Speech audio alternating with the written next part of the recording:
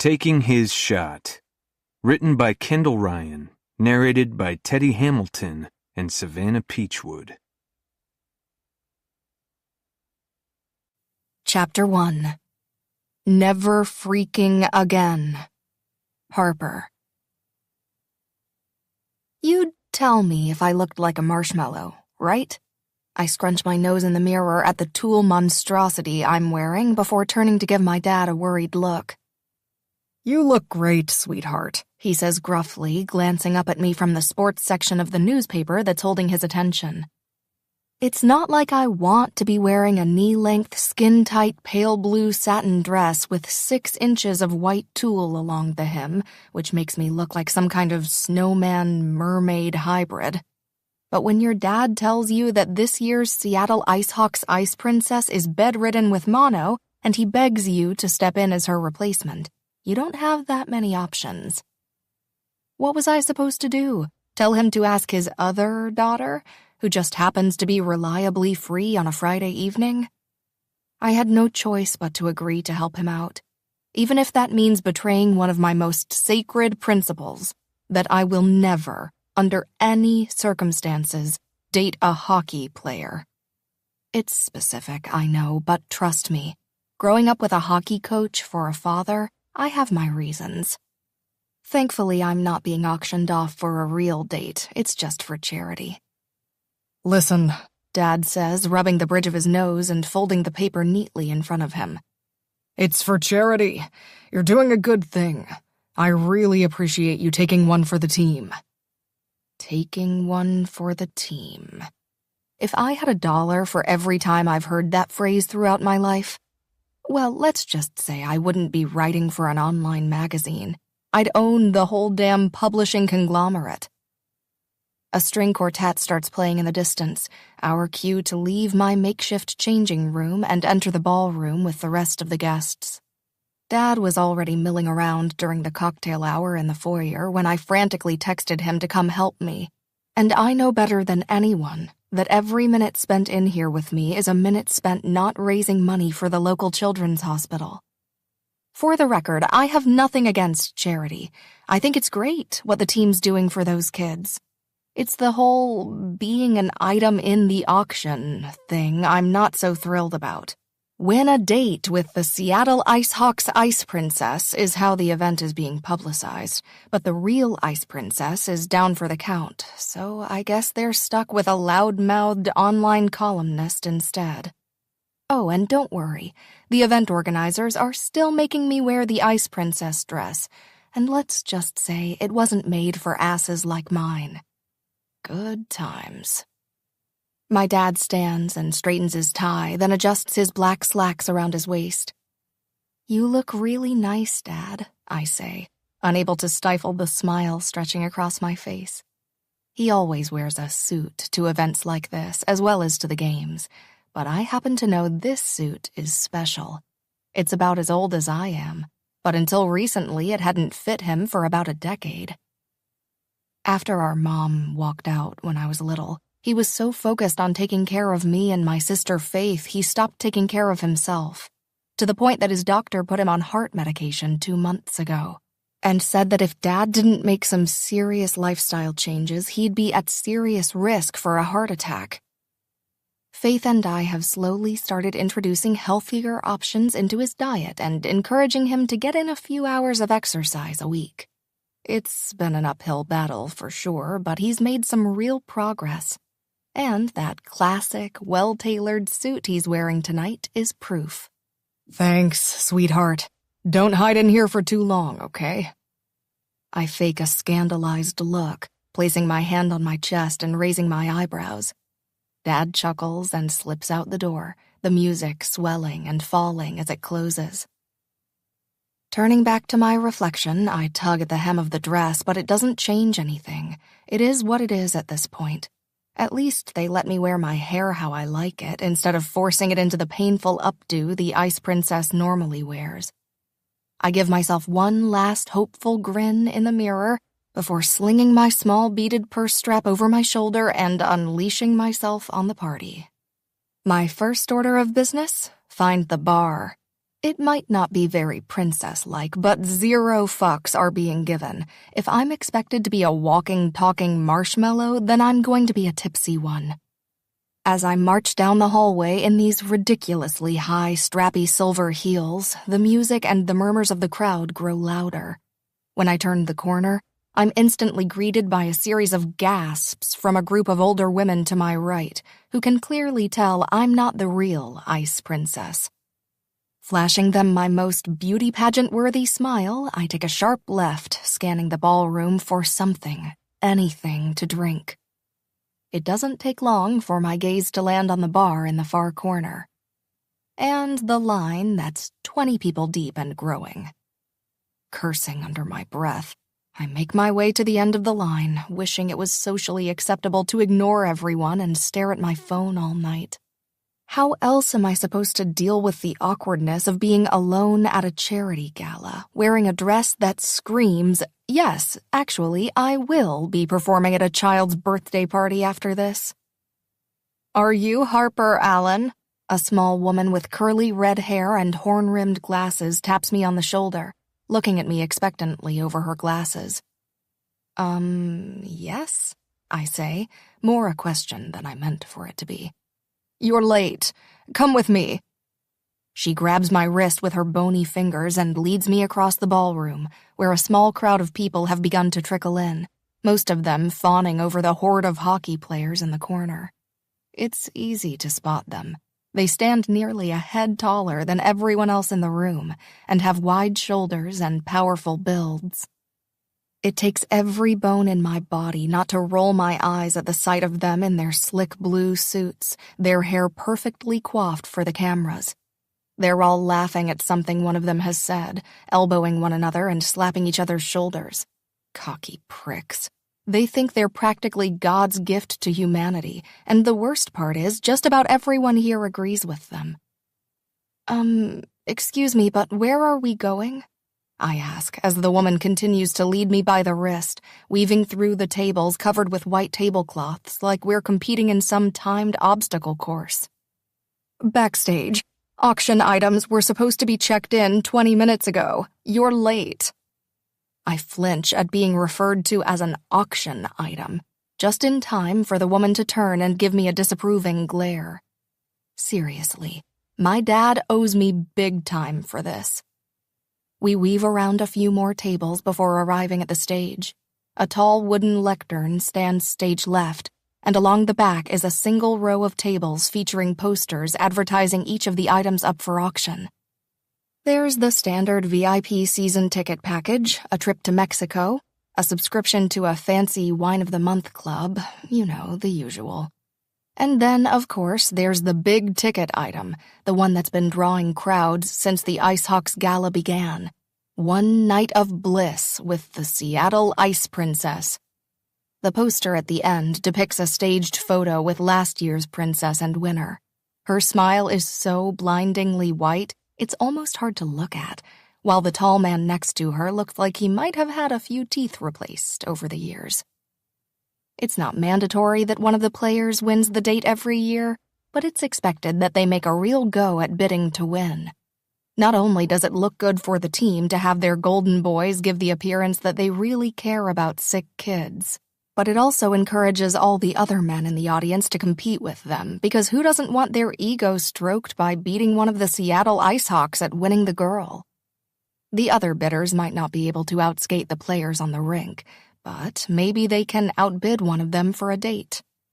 Ridiculous, I know. The woman drags me behind the curtain where the certificates and gift baskets are all waiting to be put on display. I may be the only living auction item, but the way this woman starts prodding and poking at me sure doesn't make me feel human. Well, she says after a few minutes of fluffing the tulle around my knees, you're no ice princess, but you'll have to do. I never claimed to be one, but by all means, insult away, I mutter under my breath. Clearly not under my breath enough, because the woman clucks her tongue and adjusts her glasses. You go on stage when you hear your item called. Smile and wave like you're sitting on a float at the Macy's Thanksgiving Day Parade, A lot of girls would kill to be in your position tonight, and stop making that face like you just stepped in dog poop." With that, she scurries away, leaving me alone with the other pretty packages up for bids. I take a few slow, deep breaths to calm the small fire of rage burning in my belly, reminding myself that I don't worship the team like these people do. Of course, I'm grateful for the opportunities my dad's job has given me. I'm aware that not every girl my age gets to attend fancy galas and hang out with professional athletes on any given night. But it would be a whole lot easier to be happy about my current situation if I wasn't forced to pretend to be something I'm not. And if there wasn't a good chance I was about to be sold into a romantic evening with a freaking hockey player, which happens to be my least favorite brand of human. I usually date hipster types, the kind of guys who appreciate poetry and obscure webcomics.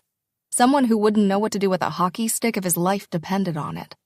Someone who sure as hell wouldn't prioritize a silly game over me. Been there, done that. And I have the emotional scars to prove it. The music dies down, and the crowd erupts into a round of applause, which almost certainly means that my father is walking onto the stage to give his speech. While I've never heard it live, he's rehearsed it enough at home that I practically know it by heart.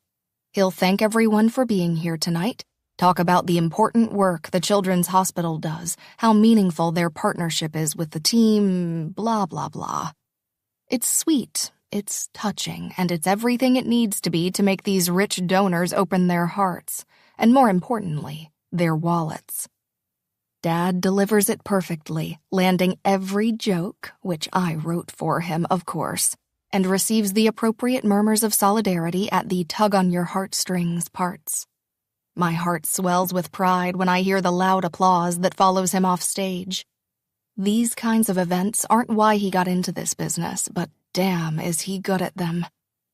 Dad is replaced on stage by the auctioneer of the night, a tall man in a shiny silver suit who introduces himself as Stan.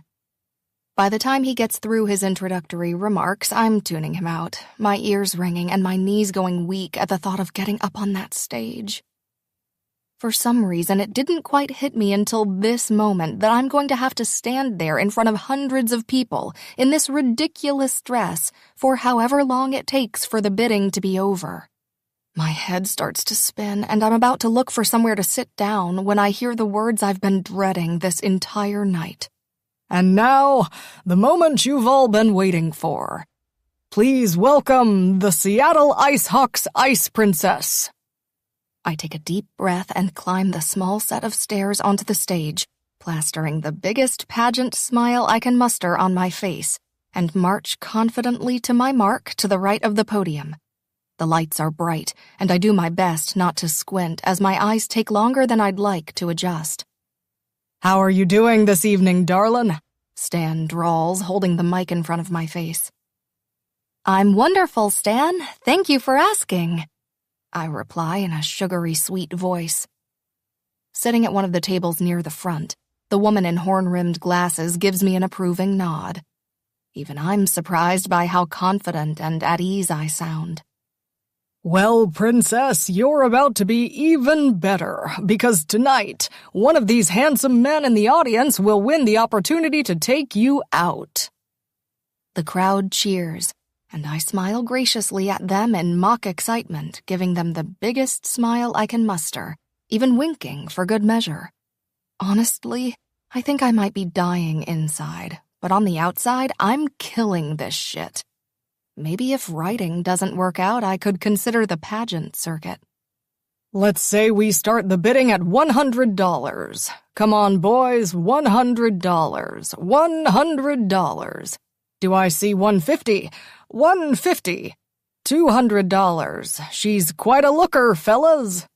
The bidding process hurtles on so quickly I can hardly keep track of the paddle-waving hands shooting up into the air, and I give up on trying to see who's bidding. There are way more of them than I ever expected. In some ways, it's flattering to see so many men vying for the chance to take you out on a date, but I know that it's a pissing contest more than anything. It's not really about me or who I am as a person. It's about showing all the other guys how much cash you can shell out in one night, and being the lucky asshole to land the Ice Princess. Still, I can't keep my stomach from flip-flopping with every paddle that flies into the air, the same thought bouncing around and around inside my head. Please, not a hockey player. Please, not a hockey player. Please, not a hockey player. Sold for $1,000 to the man in the blue tie. Come on up here, son, and tell us your name. Stan claps, and the crowd instantly joins in the applause.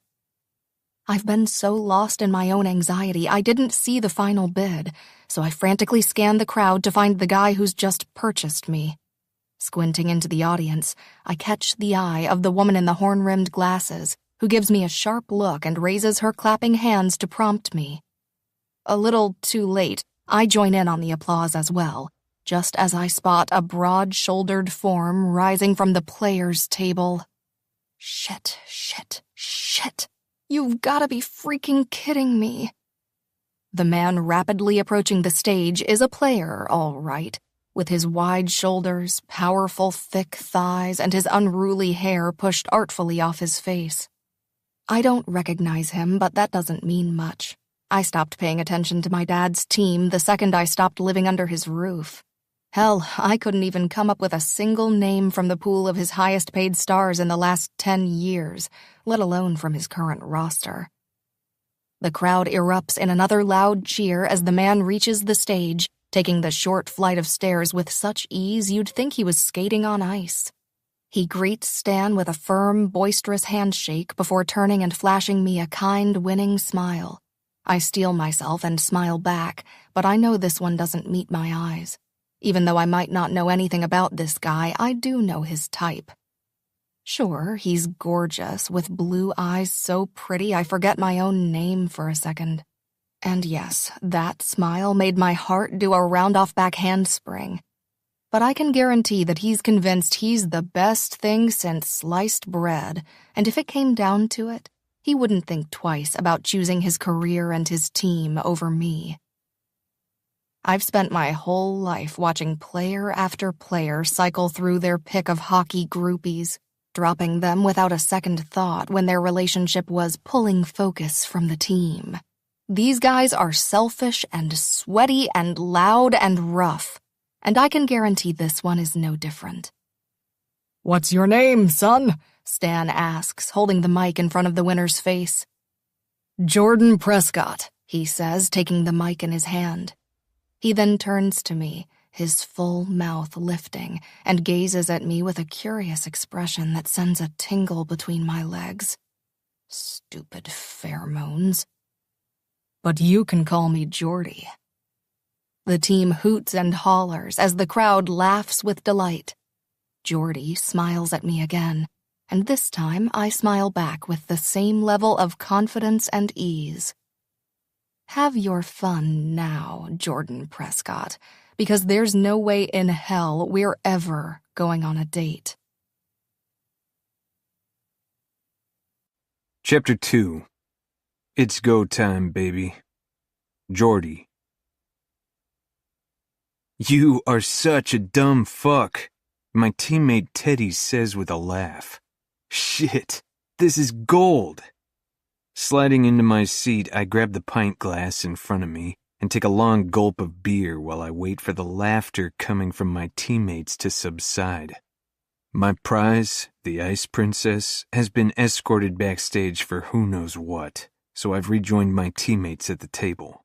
My teammates who are all currently making fun of me, fuckers. Why's that? I ask. It's tradition for the rookies on the team to bid on the Ice Princess, and I'm not one to buck tradition. I'm damn happy to have a spot on this team's roster, and I'm not about to fuck it up by breaking protocol.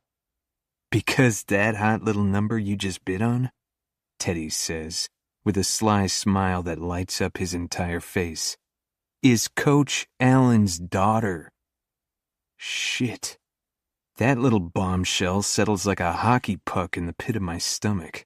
But a quick glance over at Coach Allen reassures me the slightest bit. He's seated with the team leadership with a huge grin on his face. He knows it's a tradition for one of the guys to take her out, so he must be cool with it. Right? Mark Allen only joined the coaching staff this past year, so I'm still learning about what sets him off, but me bidding on his daughter doesn't seem to be one of them. He doesn't seem too bent out of shape about it, I say, casually taking another sip of my beer. Morgan, our backup goalie, leans back, crossing his bulky forearms over his chest. You do realize you can't hook up with her once and never call her again, not unless you want to kiss your career goodbye. I scowl at him. Who says I'm going to do that? Yeah, I might have a growing reputation for casual hookups, but that doesn't mean that's all I'm looking for, despite what the guys around me obviously think. So what? Are you going to date her? You looking for monogamy now, rookie? Morgan chuckles into his beer like that's the funniest thing he's heard all day. Straightening, I shoot him a pointed look. Maybe I am. Hell, I don't know. She is hot as fuck. Jordy, let's think about this for a second. You've never had a serious girlfriend and you're what, 26 years old? 25, I say, narrowing my eyes at him. So what? I'm young and I've enjoyed playing the field. It doesn't mean I'm never going to settle down. These guys should understand that better than anyone. Hell, most of them were huge man whores before settling down with their current wives and girlfriends. Hypocritical much? So, you going after Harper Allen makes about as much sense as a grizzly bear dating a ladybug, Teddy says to another chorus of laughter. You want some aloe, rookie? You just got burned. Morgan chuckles into his fist. Having her in my bed every night wouldn't exactly be a hardship, now would it? I say, and the guys shrug. 1 point Jordy. There's just one tiny problem with that plan, Teddy says. You mean other than her being Coach's daughter? Yeah, he says, and all the guys laugh like they know something I don't. She doesn't date players, Justin, our starting center, says over the rim of his glass. What do you mean? He shrugs. Just a rumor buzzing around. She's turned down every single guy who's asked, and she made them very well aware that they'll never have a chance with her, no matter how hard they try. Well, she does now, I say with a cocky smirk. Morgan's jaw flexes with an amused smile. Someone's overly confident. How could you say no to this face? I flash them a cocksure grin. Morgan rolls his eyes. Care to place a wager on that? You know I never back down from a challenge. What did you have in mind? A bet. Winner takes all. We just need to decide the stakes. I'm game. You guys are idiots, Teddy says with a shake of his head. Morgan leans forward, placing his elbows on the table as he meets my gaze with a determined expression. One problem about hanging out with hockey players, they're competitive as fuck, myself included. $1,000 says you can't get Harper Allen to fall for you. Oh, you're on. This is going to be the easiest money I've ever made. Getting girls to fall for me has never been an issue before. Why should this one be any different? We need to put a timetable on this, Morgan says. 1 month? 2? What do you say? 1. Easy. Watch and learn, boys. I rise to my feet and head toward Harper, who's just appeared from backstage. Harper is 5.5 feet of curves, with long dark hair, big brown eyes that sparkle with intelligence and wit, and a perky ass I want to bite into. In a word, she's stunning. Looks-wise, I'd peg her as a younger Jessica Biel. Confident, outspoken, intelligent, and gorgeous. She's standing in line at the bar when I approach, looking like she's getting more pissed off with every second that passes. Hey, I say, stopping beside her with a confident smile. My fingers itch with the urge to reach out and run one palm along her spine, but I shove my hands into my pockets instead. One thing at a time, Jordy. Harper flashes me a quick, annoyed look, then mutters something under her breath I can't make out as she turns back toward the bar. Having fun? I ask. She releases a slow, agitated exhale. What's a girl gotta do to get a drink around here? Waving over a server who's circling the room with a tray of hors d'oeuvres, I slip him a crisp $100 bill. He can't be older than 19 or 20, and his eyes widen as he accepts the tip. Do me a favor and get a drink for the lady. He nods enthusiastically. Absolutely, sir. I turn to Harper. What would you like? I anticipate she's going to order a white wine or maybe a glass of champagne, but Harper surprises me. She addresses the server directly, not bothering to even look in my direction. A gin and tonic, Hendrix if you have it, with cucumber, not lime. Fuck, she's perfect. Less than a minute later, the server reappears with her drink, along with a fresh beer for me. Better? I ask as she accepts the tall glass and lifts it to her lips. I'm supposed to be impressed because you have money? She says with a biting tone and a roll of her eyes. My mouth twitches with a smile. I love a feisty girl who makes me work for it. I think the words you're looking for are, thank you, Geordie. She scoffs, rolling her eyes again, and then takes a long sip of her gin and tonic. My brain momentarily short-circuits, and I forget how to breathe as her lips wrap around the straw. She's that pretty. Her eyes are arresting and moody, and I like them way too much. The deep-seated desire to know what makes her tick thrums steadily just beneath the surface. I'm intrigued, and I haven't been intrigued by a woman in a long-ass time. Random hookups with girls I won't remember. Maybe a quick bee-job in the bathroom. Those are more my style. And for the record, I'm not proud of it. But something about Harper has me curious, and I want to know more. Bad time of the month? I blurt. Her jaw ticks and fire burns in her eyes. Did you seriously just imply that I'm suffering from PMS? I shrug and take a sip of beer before I respond. I just figure it's possible your poor mood is due in part to the shedding of your uterine lining. I've read that can be a particularly unpleasant time of the month for a woman. I'm hoping to make her laugh with my ridiculous statement, but Harper doesn't smile. Her lips don't even twitch, but her eyes sure do narrow at me. She looks irritated as fuck. You're unreal. You know that? Thanks. I grin at her, shoving one hand in my pocket. She wrinkles her nose at me and shakes her head in exasperation, like she's dealing with a disobedient child. Even that is hot. It wasn't a compliment. I straighten my shoulders, my mouth turning down. Listen, I apologize if we got off on the wrong foot. Can we start over? She opens her mouth, probably to refuse my request, or maybe to tell me to fuck off. But I'm faster than she is, and I don't give her the chance to shoot me down. Thank God, I say, because I'm afraid I just came across as a total douche. A douche? She blinks at me, and I nod. Can I tell you a secret? Exasperated now, she sighs. If you must. I scan the room before looking back at her. I hate these things. You hate charity?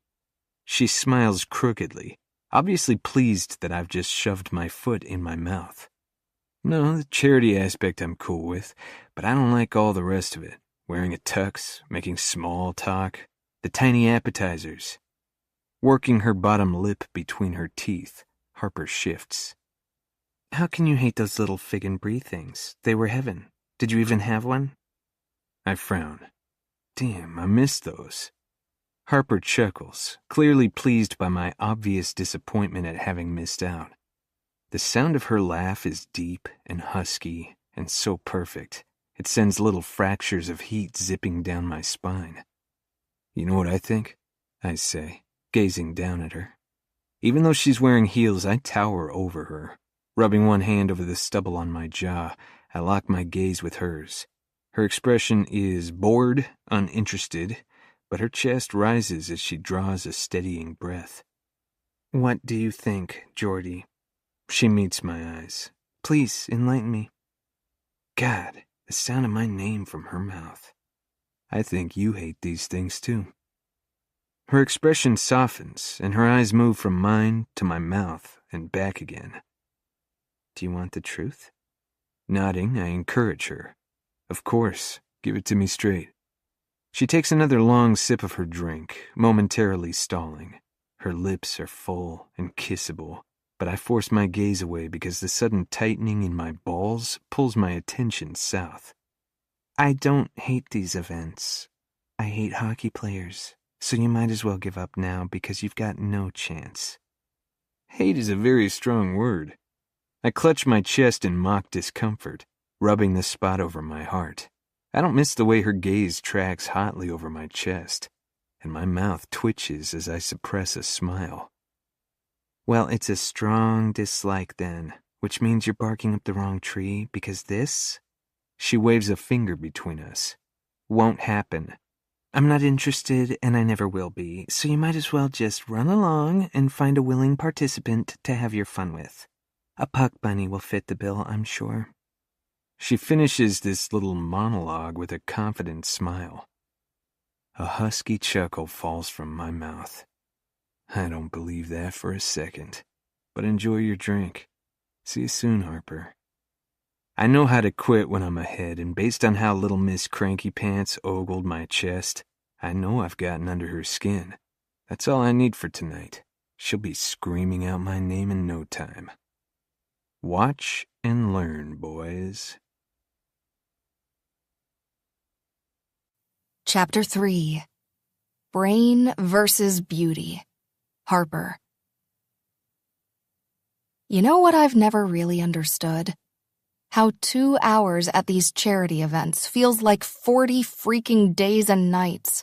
Oh, and that Geordie guy? Predictable as hell. I'm talking like textbook hockey player. Cocky, self-absorbed, and just my luck, unbearably good-looking.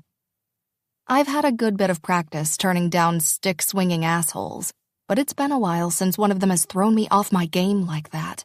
Not that it changes anything. When it comes down to it, Geordie's just like the rest of them, totally not worth the time or effort. And once I send him packing, I'm sure he'll just move on to the next girl. Scanning the slowly emptying ballroom, I spot my dad across the way, shaking hands with a few of his players. Of course, Geordie is with them, but I do my best to ignore him.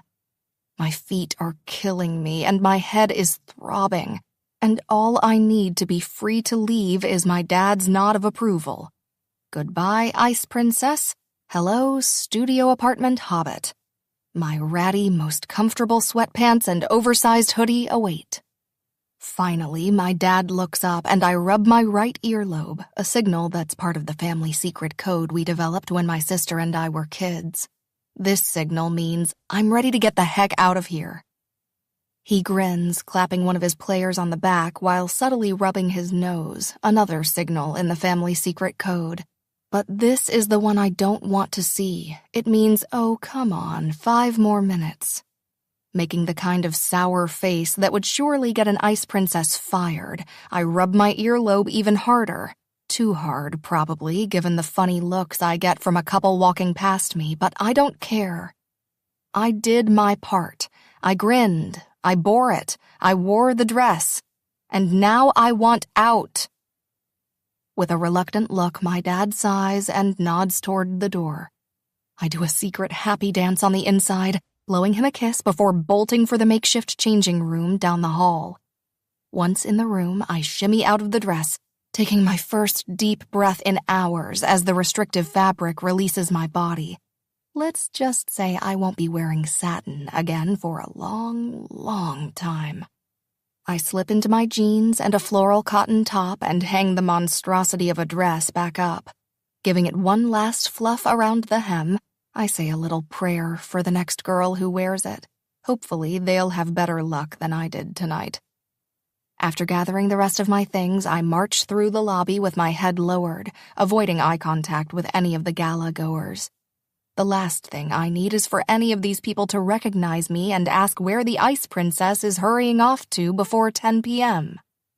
Just as I slip through the revolving doors, my fingers itching for the cool leather of my steering wheel, a voice stops me. A familiar voice. One I wasn't hoping to hear again anytime soon. Did you think I was going to let you sneak out of here without setting a date? I turn around to find Geordie standing there, with that same charming smile on his face. At this point, I'm about ready to slap it right off him. It's not like you won my hand in marriage, I say, my tone more hostile than even I was expecting. He's not thrown off, though. If anything, he smiles wider. Don't count me out yet, princess. Maybe after our one night of bliss, you'll be changing your tune about me. His gaze moves over my body in a suggestive way, and my face warms under his gaze. Why don't you look up the real Ice Princess? I'm sure she'd be more than happy to fulfill her duties with you, I say with a huff, opening my bag to rummage for my keys. Geordie's shoulders straighten. I don't want the real Ice Princess. I want you. He says it so casually that for a second I almost believe him. But then I remember where we are and who he is. He's not the kind of guy who'll take you out for a nice dinner and ask you questions about your childhood or what book you're reading. He's the kind of guy who'll stick you at the end of the table in the VIP section at a club, spill his drink on you all night, and throw a hissy fit when you won't go down on him after 2 seconds of foreplay. And that's what makes saying no to him so easy, and even a little fun. You'd better get back to your sausage fest, I say, nodding behind him as I fish for my keys inside my purse. They'll set you up with some wide-eyed 20-year-old, and you'll forget all about me by midnight. It'll be like none of this ever happened. I flash Geordie a fake smile before turning on my heel to leave. Within seconds, he's in front of me again, his tall, muscular frame blocking my view of the parking lot. I size him up. Dark, unruly hair, blue eyes, full, sensual lips for mouthing inflammatory things like, "Are you shedding your uterine lining?" Seriously, who says things like that? Tomorrow night, he says firmly. I'm busy tomorrow. Okay, what about Sunday? He shifts. I'm busy Sunday too. Church girl? He asks, arching a brow. Something like that. I let out an exasperated sigh. Okay, fine. No weekend dates. What about Tuesday? No one's busy on a Tuesday. Don't you have practice on Tuesdays? Yeah, but we're typically done by 1. Well, I have a book club. He pauses for a moment, looking impressed. Something tells me this man doesn't date a lot of women who read. Wednesday, then. Jesus Christ, can't this guy take a hint? I volunteer on Wednesdays. Oh, really? Where? His deep voice rumbles pleasantly, momentarily distracting me. I roll my eyes. At the animal shelter downtown. Me too, he says, cocking his head to the side, challenging me. Well, I guess I'll see you there then, I say sarcastically, pushing past him and quickly crossing the street. My little white sedan is waiting for me a few rows away, and I pick up the pace, silently praying that he's finally given up the fight. I'm looking forward to it, he calls, his voice carrying easily over the parking lot. Sure, bud, keep telling yourself that. The next day, I'm sitting on the floor of my apartment, shoveling herb crackers and brie into my mouth like it's my job, and trying to convince one of my best friends that a date with Geordie Prescott is a very, very bad idea. I think he sounds sexy, Aurora says, tossing her wavy strawberry blonde hair over her shoulder. Downing the rest of my Chardonnay and reaching for the bottle, I don't respond. It's going to take about a gallon of wine to get Aurora to lay off. Thankfully, I have a secret weapon, our other best friend, MK, the smartest, most logical person I know. The statistical possibility of sustaining a romantic relationship with a professional athlete is astronomically low, MK says, tucking her hair behind one ear. Who said anything about a relationship? Just go out with him, get a free meal, get laid, and never speak to the guy again, Aurora says with a sly grin, resting her elbows on the glass coffee table. He's on my dad's team. There's a good chance I will see him again, whether I like it or not. Aurora frowns. It's not like you go to games or anything. She's right, MK says with a nod. Your blatant avoidance of your father's work life is notable, especially when many people in your position would exploit the opportunity for entertainment it offers. I glare in MK's direction, and she stares back at me matter-of-factly. I thought you were on my side. I'm on the side of truth and facts, she says, beaming. Well, my truth is that I don't date hockey players, my best friends say in unison. We know about your stupid rule, Aurora mutters, rolling her eyes. It's prudent, MK shrugs. I support it. Of course you do, Mary Catherine, Aurora says with a mocking tone. MK cringes at the use of her full name, and I shoot Aurora a warning look. When she raises her hands in surrender, I sigh loudly, holding my face in my hands. I never should have said yes to going to that stupid gala. Oh, sweetie, you were just helping your dad out. I'm sure he really appreciated it. Aurora reaches out and rubs my back with one hand, slicing me another triangle of brie with the other. He should have asked Faith to do it instead. She's the sweet one. And by Faith, you mean your sister who is happily married with 2 children under the age of 4? Right, she's the perfect candidate to be auctioned off at a charity event. MK giggles, but all I can do is groan and try to comfort myself with more cheese. Okay, enough of this. Let's talk about something other than my problems.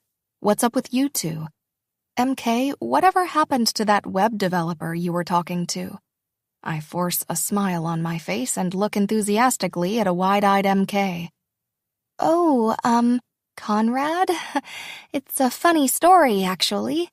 No way. Aurora cuts her off, waving a hand in the air. I'm sorry, MK. We'll get back to Conrad in a minute. But there's no way we're letting you off the hook about this Geordie thing. He won you, fair and square. You've got to deliver. Aurora, do you hear yourself right now? He won me? What is this, the 17th century? Actually, the purchasing of human beings is still a problem to this day, MK says. That is so not the point I'm trying to make right now. She taps at her phone, then holds it up to display an article she's pulled up on the statistics and dangers of human trafficking. Okay, sure, it's still a problem, and that's why I'm under no obligation to follow through on this stupid date that will end in nothing but disappointment for both of us. I lean back and rest my head on the chair behind me, exhausted by my own frustration and maybe a little tipsier than I realized. All I'm saying, Aurora says gently, is don't knock it till you try it. He could surprise you. I've spent my entire life around hockey players. Trust me, absolutely nothing about him could possibly surprise me. But he's a rookie, MK says. Confused, I turn and look at her. He's only been on the team 1 year. He's a rookie, she says again, displaying his stats and profile from the team's website on her phone. And your point is? My point is that he's new to the team, and that makes him a new data set. If you go into an experiment convinced that your hypothesis is correct, your bias will skew the results. You have to be neutral. Aurora chimes in, looking pleased. See? Even science is on my side. You have to keep an open mind. Oh, yeah? And have you been neutral about Conrad, Miss I Know Everything About Everything? You don't have to be neutral about positive results after you've already received them, MK says, a sneaky grin spreading across her face. Oh my God, tell us everything. Aurora and I sip our wine while MK tells us about her latest nerd crush, a shy blush spreading across her chest. I'm happy for her, really, I am. But something nags at me in the back of my mind while she tells her story. I don't care if science is against me. I don't care if they think I should give Geordie a chance. My gut makes my decisions for me, not other people, and certainly not the kinds of theories and equations normally used with algorithms and test tubes. And right now, what my gut is telling me is crystal clear. I'm focusing on me, not some 25-year-old rookie hockey player. Chapter 4. The Things We Do for Love. Geordie. It's Wednesday afternoon, and while that usually means getting stretched and massaged and ready for Friday night's game, instead I'm on my way to the animal shelter downtown. The building is much bigger than I expected. After parking my truck in the lot, I head toward the entrance, momentarily stalling as I try to decide between the door for the adoption center or the door marked animal shelter. But once inside, I see that they both lead to the same place, a small front lobby with a teenage girl sitting behind the counter. It smells like a wet dog, and the sound of barking comes from somewhere deeper inside the building. She looks up from her textbook and offers me a slow smile. "Can I help you?" "Yeah, I'm, meeting a friend of mine here to volunteer. Harper Allen. Any idea where she might be?" The girl nods, her ponytail bobbing. "Oh, Harper's the best. She's back by the loading dock right now. She should be just about finished unloading the truckload of dog food." I nod. "Cool. Just point me in the right direction if you don't mind," I say, flashing her my best smile. The smile is genuine because if Harper's almost finished, maybe it means we can get out of here and go grab a drink or something. When I locate Harper at the far end of the warehouse, I see that she's not alone. A 30-something guy with wire-framed glasses and a trimmed beard is standing beside her, laughing at something she's just said. I hate him immediately. I take a few steps closer and Harper looks up, her eyes widening as she spots me. "Geordie," she says evenly. If she's surprised to see me, she doesn't let on. "What brings you here?" I shrug, trying to act casual. Thought I'd lend a hand and volunteer today. The guy next to Harper straightens, like improving his posture will somehow help, even though I tower over the dude by at least 6 inches. "We could always use the help, right, Harp?" He calls her Harp. There's another thing I hate immensely. When Harper moves to shift around him and the table stacked with boxes so she can face me, his hand touches her waist as she passes. A hot streak of jealousy flashes through me so suddenly that my chest tightens. What the hell, Geordie? A quick glance at Harper's calm demeanor tells me she wasn't at all surprised by the slight touch. Maybe he touches her often. Maybe in other places. Maybe she likes it. And there's that kick of jealousy again. Fuck. Get it together, man. I don't know what it is about this girl, but something about her majorly throws me off my game. I take a slow, deep breath to compose myself. Harper stops in front of me and offers me a tight smile. "Can I speak with you in private?" Her eyes are the prettiest shade of brown, like warm, melted chocolate. "Sure thing." I grin back, even though I'm fairly certain she's only asked for privacy so she can tell me off out of earshot of her douchey admirer. It's something, I guess. Harper leads the way across the warehouse, and I try my best to keep my eyes off her ass. It doesn't work out very well. Just like the other night at the auction, there's a pressure behind my zipper, even though all we've done is exchange a handful of words. Her fiery attitude sharply contrasts with her figure, which is petite and decidedly feminine. I have no idea which I'm enjoying more, her tough exterior or that lush body. When we have a little privacy, she spins to face me. "Cut the crap, Geordie. I know you're not here to volunteer." "I am, I swear. And to spend a little time working side by side with her so I can start winning her over.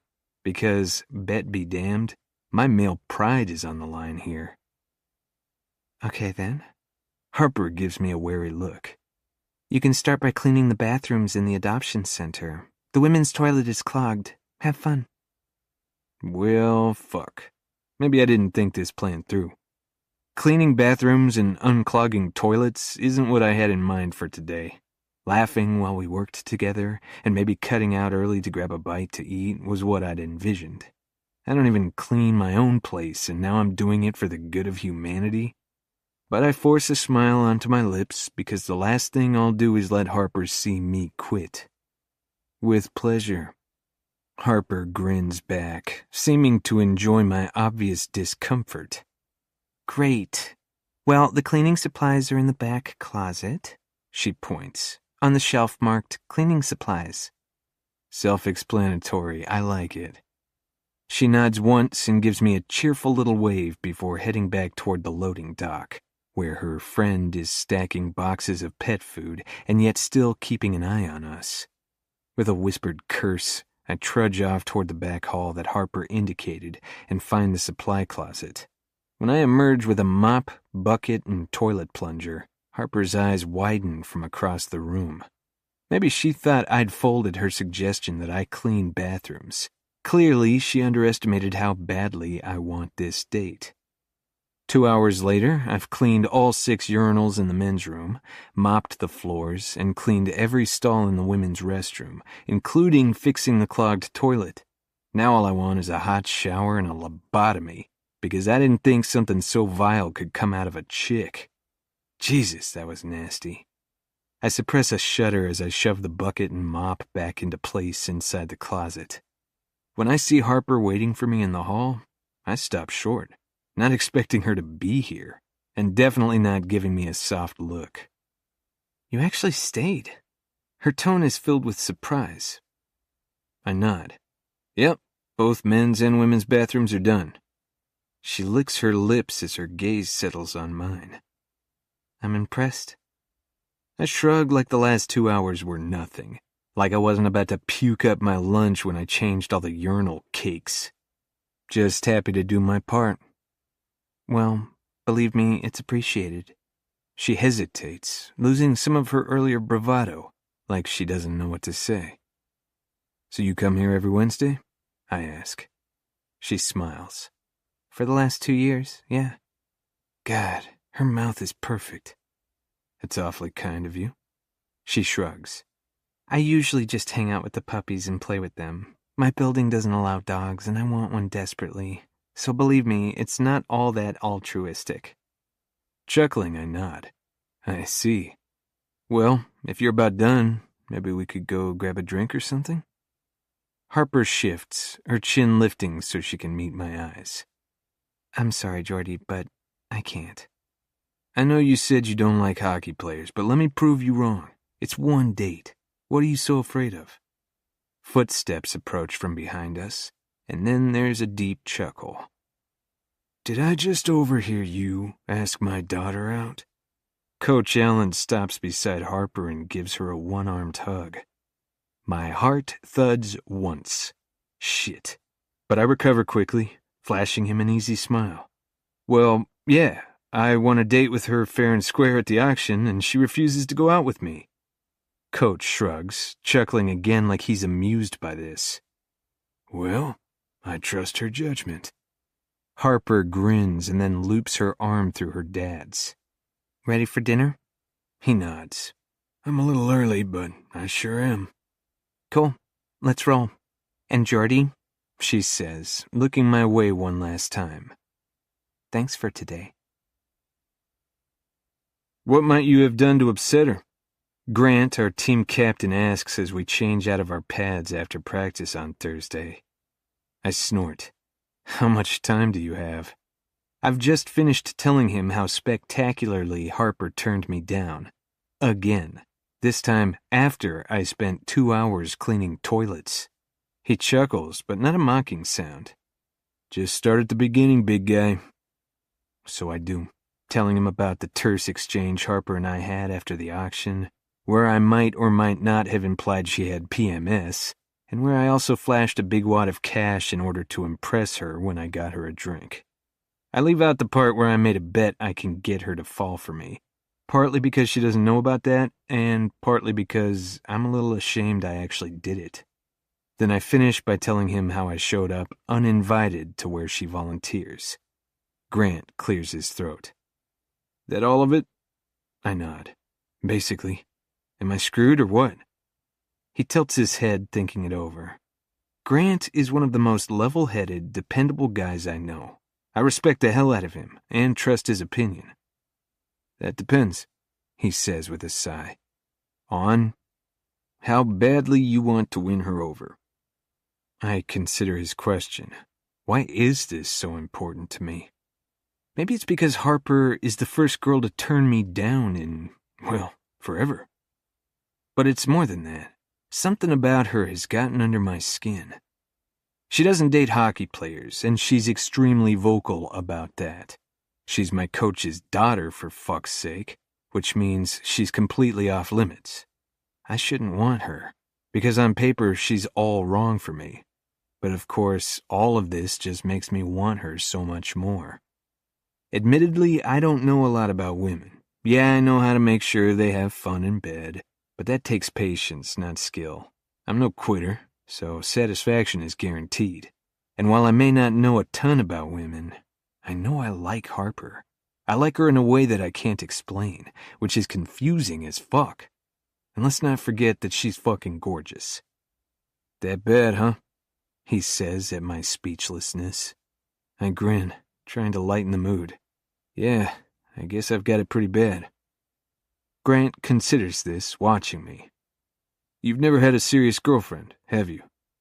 I give my head a shake. Basically, I'm the human equivalent of a spork. I serve a purpose, filling a temporary void, and then people move on, upgrading to the thing they wanted most all along. Harper refusing to go on a date with me is bringing up my abandonment issues. My sister, the therapist's term, not mine. And even if I don't like to admit it, yeah, I'm pretty much a textbook case for abandonment issues. The truth is that no one has ever really loved me. Not really. No one was ever there for me when I needed them. Dad died when I was 13, which was hard. It was awful, but worse was feeling like I lost my mom, too. Even though she was still there, she also wasn't, because she threw herself into so many other things, saying she was finding herself. Mom was a free spirit, and when pursuing her hobbies and passions became her life's focus, my sister and I were pushed aside. On the day of the NHL draft, one of the biggest events of my life, she was on a spiritual retreat in Arizona. The night of my first ever pro game, she was on a flight to Australia for a course to become an accredited guru. And while other guys' families are blowing up their phones after a game with congratulations, mine's always silent. It hurts, a hell of a lot, but I keep it pretty well locked down. Why now? Why her? Grant asks. I don't know, all right, I just want my shot. Groaning, I say. Tell me what to do. Not everyone's gonna like you, Jordy. It's the same speech my older sister gave me when I couldn't get along with the playground bullies in middle school. I didn't like hearing it then, and I like it even less now. Yeah, but this girl, I need her too, okay? There's an edge of desperation to my voice that even I don't recognize. Grant nods, seeming to read something in my expression. Then, don't give up on her. Fight like hell to get her attention, and when you do, make sure you keep it by giving her the real Jordan Prescott, not the guy she thinks you are. I release a slow sigh. It's not bad advice. I think about his relationship with Anna. It's something to envy for sure, but I know it wasn't always easy. I was there during those first few rocky months when she found out she was pregnant. I remember how scared he was, how uncertain it all felt. And look how they turned out. Holy power couple. Nice work out there today, Coach Allen says, stopping beside us in the locker room. Thanks, Coach, Grant says, shoving his feet into sneakers. I stand up and pull a sweatshirt on over my head, then grab my bag. Coach looks up from his iPad and meets my eyes. How's it going with Harper? I shift, securing the bag over one shoulder. It's not. She shot me down. Coach shakes his head, a smirk tugging on his lips. She's always been a stubborn girl. Spirited, her mother liked to say. Harper's playing hard to get, so maybe it's time to try a new angle. Feeling bold, I smile at him. You wouldn't, by any chance, give me her number, would you? Coach Allen laughs, a deep sound that gives me the impression he's not the least bit annoyed by my infatuation with his daughter. But hey, we're all adults here, right? Oh, what the hell? Coach says, still chuckling. You've got some balls, kid, I'll give you that. He jots down the digits on a piece of scrap paper and then hands it to me. You're a good kid. Don't prove me wrong. Yes, sir. I nod solemnly, unable to wipe the smile from my face. You are so fucked, Grant mutters under his breath when Coach Allen leaves. Don't I know it? Chapter 5. Catch and Release. Harper. My phone buzzes, and I pry my attention away from the article I've been working on about Snapchat filters just long enough to see that it's a text. Anyone I work with knows it's easier to reach me through our internal chat system, and my friends know better than to text me on a writing from home day. For a second, my brain goes to the worst. What if something happened to Dad? What if this is a stranger letting me know that he's unconscious somewhere and waiting for an ambulance? But that's crazy, right? If something happened to my dad, I'd get a call. What kind of monster would send a text letting you know your father had a heart attack? Surprised by my ability to freak myself out, I tap the screen and open the notification, my brows scrunching together in disbelief as I read the text. Hey, it's Jordy. I don't know about you, but I'm still in need of some major rehab after volunteering the other day. Let's eat our body weight in tapas and finally admit how we feel about each other. Stunned, I stare at the screen. You've got to be freaking kidding me. My fingers fly furiously over the digital keyboard, my response quick and to the point. How did you get this number? 3 little dots instantly appear on his side of the screen. Snapchat filters are the last thing on my mind now. The only thing left is pure, unadulterated frustration. Can't this guy take a hint? Did the first 5 times I said no mean nothing? And seriously, how did he get my number? Your dad decided to take a chance on me. Why won't you? I drop my phone on my desk and rake my fingers through my hair. My own father is responsible for this? Suddenly, I find myself half wishing someone would call me with the news that he's been found unconscious somewhere. Not that I should be surprised. Dad just wants me to be happy, and he doesn't know about my no players rule. It would be too difficult to explain to him without simultaneously hurting his feelings. Damn. I hate it when I can't stay mad at him. I'm working. Sorry, can't text. It's a white lie, but hopefully a convincing one. I haven't worked somewhere that controlling since high school, but Jordy doesn't know that. For all he knows, I'm flipping burgers at a greasy spoon around the corner while my boss watches over my shoulder. To my horror, my phone buzzes again, but instead of 2 short consecutive bursts, it keeps buzzing. It's ringing. He's calling me. Seriously, will this guy not take a hint? I clear my throat before swiping to answer the call, cautiously holding the phone to my ear like he'll find some way to jump through it. You're ridiculous. You know that? I think dedicated is the word you're looking for. His voice is deep and it rumbles pleasantly through the line. But just because he has a nice voice doesn't mean I'm going to go out with him. You're quickly becoming the textbook definition of insane, I fire back. Oh, come on. Since when are we supposed to deny the laws of attraction? I smile and shake my head. Why do you want to go out with me so bad? It's an honest question. Jordy is a professional athlete. He's young, he's gorgeous, and judging from how forward he's been with me, he's used to getting what he wants. He could just as easily turn up at the stadium bar after practice and find a gaggle of drooling groupies to take home. There's no reason for him to keep striking out with me. Because I like you. He says it matter-of-factly, like he's explaining the ingredients of a PB&J.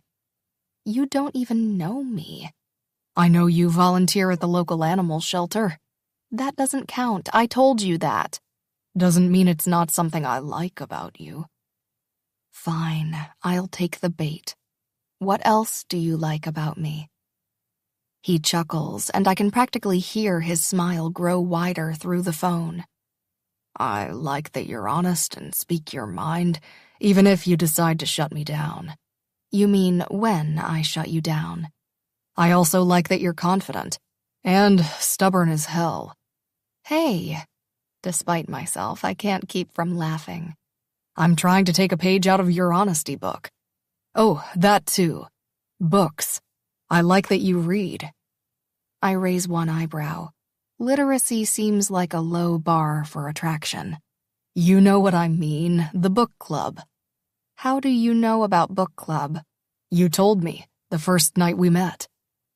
Oh, right. How could I forget the first night you stalked me?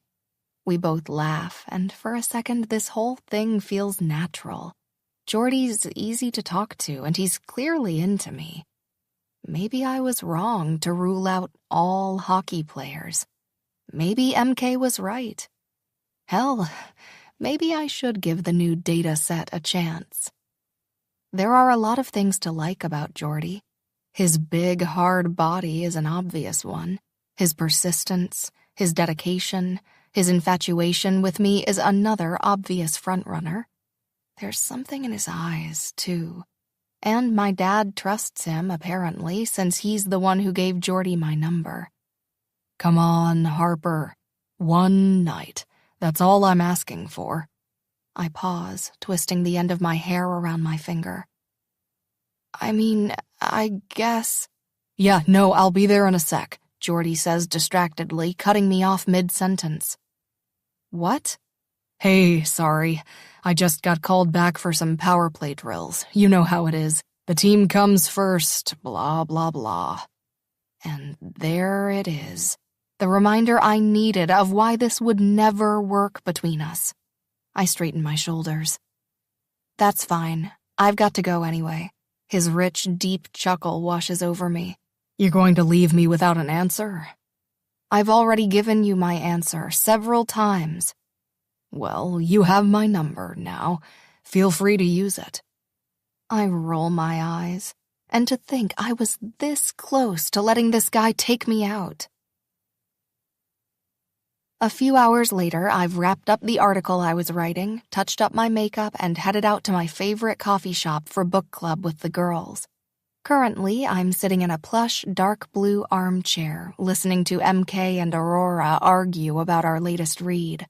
But by the looks of it, my best friends are probably regretting sharing a love seat right about now. I take a long sip of my coffee while the girls continue to argue. One of them thinks the heroine in the book is making a huge mistake agreeing to be a submissive for the growly hero. The other thinks it's romantic and steamy, and the whole point of the book. It doesn't take a genius to figure out which one is which. She's being an absolute idiot, MK says, throwing her hands in the air. They're in love, Aurora snaps. Fine, they're idiots in love. What do you expect her to do, not give in to temptation and be bored and miserable for the rest of her life? He's a control freak. It'll never work, and they're foolish to pretend they're equipped for any kind of commitment. Harps, back me up on this. True love conquers all, right? Aurora gives me a desperate look while MK shoots me eye daggers. Actually, I was hoping to discuss Annabelle's monologue about pursuing a future for herself and not letting her father's expectations dictate her actions, I say, flipping through my book to find the underlined passage. When I look up, MK and Aurora are staring blankly at me. Am I the only one who wanted to discuss the monologue? I worry about you sometimes, Aurora murmurs, tucking her long locks behind her ear. Even I was able to deduce that the forbidden romance is the preferred topic of book club discussion, MK says. I don't respond, simply shrug and wave my hand for them to resume. They pick right back up in the middle of their argument, and I start to tune them out. It's always the same debate. Is love worth the sacrifice? Whether that sacrifice is as small as cutting your hair, or as monumental as abandoning a stable, albeit boring life for an adventure on the wild side. My friends have strong opinions on either end of the spectrum, but I often find myself vacillating somewhere in between. I guess I haven't experienced the sweeping romance I read about on the pages of my favorite novels. Haven't had my heart broken so badly that I cried myself to sleep at night. Sure, I've had a handful of relationships, and some have ended up being disastrous, but I'm not quite as solid in my beliefs when it comes to love. For as confident as I am in all other areas of my life, I second-guess myself with those things, which is why some hard and fast rules can really come in handy, like my one about not dating hockey players. I also have very strict rules about open-mouth chewers and nail-biters. No thank you on both counts. Hello, Earth to Harper. There's a hottie at 12 o'clock who won't stop making eyes at the back of your head. Aurora's voice snaps me out of my own inner monologue. I follow her gaze to check out who she's talking about, and when I see the subject in question, my heart skips a beat for the second time today. Only this time it's 100% warranted. Because suddenly I'm not just here at a coffee shop having book club with my friends. Oh no, this situation just got a whole lot weirder. That's Jordy, I say, and my friends let out tiny gasps, their mouths falling open. It's Aurora who finds her voice first. What the hell, Harper? You didn't tell us he was a freaking 12 out of 10. Maybe if we just ignore him, he'll go away, I mutter under my breath. Why on earth would we want him to do that? She asks, sounding offended. Be realistic, Harper. Even from an outsider's perspective, he is very attractive. Genetically pleasing, some might even say, MK says with a smile. That boy is next level hot, and even MK wants to make babies with him, Aurora adds with authority. My gaze darts over to MK, who's surely about to dispute this, right? But no, she's grinning like a loon and lets out a short laugh. I said what I said. I huff out a sigh and contemplate stabbing him with my coffee stir stick.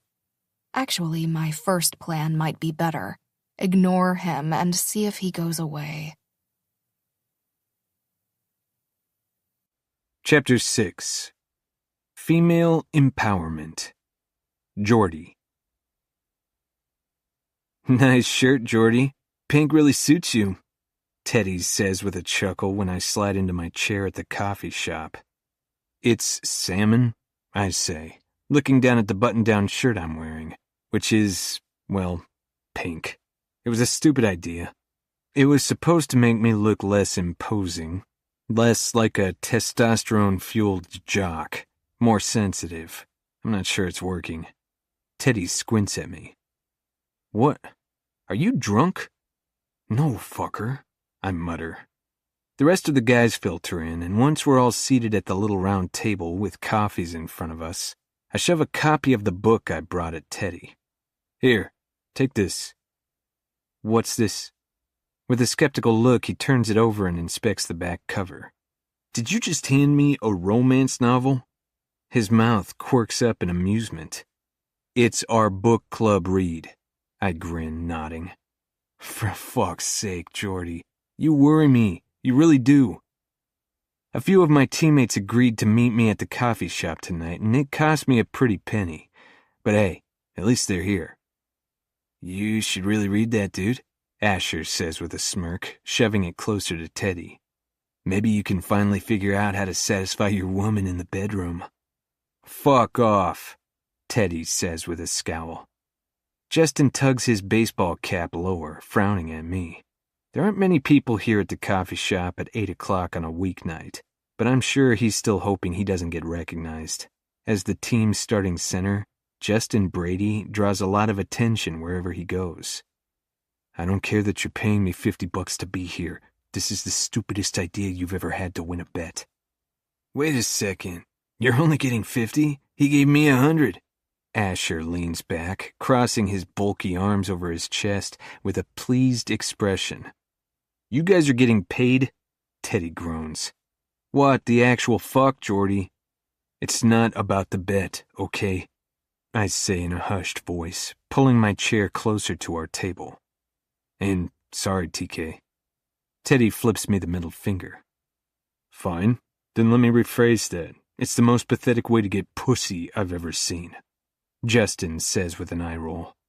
Yeah, surely there are plenty of other women you could stick your dick into. Why does it have to be this one? Asher asks, tipping his chin to where she sits across the room. I sneak another look at Harper and feel like I've been sucker punched. She's wearing a pair of black leggings and an army green button-down shirt. Her legs are crisscrossed under her and her hair is in loose waves over her shoulders, but I can't see her face from this angle. Justin leans forward, his dark eyes on mine. And don't say it's not the bet again. I know you, dude. You're competitive. You want to win. God, I hate how well they know me. I also wish I'd never made that idiotic bet. A bet that, if I lose, I'll never hear the end of. Well, maybe it's a little bit about the bet, I say in a low voice. But dude, look at her. I want my shot, all right? I glance across the room to where Harper is seated with her girlfriends. She hasn't spotted me yet, which means she's completely in her element, not trying to impress anyone or censor herself. Her friend says something that makes her laugh, and Harper tosses her head back with a chuckle, then stuffs a huge piece of orange cranberry scone in her mouth. Damn, that looks good. I should have gotten one of those. I drag my gaze away, realizing the guys are still waiting for my answer. Look, she's gorgeous, funny, smart. I want to go out with her, okay? Is that so hard to understand? All of that is true, but it's more than that. Maybe because I find the whole, no, Jordy, I don't want your cock act fucking adorable. It doesn't happen often, and what can I say? I'm a sucker for the chase. Justin lets out a defeated sigh under his breath. I hope you know what you're doing, rookie. I hope so too, considering her dad has control over me playing the sport I love for a living. I think it's time we have the talk with the rookie, Asher says, grinning like a fool. Boy, this should be good. And what talk would that be? The birds and the bees. I roll my eyes. Fuck off, Ash. He smirks. There are more than those special moments you share with your first Jordy. I just want you to be prepared. I'm good, thanks. I zone out while he and TK ramble on. Some idiotic advice about when you're going down on a woman, to start off like you're a butterfly sipping nectar, and to finish like you're a Rottweiler devouring a steak. It's honestly not bad advice, but I'd never tell them that. So, have you actually read the book, or what are we doing here? Asher asks, half-heartedly flipping through the pages of the copy in front of him. Oh, I know. We can read the dirty parts. His lips curve up in a grin. Relax, dude. We're not here to talk about the book. Just be my wingman. Asher shrugs. Fine. You don't have to be a dick about it. Bro, I think we've been spotted, Justin says under his breath, staring across the room. Be cool, guys. Asher coughs the words into his fist. Be cool. I see a flash of movement in my peripheral vision, but I don't dare look up. Not yet. Jordy? Harper stops beside our table, gazing down at me with a quizzical expression. Her brown eyes are narrowed on mine, and her mouth presses into a firm line. Oh, hey, Harper. My I'm as surprised as you are tone is on fucking point. Mentally patting myself on the back, I straighten and flash her a smile. What are you doing here? Her mouth opens, and when her gaze darts to her friends, The dark-haired one flashes Harper an encouraging thumbs up. A good sign. But I work to keep my face neutral, because it's way too early to celebrate this as a victory. For all I know, she's about to file a restraining order, or worse, kick me in the balls. Just having a book club meeting. Her voice is curt, unamused, like she's bored with me and this entire conversation. We'll change that, sweetheart. I scoff, loudly, probably overselling the coincidence. Weird. Me too. She exhales, glancing down at the paperback copy of Destined for Him, complete with a man-chest cover on the table in front of me. Interesting. It's the same book my friends and I are discussing. Man, the things we have in common. They just keep piling up, am I right? She blinks at me, her lips parted. Hey, Harper, right? Asher gives her a cocky grin. She gives him a polite smile and a little wave. Hello. Well, great talk, guys. Now get lost, I grumble. Have some manners, dude, Justin mutters under his breath. With a few more eye rolls, they get up and push in their chairs. Teddy pauses, lingering by the table. Hey, Jordy, how about that $50 you owe me? I reach into my pocket and shove a 50 at him. Here you go. Now beat it. With a chuckle, Teddy joins the others, and they take off toward the door. So far, tonight's cost me $200, and I didn't even get one of those scones. Do you want to sit down? Maybe share something from the pastry counter? I ask, looking up at her. Harper lowers herself into the chair Asher just vacated. What are you really doing here? I refuse to believe you're actually reading this. She picks up my copy of the book. Of course I am. Right, she says dryly. After glancing back at her friends, she meets my eyes again, this time with a challenging expression. So, what were your thoughts on the submission theme in the opening scene? I lick my lips, kind of loving the fact that we're actually going to talk about the book. I bought it on a lark after seeing it inside her bag at the animal shelter. I found out from her dad which coffee shop she had her book club at. Stalkerish? Yeah, maybe a little. But I like to think of it as determination. I loved that, actually, I say, clearing my throat. And just so we're clear, it's a no on the pastries. Stop stalling, Jordy. I know you didn't read it. For your information, I loved the beginning. The part where Sebastian says to Annabelle that she's his whole world and that he'd rather die than see her hurt. I touch my chest. That hit me straight in the feels. She smiles, softening the slightest bit. I liked that part too. What about the scene with the blindfold? Gathering momentum, I lean forward. So fucking hot. As was the thing I did to myself in the shower directly after reading that scene. The amount of trust needed between two people when blindfolds and toys come into play. It was educational. I'd never thought about that before. She nods, her mouth lifting in a smile. I know, right? It's a very boundary-pushing book. She nods again. Honestly, reading the book was pretty eye-opening. The paragraphs filled with descriptions of deep longing and heart-aching love made something knot in my stomach. I've had my fair share of dates and enjoyed the company of many women, but I've never actually experienced anything remotely like the soul-touching, deep connections the book described. Hell, I've never experienced anything deeper than a few fleeting moments of pleasure. A couple of fun-filled nights, or maybe even a few weeks, but when it ended, I was never upset. Never felt like half of me was missing, or that there was a hole in my heart. Which makes me wonder why I've never been in love. Then again, maybe everything described on these pages is total bullshit. But even as I try to console myself with that, I know it's a lie. I've watched many of my teammates fall deeply in love and settle down. I've overheard their cheesy phone calls with their significant others while we were traveling. It sure didn't seem like any of them were faking it. Harper's mouth twitches.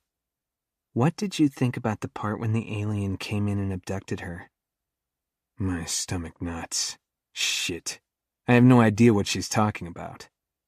Oh, absolutely insane. I couldn't believe that happened. She scoffs. See, I knew you didn't read it. You are so full of shit. I hold up both hands.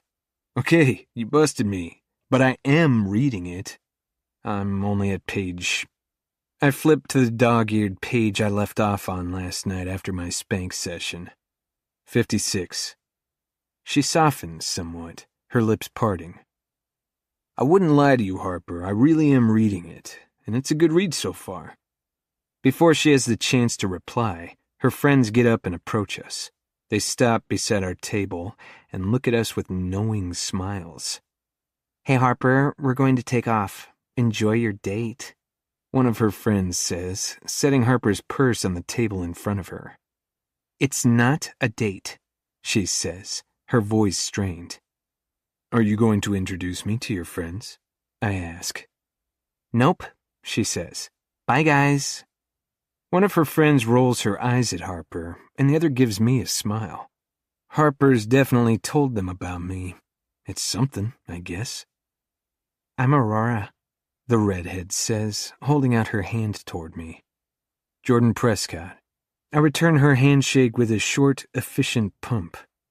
MK, the other girl says, a soft blush on her cheeks. Hello? I grin at her. Well, text us later, Aurora says with a big, you're in so much trouble grin at Harper. I chuckle into my fist while Harper shoots them daggers with her eyes. So, did you finish? I ask, drawing her attention back to me. She tucks her hair behind one ear. The book. You read the whole thing? She nods, crossing one leg over the other. Twice. Wow, impressive.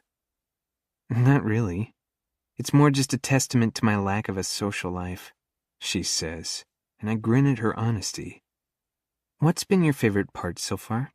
She asks, her eyes dancing on mine. I consider her question. It's not an easy one to answer. Mostly I liked the sex scene, but I don't think that answer will earn me any brownie points with her. Dig deeper, Geordie. I guess I liked how Sebastian, had to be... I search for the right word, snapping my fingers when I find it. Vulnerable with her. He had to be strong, but also honest and raw, and just, emotionally connected to her on a deeper level that wasn't just about sex. I liked that, I guess.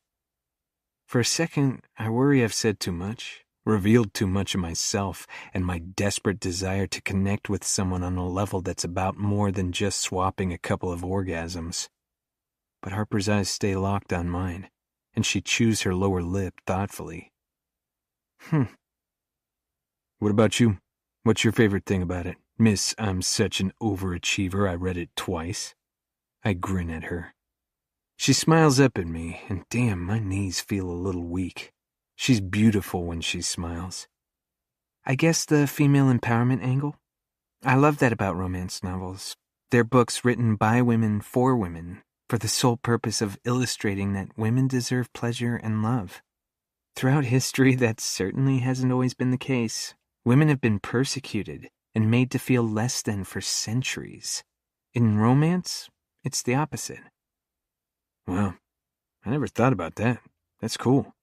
Especially the pleasure part, because, hello, I'd accept a starring role as her Fabio any day. Harper straightens the book on the table, nodding. In school, all the assigned reading was about boys, men, off doing things. Sometimes they were about women, but, and feel free to call me pessimistic here, they weren't exactly empowering or uplifting. Romance is a genre where a woman's pleasure is the entire point of the book. Hear, hear. I raise my coffee mug in a toast to her. She chuckles. Believe me, I know it's fiction, but it's also a safe place where readers trust that a woman's sexuality will be treated positively. And, that's important, isn't it? Very. I choke out. She's on a roll, and there's no way I'm stopping her now. We talk for a little while longer, and to my surprise, Harper doesn't ask any questions about the team. It's a refreshing change. Usually when I meet someone new, the first thing they do is shoot off rapid-fire questions about hockey, like that's the only topic I'm capable of talking about. Harper doesn't do that, and I like it a lot. After a few more minutes of conversation, Harper checks the time on her phone. It's getting late. I'd better get going. Swallowing my disappointment, I rise along with her. We walk to the door together, and my stomach flutters with the same feelings as when I've got the puck and we're down by 1 with under a minute in regulation. I've got to take my shot. Can I drive you home? I ask. I'm parked right here. She presses a button on her key fob, and the lights flash twice on a little white sedan. We pause on the sidewalk, and Harper turns to face me. She's so small, barely coming up to my chin, and her tits are so nice and perky. And God, I want to kiss the fuck out of her soft mouth. Instead, I pull a deep breath into my lungs and shove one hand in my pocket. I don't miss the way Harper's gaze tracks down my torso, briefly settling at my belt before darting away again. Maybe she's not as immune to me as she lets on. So, now that you know we enjoy the same reading material, will you go out with me? Her mouth softens. That depends. Are you going to keep stalking me? My lips twitch with a smirk. Until you say yes, absolutely. She laughs, shaking her head. We'll see then. I shrug one shoulder before holding out my hand toward her. Okay. Well, it was nice running into you again. She scoffs, shaking her head before gently shaking my hand. Why do I get the feeling this won't be the last time we just happen to run into each other? Persistence, Harper. It's a good thing. Laughing, she adjusts the strap of her purse on her shoulder. Good night, Jordy. Good night. Be safe. I stand there on the sidewalk until she's safely tucked inside her car. As I watch her fasten her seatbelt and pull away, an unsettled feeling washes over me. In the past, women have entertained me in my free time, made me laugh, and even turned me on. But Harper freaking Allen laughing at my obvious discomfort? Harper doing something so simple as sparring with me over a book? It has me basically losing my shit. She's so far out of my league it isn't even funny. But there's only one thing to do when you miss. Take another shot.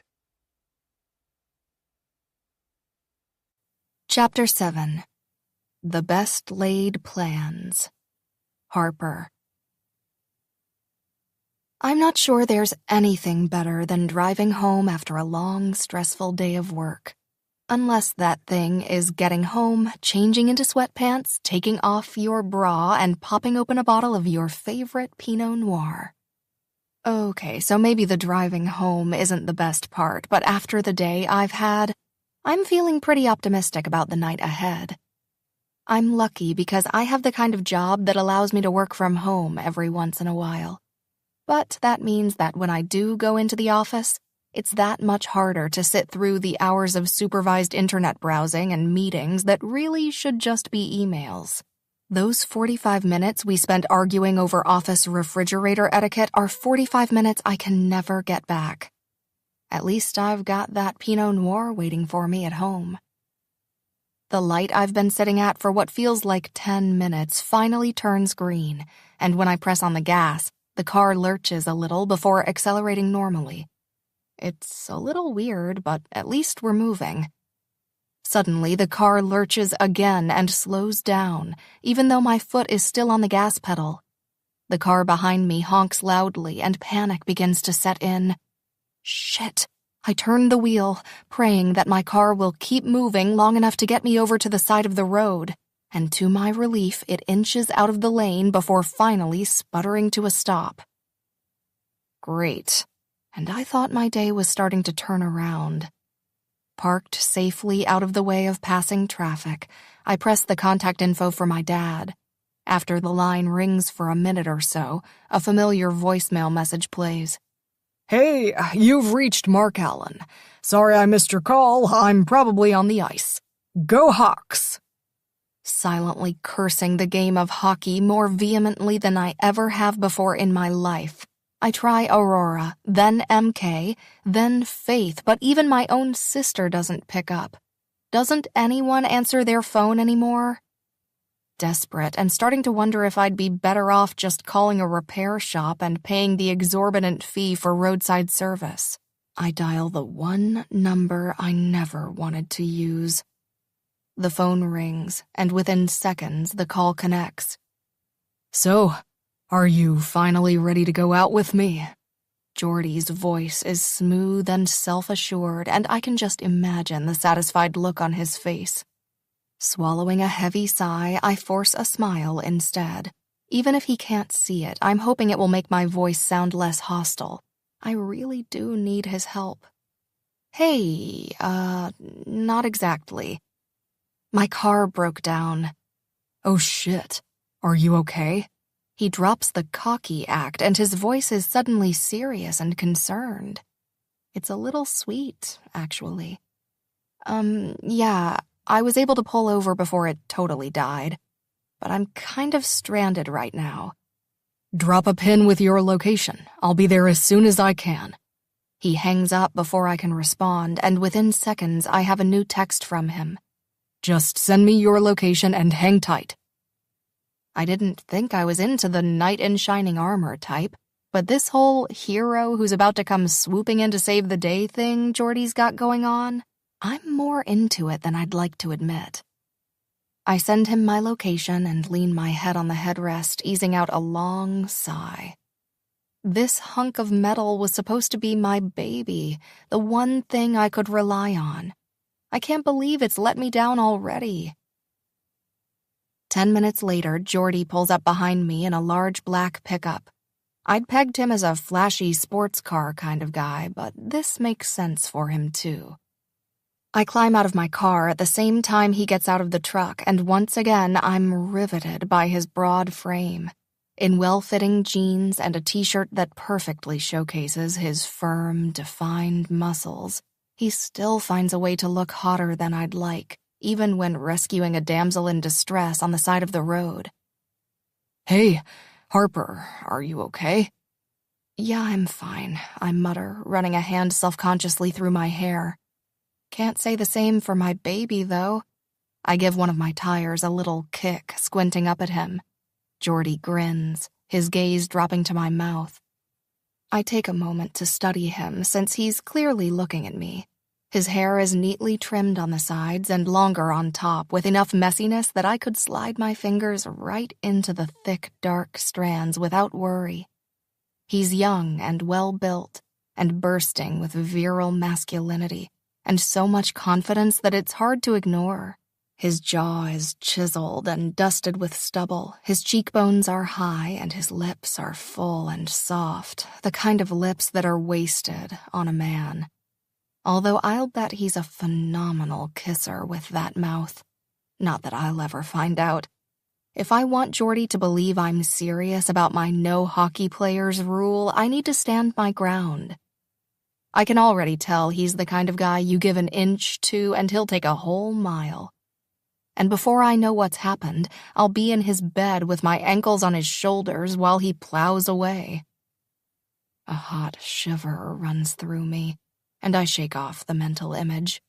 Bad Harper. He's here to help you out of a jam, not for you to ogle like some piece of meat. But the way those wide shoulders pull at the seam of his t-shirt is hard not to notice, and I have to force my gaze away. I refuse to stare and drool over him like some puck bunny in heat.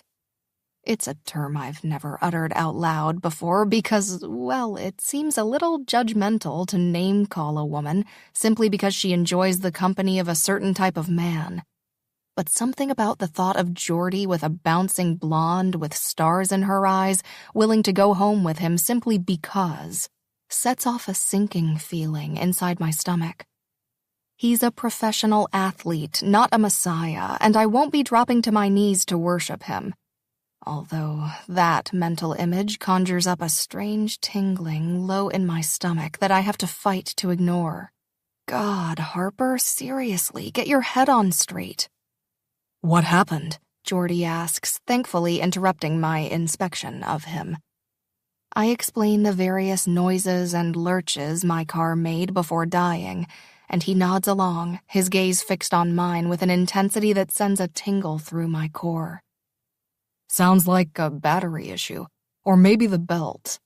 Anyway, my man Miguel will figure it out. He's on his way right now. What? No, that's really not necessary. Do you know another mechanic who won't overcharge and will get you your wheels back in 2 days? Geordie flashes me that undeniable smile, and all I can do is shrug and turn away. Don't we need to call a tow? Nope. Miguel's got it covered. In that case, I should call an Uber or something. Hello, you've got an Uber right here who won't charge a dime. I raise my eyebrows. I know all about your stalker tendencies, Prescott. I can't trust you with the knowledge of where I live. He laughs. Fair enough. How about dinner then? You've got to be starving. As if on cue, my stomach growls and Geordie gives me a knowing look. Only if I get to choose where we eat, I say. Fine by me. You do know this doesn't count as a date, though, right?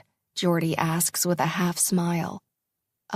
We're going to have dinner at a restaurant at night. Yes, this counts as a date. No way. He shakes his head. This might be a date, but it's not the date I'm owed from the charity auction. If I go to dinner with you tonight, I'm off the hook, buddy. I plant one hand on my hip. He crosses his muscular forearms over his bulky chest, his eyes dancing with amusement. Come to my place, then. I was planning to make spaghetti tonight anyway. Let me cook for you. My eyes widening, I make a sound of surprise. You cook? It's spaghetti, not rocket science. The tow truck pulls up in front of my car and Geordie walks over to greet Miguel and sort things out. Part of me wants to put up a little fight, but I'd be lying if I said it wasn't nice to have someone take care of me just this once. When they reach an agreement, Miguel hands me a card and says he'll call when he has any news. Geordie helps him connect the cables, and within minutes my car is being carried away, and it's just me, Geordie, and his truck. Shall we? He ushers me to the passenger side, holding the door open and giving me hand as I hoist myself up into the seat. For a non-date, you're being pretty chivalrous, I say, when he settles into the driver's side next to me. Date or not, I know how to treat a lady. When we get to his place, I don't know whether to be shocked or envious.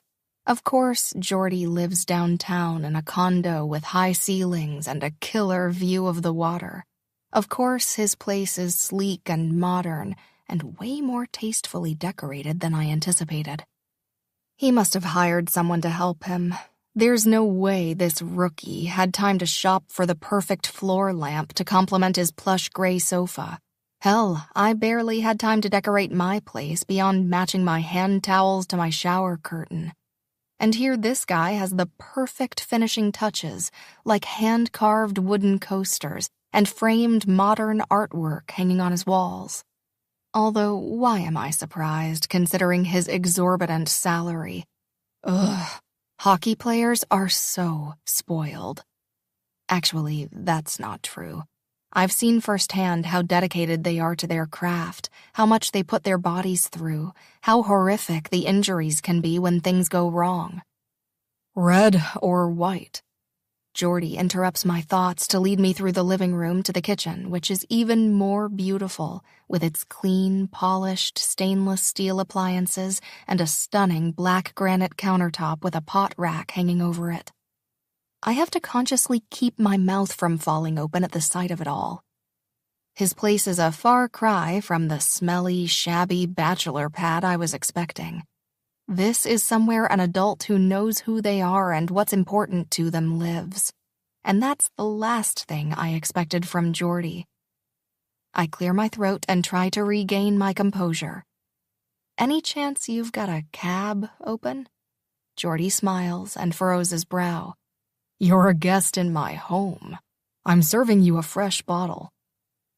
He pulls a bottle from the wine rack and places 2 glasses on the counter. After he pours, he hands one to me, and we clink glasses before taking a drink. Damn, even his wine is better than I expected. Okay, calm down, Harper.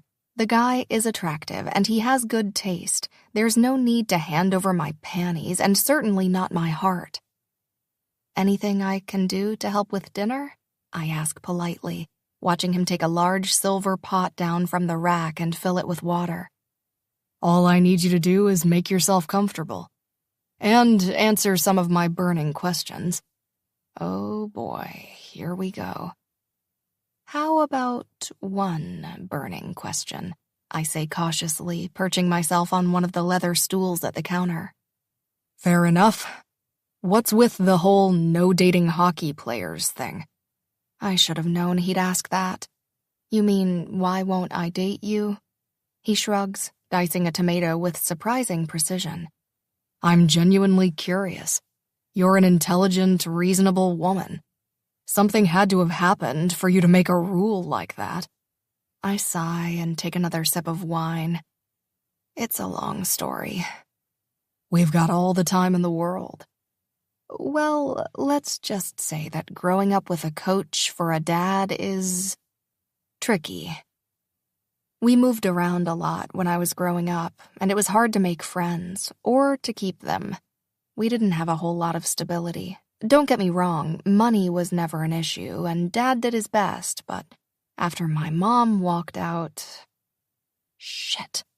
I wasn't exactly planning on whipping out my little sob story so soon. Or ever, really. I didn't know about that. That must have been tough, Geordie says. Dad's schedule wasn't just hard on us kids, it was hard on their marriage, and I had a front row seat to the show. But I don't want to get into all of that right now. I let out a slow breath. It turned out okay in the end. Dad worked hard to take care of us. That just meant putting his job and the team first. All the time. We were always trailing along with him to practices and games and tape reviews, and we constantly had players over at our house. I know he was just doing his best to keep food on the table and give us whatever we wanted, but at the end of the day, what I really wanted was for him to be just my dad and not someone else's coach. It all comes out so quickly, I barely even think about it. When I look up, Geordie is looking at me with sympathy in his eyes, and I feel a pang of guilt in my chest. Please don't tell my dad I said that. It would break his heart. Geordie shakes his head. I would never. I appreciate you sharing that with me. His blue eyes lock on mine, and that same tingle I felt earlier jolts again through my core. You didn't answer my question, though, he says, his tone playful. I smile. I'm putting myself first now. My goals, my dreams, my aspirations are my priority.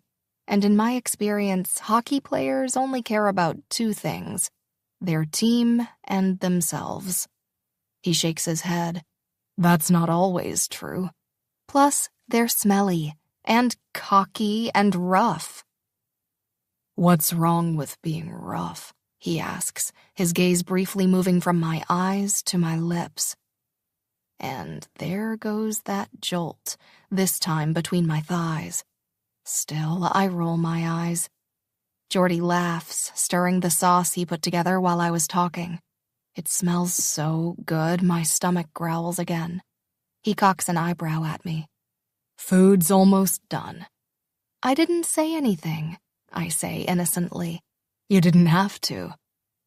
He makes the final touches to our meal, and soon we're seated at his dining table, drinking and laughing and eating the delicious food I'm still shocked he knows how to make. Okay, fess up, I say between bites. Where do you learn how to cook? My mom, he replies with a smile that brings crinkles to the sides of his eyes. Something flutters in my stomach at the thought of his mom doing that for him. All right, I have another burning question, he says, setting down his fork. That'll cost you. I think I can afford it. He pours me another glass of wine, and I smile and nod for him to ask away. Worst date you've ever been on? I chuckle. That's an easy one. It was when I was in high school. He was majorly obsessed with my dad and wouldn't stop asking about him. One night when he dropped me off after a movie, he insisted on coming inside. And instead of kissing me goodnight or trying to sneak up to my room, he found my dad in front of the TV and spent the next hour and a half talking with him about hockey stats. Wait, was sneaking boys up to your room a regular thing for you? I don't kiss and tell, I reply coyly, eyeing Geordie over the rim of my glass. What about you? Or do all your dates end with a happily ever after? Oh, no, he says with a chuckle. Your worst date sounds like a dream compared to my nightmares. Oh, really? Do tell. Well, you tell me what's worse. A date chatting up your dad, or a date puking up so much seafood in your bed that you have to get a new mattress? Oh my God, I say, almost snorting wine through my nose. You're kidding. That's horrible. I told her to avoid the seafood medley, but she insisted. She said it made her feel cultured. We laugh, and I cover my face with my hands, groaning. I'll never get that image out of my head. That makes two of us. We laugh again and keep sharing horror stories from bad dates and weird interactions, and it isn't until our plates have long been cleared and my phone starts buzzing in my purse that I realize what time it is. Holy shit, how is it already 9:30? Geordie gives me a skeptical look. Is it past your bedtime or something? I chuckle. Some of us have desk jobs that require us to get up early. Hey, for all you know, I could have a 5 a.m. workout scheduled in the morning. My brows rise in question. Do you? Nah, tomorrow's the one day we get to sleep in, he says with a smile. I should probably call an Uber. He frowns. I'll drive you home. I only had one glass. And hey, I promise you can trust me with your address. He raises his hands in surrender. I'll keep my stalking to a minimum. Promises, promises. I roll my eyes and gather my things. When we get into his truck, a wave of nerves washes over me. For a non-date, this is starting to feel a lot like a date. And I don't hate it. Throughout the drive, I give him directions to my place and we chat about our plans for the rest of the week. Geordie's is about what you'd expect. Practice, power play review, massage, and weight training. Mine's not quite as exciting and mainly involves the same things I do every week. Work, writing, volunteering, dinner with my dad, maybe going by to see my sister. In the back of my mind, I can't help but wonder when Geordie will find a time to pop up unexpectedly in my life again.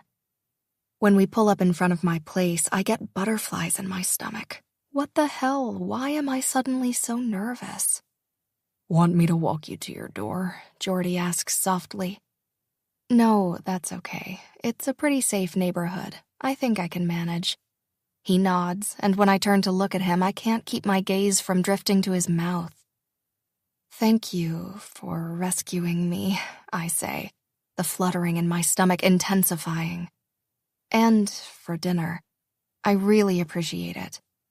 Anytime, he says, leaning his elbow on the center console, closing the distance between our faces. Before I can talk myself out of it, I meet him halfway, and the moment our lips touch, it's like the butterflies turn into fireworks that immediately start exploding through every nerve ending. Everything else fades away. My car, my shitty day, the stupid rules I've created for myself. The only things that exist at this moment are Geordie and me and what's happening between us. And whatever it is, it's pretty freaking amazing. His tongue touches mine, and I barely register the feel of his warm fingers sinking into the hair at the back of my neck because, good Lord, Jordy's tongue is doing all kinds of magical things. When we part, it feels like I'm in a daze. He smiles. That was... I cut him off by placing a finger on his lips. Good night, Jordy, I say with a smile. I slip out of his truck, turning to wave goodbye when I reach my door. He pulls away and I walk inside, my heart still galloping like crazy against my ribs. Because that kiss was by far the best kiss I've ever had. And no matter what I do for the rest of the night, I can't wipe that silly smile off my face. Chapter 8. Figure It Out. Jordy. Tonight I've been invited to have dinner at Grant and Anna's place, and since there's no way I'm turning down a home-cooked meal, I'm currently driving up I-5 North, headed to their house. They moved to the suburbs last summer into some crazy Mediterranean-style mansion in a gated community. Grant's basically living the dream. Hot new wife, adorable baby daughter, huge, luxurious estate. He's been through hell to get to this place in his life, and I'm nothing but happy for the guy. When I arrive at the guard shack, I'm sent through after giving the security guard my name and flashing my driver's license. And when I roll up to the brick paver-lined circular drive, I park my truck in front of the house. A little fountain splashes in the center of the driveway, with artificial blue water cascading down into artfully arranged vessels. Man, this place is over the top. But what else are you going to do with millions of dollars? You can't take it with you. As I approach the front door, a small camera overhead pivots, recording my every move. So I'm not surprised when the door opens a few seconds later to reveal the entire family of 3. A slightly disheveled-looking Grant, all 6'4" of him in sweatpants and an Ice Hawks t-shirt, his petite wife, Anna, dressed in leggings and a sweatshirt, and their 1-year-old daughter, Hunter, in a pair of light pink footy pajamas. Her hair is sticking up in about 8 different directions, and she's gripping the leg of Grant's sweatpants with a hesitant look on her adorable little face. "Hey," I grin at everyone. "Thanks for having me." Grant thumps me on the back while Anna pulls me in for a hug. "Thanks for coming," she says. "Brought you this," I say, handing her a bottle of the red wine I know she likes. "You're so thoughtful." She smiles, meeting my eyes with a kind expression, then takes the bottle of wine and heads off for the kitchen. Hunter tugs at her dad's sweatpants until he lifts her up in one arm and settles her against his ribs. "She's getting big," I say, nodding to the blonde-haired clone of Anna, who shoves one chunky hand in her mouth. He chuckles. "Yeah, she's teething now and doesn't want to be put down either." That must be challenging." He shrugs. "You learn to do everything one-handed. You want anything to drink?" he asks as he leads me inside. "Sure, I'll take a beer." He heads into the huge chef's kitchen while I trail behind him and pulls open a drawer that looks like a kitchen cabinet but is actually a beverage cooler. "Here, have a coconut water. It's good for rehydration." "Okay then. I guess I'll have a coconut water," I say on a chuckle. Grant's 8 years older than me, and he's always played the role of both captain and concerned older brother. I'd be lying if I said I didn't like it. 2 years ago, when I joined this team, I never expected to bond with him like I have. I figured I'd hit it off with the younger guys who were closer to my age, and I have. But Grant's the one who's become like a brother to me. He murmurs something to Hunter, who is curled into his chest, and leads the way to the living room. Anna joins us, passing a pacifier to Hunter, which she promptly shoves into her mouth. She's pretty freaking cute. "Any updates on that girl you're dating? Harper, right?" Grant asks as we settle onto one of the 2 big couches in his living room. Huge picture windows overlook the pool and an impressive green backyard beyond. There's a little playhouse with pink trim in the distance that I think is new. I let out a sigh. "That depends. How much do you want to hear?" "All of it, of course. He grins. "Excuse me, I'm going to go throw up now?" Anna says. A chuckle dies on my lips when I realize, oh shit, she's serious. Anna bolts up from her seat and runs down the hall, where I overhear heaving sounds coming from the bathroom. Fuck. Is she okay? I thought she was kidding, like the idea of my love life was nauseating enough to make her vomit. "Anna's pregnant," Grant says with a soft grin. "Again?" My eyebrows shoot up. "Yes," he chuckles. The last time Anna was pregnant, she was so sick that Grant called me in a panic, begging that I go to the pharmacy since he was too afraid to leave her side. Of course, I rushed to his place with all the necessary supplies. "Is she all right? Should I leave?" I rise to my feet when Grant does. No. He waves me off. "Relax. I'm just going to check on her." He extends the baby toward me. "Hold Hunter for a minute." I panic slightly, my eyes widening. Sure. Not that I have much choice, same as with the coconut water, which isn't half bad, by the way. Hunter is shoved into my arms before Grant leaves the room and heads toward where Anna is still making retching noises. Jesus, that sounds awful. "Hey," I grin at Hunter, bouncing her a little like I've seen Grant do. Apparently, I'm a poor substitute for her dad as she pulls out her pacifier to let out an unhappy little cry. "It's okay. I'm your super cool Uncle Geordie, who will give you candy when you're older and won't rat you out when you break curfew. Don't cry, princess. We're cool, right?" I bounce her a little more. She smiles and then rips a loud fart. I chuckle. Babies are awesome. Grant returns a minute later. "Anna's all right. Come here, Angel." He takes Hunter from me, and she nestles right into his chest like she belongs there. Man, seeing Grant as a dad is still crazy, but it also just makes sense. "Anna shouldn't be cooking, right?" I ask. "Not when she's feeling sick." He shakes his head. "I've tried telling her that too, but, well, you'll see." It turns out that he's right. No sooner than Anna rejoins us, she heads to the kitchen, retrieving items from the fridge for what appears to be tacos. Ground bison, salsa, cheese, shredded cabbage. I follow her, settling on a stool at the island. "Anna, please don't feel obligated to cook on my behalf. If you guys just want to chill tonight, I can go. Or if you're hungry, I'll run out and pick something up." She gives me a dismissive wave. "Hush, and park your butt right there. I'm fine with cooking. And I want to hear every single detail about this new girl who's got you all spun up." My eyes widen, and I give her a nod. "Told you," Grant mutters under his breath. As Anna cooks, Grant and I snack on chips and salsa at the island, while Hunter gnaws on an ice ring like it's her job.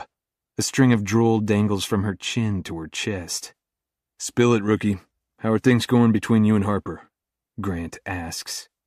My gaze darts between him and Anna, who is looking just as invested as her husband in finding out the nitty-gritty details of my lackluster dating life. I suck in a deep breath before I speak. "I'm not sure, exactly. I think they're going okay. If that kiss we shared last night is any indication, things are moving in the right direction. But still, I'm unsure. Harper is difficult to read, and she's definitely got a few walls up." "How did you finally win over Anna?" I ask Grant. Anna's eyes flash on mine, and a crooked smile curves her mouth. Grant rubs one hand over the back of his neck, and he lets out a sigh. "It's not an easy story to tell.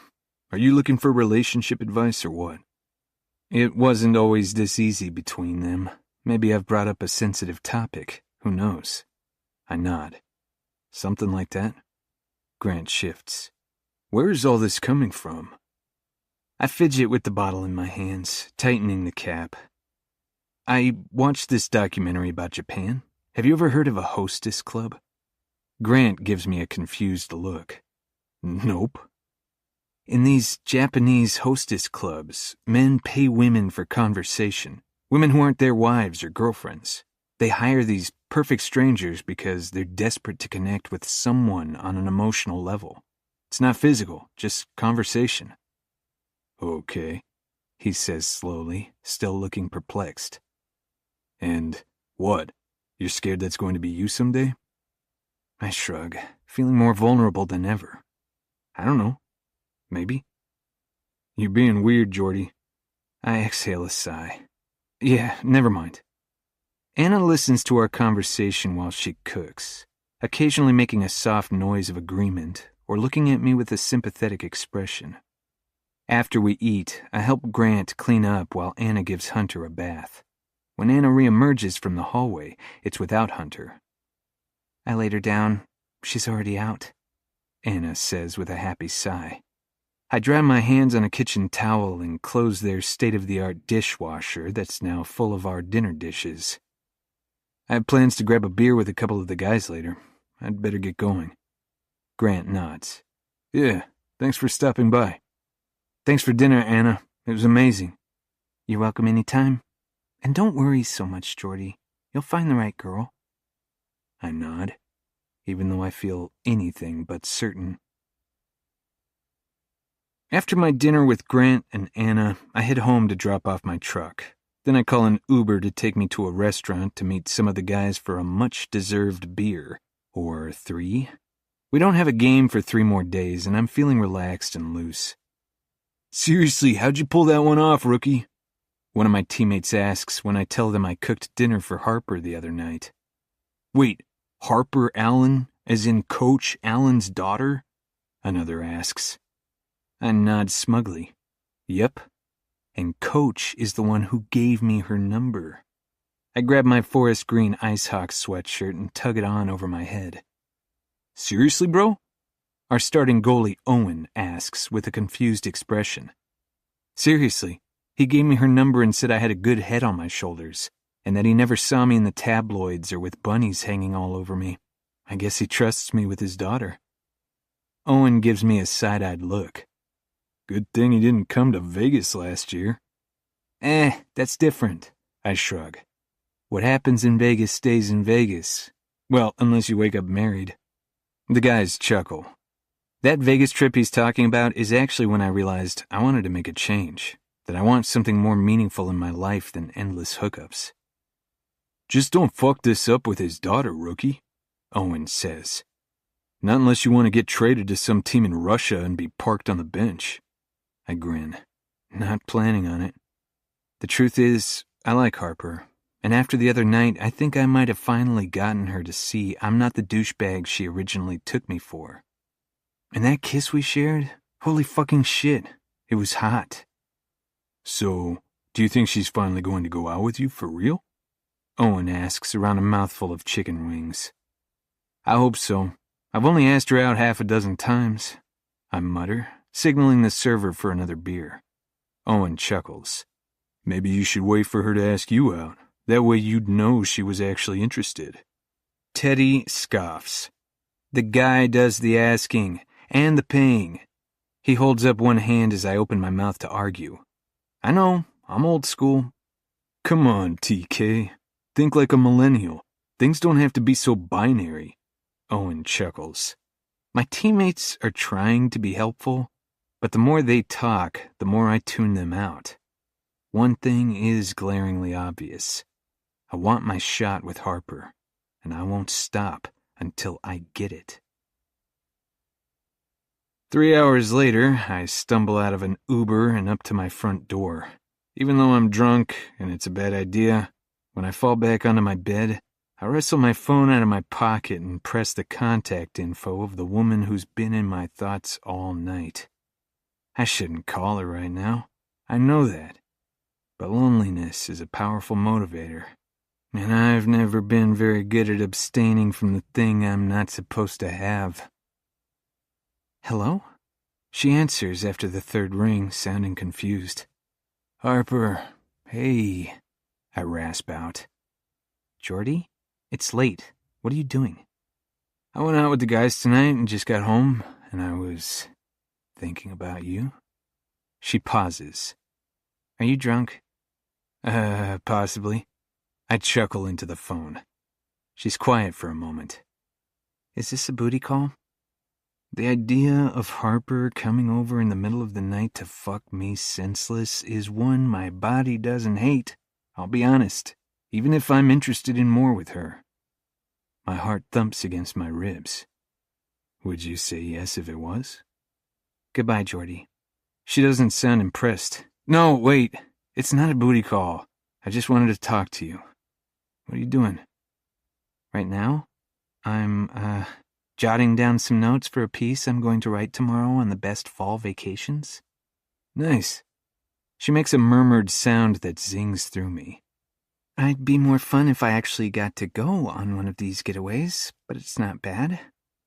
When I'm quiet for a second, Harper says, It's late, Jordy. Go out with me. A real date this time.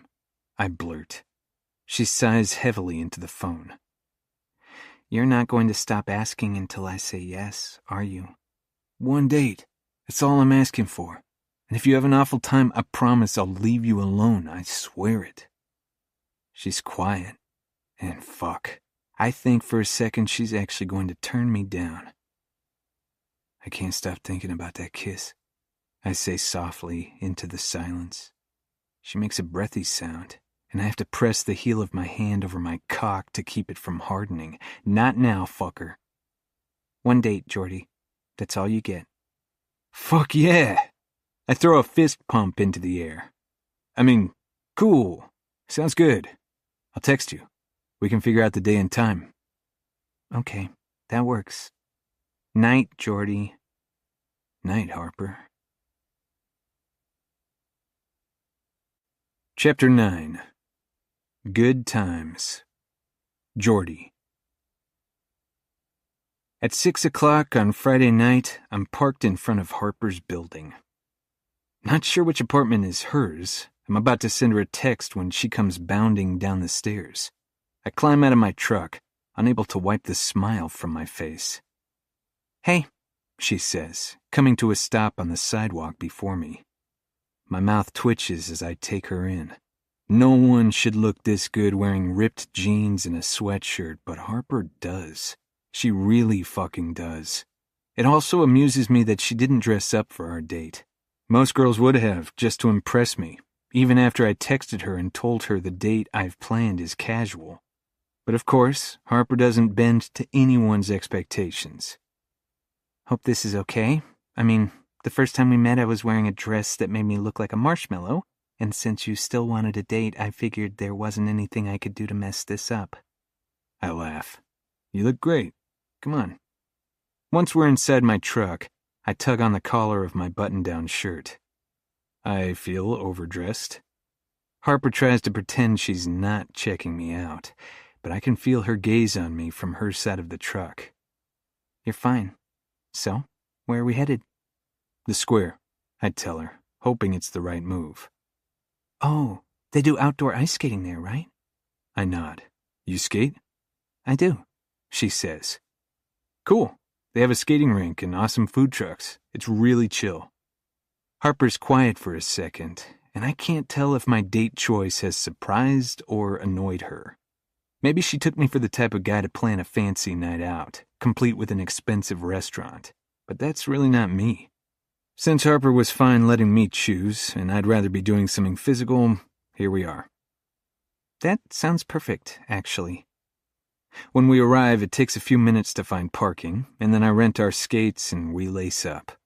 Harper looks so damn cute in a pair of figure skates, and that damn oversized sweatshirt. I'm grinning like an idiot when we take the ice. The hockey skates I've borrowed need to be sharpened, but there's no way I'm going to complain. Harper's finally here with me, and I'm a lucky man. Everything go okay with getting your car repaired? I ask as we make a slow, smooth lap around the outdoor rink. Yeah, Miguel was great. How do you know him? He's a friend of a friend. Great guy. She nods. Yeah, I had it back the next day, and the price was fair too. I begged Miguel to squeeze her car in to make sure she had it in time for work the next day. When he didn't budge, I bribed him with tickets to our next home game, so I'm glad to see she's happy. We picked up speed, dodging a group of giggling middle school girls, and Harper flashes me a sassy look over one shoulder as she whizzes past me. By the time I catch up, I'm winded. When she's within reach, I grab her around the waist to tug her close, and she lets out a little squeal. I'm about to make a joke, but when she turns her head and meets my eyes, the words stick in my throat. She's beautiful like this, flushed cheeks, slightly breathless, and wearing a carefree smile. I haven't known Harper long, but everything about her makes me want to know more. She's smart and sweet and funny, and she makes me work for it like no girl has before.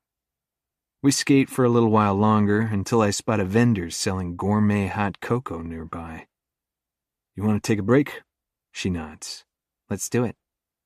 We return our skates, and I walk over to get us drinks, while Harper snags a nearby picnic table. At the first sip, I realize I haven't had a mug of hot cocoa in years. It's really good, rich and sugary, and my first thought is how sweet Harper's lips would taste right now if I kissed her. Play it cool, Jordy. "So, tell me more about your job," I say instead. She fills me in on the world of being a freelance writer. She writes columns for several online magazines. I learned that her work has been featured in some of the biggest online publications and a variety of popular women's magazines. "It's flexible, and I like it," she says, finishing the last sip of her hot chocolate. I nod, taking both of our paper cups over to the recycling bin. "Are you hungry?" I tip my head toward the half-dozen food trucks parked down the street. "Sure," she smiles, rising to her feet. We both agree on pizza, and then take the oversized slices to a park bench, huddling close because now that the sun has gone down, it's getting chilly. Little white Christmas lights are strung up in the park, and even if I didn't exactly plan a romantic date, this somehow feels like one. I pass Harper another napkin. "You mentioned you guys moved a lot growing up?" She wipes her hands on the napkin. "All over the Pacific Northwest. Oregon, Washington, Northern California. We even lived in Montana for a year until my dad got fired."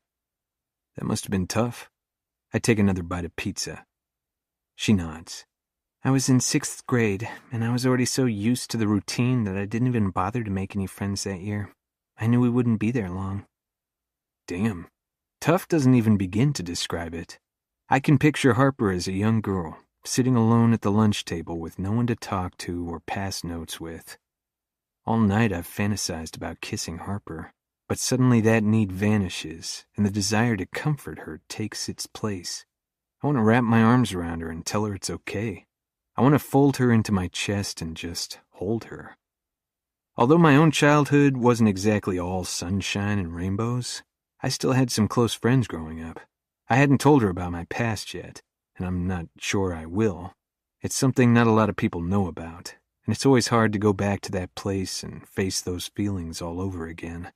I'm a pro at bottling up my emotions because it's easier to bottle them up than to deal with them. "What about you? What's your family like?"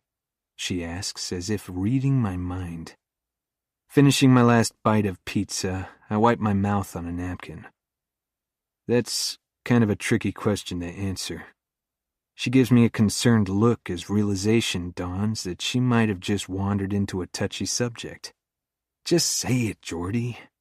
I clear my throat and draw a breath. "My dad committed suicide when I was 13. Her hand lifts to her mouth. "Oh my God, Jordy." I swallow the sudden lump of tension in my throat. I never tell people, never say the words out loud. A few guys on the team know my dad passed away, but I never say the S word. I nod and lick my lips. Yeah, it was unexpected and really, really tough. I was super close with my dad, so it was obviously devastating. We tried to carry on, but there was a huge hole. And then afterward, my mom kind of lost it. She went on this spiritual journey to find herself, and our relationship kind of fell apart after that. So I threw myself into hockey, and I guess the rest is history. Harper meets my eyes with a somber expression. She seems to understand that although I play a sport I love for a living and command a multi-million-dollar salary doing it, I'd give it all up in a heartbeat for the shot at a normal family. Hockey was all I had. It helped me forget about all the hard stuff at home. I'm so sorry you had to go through that. I nod. Me too. I have an older sister, but she was already out of the house by then. Harper nods her understanding. For some reason, I keep right on rambling. She's 8 years older than me. We're closer now than we used to be growing up. She's a family therapist and owns her own practice downtown. Harper reaches out, placing her hand over mine and squeezing. That must come in handy? I smile. Sometimes. She definitely likes to give me advice, even when it's not asked for. Harper suddenly stands, collecting our discarded paper plates and the pile of napkins from the park bench. You want to get out of here? Grab a drink or something? Absolutely. I stand and rub her shoulders as she shivers. Sorry, I should have suggested that. You're probably getting cold, huh? She nods. A little. We could go back to my place. I picked up more of that wine you liked. Her mouth lifts in a half smile. Is this just part of your grand plan to get me into your bed? I touch my heart in mock disbelief. I would never. She laughs. Let's go. Back at my place, I pour us each a glass of wine, which we take over to the couch. The conversation earlier turned heavy, and I'm hoping to lighten the mood. So, did you go to college for writing? She nods.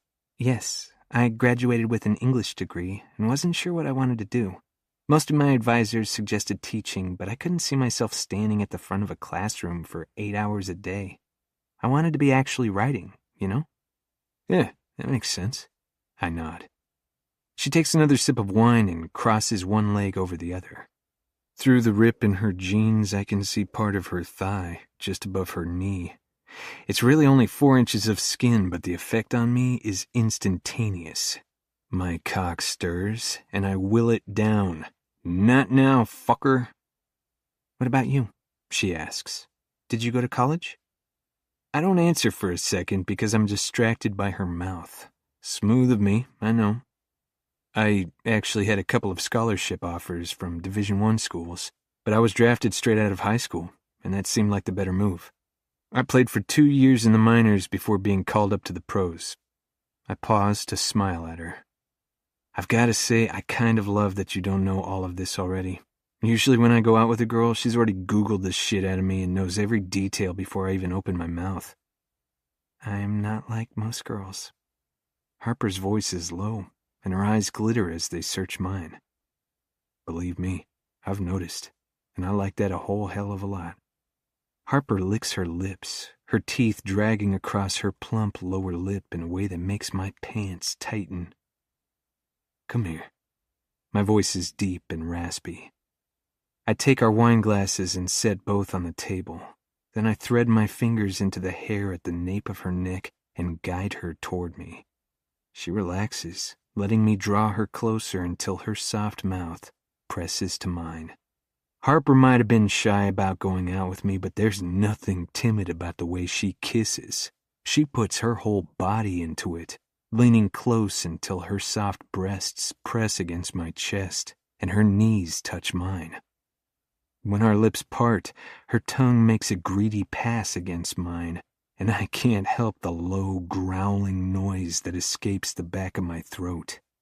She tastes so good, like red wine and chocolate. But it's not enough. I want to taste her everywhere. My mouth travels from hers down to her jaw, along the column of her throat with soft, sucking kisses. She shivers and lets out a need-filled groan. Jordy, she murmurs, threading her fingers into my hair to move my mouth back to hers. My body is screaming at me to get us naked and into my bed, but I ignore it, forcing myself to go slow and enjoy her kisses. And believe me, I am enjoying it.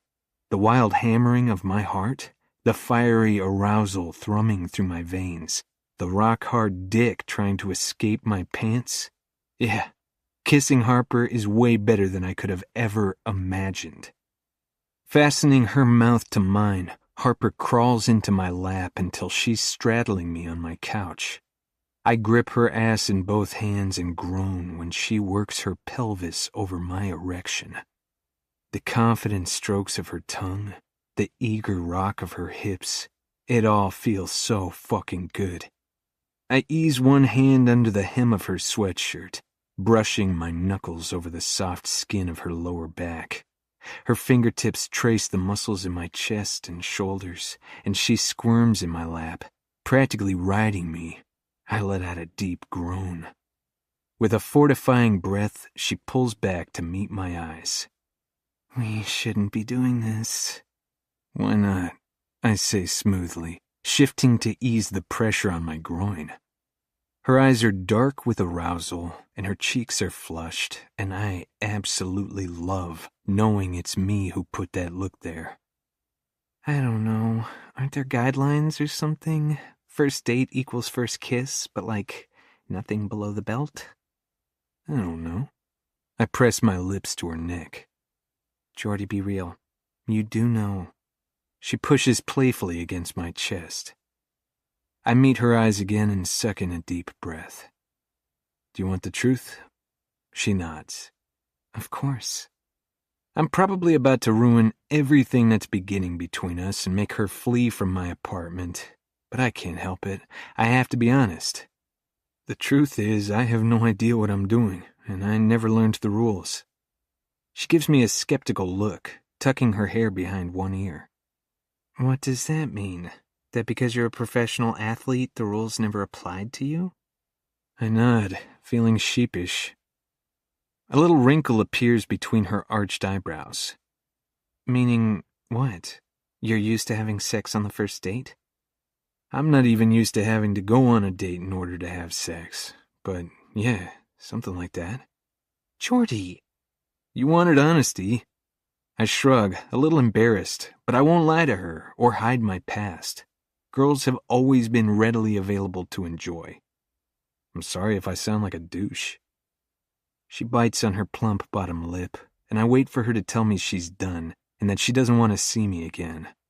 But she shocks the shit out of me when she says, "Okay, well, that's not how this is going to work." "I know," I say, touching her cheek. I love the rosy flush that still lingers there. I also love that she's still sitting in my lap and sounding like she wants to give this a shot with me. "Let's make up our own rules, okay?" "Okay." She nods, a determined look crossing her features. "Nothing inside the pants." "Wear a skirt next time," I say, teasing, and she gives me a pointed look. "I'm kidding. We can go at whatever pace you're comfortable with." "Are you sure?" "Positive. With one tiny caveat. I haven't manscaped, so if you're set on this happening tonight, it's enter at your own risk inside my boxer briefs. A guy needs more advanced warning." "You're unbelievable." She chuckles, and the pink on her cheeks deepens. "I'm unbelievably attracted to you, and I'm seriously fine with taking things slow." She licks her lips. "Thanks, Jordy. So you seriously didn't expect anything to happen between us tonight?" "I swear it. I'm just happy you're here with me, and that you gave me a shot to take you out." It's the complete truth. The guys teased me at the gala, asking what I wanted out of this, and if I really saw myself settling down with someone. At the time, I brushed off their comments. But now, sitting here with this gorgeous girl, watching her face light up as we talk, feeling her heartbeat pounding against mine, I try to remember what's so great about being single. The lonely nights, eating dinner alone. Maybe, if I was lucky, taking home a fan to sleep with who I'd have to kick out in the morning while trying not to seem like a total dick. Watching most of my teammates find their other half, settle down, and get married, it does something to a guy. Maybe the idea of love isn't so bad. Monogamy certainly has its place, and I can actually see myself wanting something like that with Harper. She definitely isn't the kind of girl you share with another dude. There's nothing casual about her. I want her all to myself. Harper is the kind of girl who'd wait up for you after a game, who'd rub your shoulders if they were sore, and cook you lasagna simply because you said it was your favorite food. The kind of girl who'd ask you insightful questions about the book you're reading. The kind of girl who volunteers her time to help those in need. The kind of girl you want to protect and cherish forever. Okay, Jordy, get it the fuck together. Harper licks her lips and smiles at me. I'm happy I'm here too. I lean in and kiss her again, loving the way her talented tongue traces mine, while her hips continue to taunt me. Each kiss is endless, blurring and blending into the next. It's with great effort that I pull my mouth from hers. We'd better stop now. I might embarrass myself if we don't. Harper climbs from my lap while I, not so discreetly, adjust myself. She stands and takes her wine glass to the kitchen as I follow. I had fun tonight. I did too, I say, wrapping her in a hug beside my sink. Apparently I have a hard time keeping my hands to myself when she's near. I drive her home, and by the time we reach her building, I'm plotting ways to get her to agree to go out with me again. But I'm also trying to play it cool. When I park by the curb, she turns to face me. Night, Jordy. I lean close and draw her in for one last kiss. Good night, Harper. With the taste of hers still on my lips, I watch until she's safely inside her apartment building's entrance. Then I head toward home. But when I arrive back at my place, I'm no more settled than I was before. I'm still worked up, still horny. And when I crawl into bed and my right hand drifts down underneath the elastic of my boxer briefs, it's Harper that I'm thinking about. Her mouth and those breathy sounds she made when we kissed. The feel of her hand on mine on that park bench. As I jack myself in long, steady strokes, I realize that I've never been this into a girl before. I'm falling hard and fast, and there's not a damn thing I can do about it. Chapter 10. Daydreaming. Harper. The kettle whistles, snapping me out of the daze I've been in for the past 15 minutes. Taking the kettle off the burner, I give my head a quick shake, trying to refocus my brain on what I should be thinking about, the article I'm supposed to be writing. The last thing I ever expected was for my date with Jordy to go so well. Like, really well. Like, can't stop thinking about it and getting hot and bothered well. Which is a huge problem, given the fact that I don't date hockey players. Even though I went on a date with one last night. But that doesn't count. I was just fulfilling my duties as the fill-in ice princess, right? He won the date fair and square, and who am I to go against decades of tradition? Crap. I'm not even convincing myself with that logic. Nope, I'm just a phony who can't stick to her own rules. I like Jordy. Despite the fact that he's a hockey player, and despite the fact that I really, really need to buckle down and figure out how to write this damn piece on tech law. This is one of those instances where working a normal 9-to-5 in an office would come in handy. I could chat with my favorite coworker by the water cooler about the crazy hot makeout sesh I had with Jordy last night, get it all out of my system, and move on with the rest of my day. But working in a home office just a few feet away from my bedroom makes that really hard to do. Plus, now I'm imagining what might happen in said bedroom the next time Jordy takes me home. After grabbing my favorite mug from the shelf, I pour myself a generous cup of green tea with a little bit of honey. It's my favorite writing drink when it's cold out because it's warm and comforting but still gives me a little boost of caffeine to keep me going. I pad back to my office and settle into my chair, pressing a random key on the keyboard to wake up my computer. As soon as the screen changes from black to my screensaver, an adorable picture of my dad playing tea party with my nieces, a notice pops up in the corner of my screen, reminding me that I'm scheduled to volunteer at the animal shelter in an hour.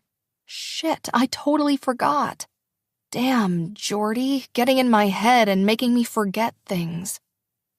I get as much onto the page as I can before making a mad dash to my bedroom, change into my dog kennel-appropriate clothes, and book it to the shelter. No one will say anything if I'm a few minutes late, but I made a commitment, and I don't want to leave anyone in the lurch. "Hey, Trisha," I say, out of breath as I jog past the girl at the front desk. "Sorry I'm late." "Harper, it's like 2 minutes after 4, she says, smiling and twirling the end of her ponytail. "Well, it feels like I'm late. You're too hard on yourself." I respond with a half-hearted chuckle and peel my coat from my body, which is a little sweatier than I'd like to admit. "Hey, is your friend coming again? The cute one?" Her eyes dance mischievously. That's a good question. I don't know. Probably not." I try to sound cool and casual and collected, but I totally forgot that Trisha knows who Jordy is and that she's seen his face. I'm not surprised that she thinks he's cute. He's freaking gorgeous. But I'd be lying if I said that hearing her talk about him like that didn't make me bristle a little. Trisha shrugs, tossing her ponytail over her shoulder. "Byron's already getting started on the kennels." "Great. Thanks." I breeze by her, making a quick stop in the staff room to drop my purse and jacket before making my way through the building to the kennels. It's funny to think that 2 weeks ago when I was here, so was Jordy. I feel a little bad now about how harsh I was with him, but that was before. Things feel different between us after our date, now that he's opened up and told me about his family. I think I trust him now, even though there's still a little voice in the back of my head telling me not to, reminding me that one good date or not, he's still a pro athlete. And I've had a front row seat to witness the kind of lifestyle those guys live. When I make it to the back of the building, I find Byron herding the last of the rescues from their kennels into the playroom. As much as we love playing with the pups, it's a lot easier to clean their little homes when they're not in them. "Sorry I'm late," I say, pulling the cleaning supplies out of the nearby closet. "You're late? I thought I got here early," Byron says, scrunching his face up and adjusting his wire-rimmed glasses. "It's been a weird day, okay?" Byron nods and pats me on the shoulder. "Ah, that time of the month." "I'm sorry, what?" I step away and shoot him an incredulous look, but he just stares blankly back at me. "Are we not at that point yet? Damn, I'm sorry. I'm just trying to be sympathetic." I shake my head and get back to cleaning. Byron's weird and sometimes a little offensive, but at the end of the day, he's harmless. Not that that keeps me from calling him out on his bullshit. I don't know that we'll ever be at a point where you can feel free to ask about my menstrual cycle. He scrubs his beard, looking apologetic. "I'll clean Frito's kennel to make it up to you." My eyes go wide. Frito is a lovable 100-pound mutt who has a bad habit of shitting the bed and rolling around in it. Not to mention peeing when he's nervous, which is pretty much all the time. You can always tell which kennel is his by the smell alone, and every week we Rochambeau to see who'll be stuck with it. So the fact that Byron's offering to clean it is pretty major. I collect myself, straightening and giving him a joking, icy glare. I suppose that punishment will do. His face falls. "Aw, really? I was hoping you'd accept the gesture and tag team it with me."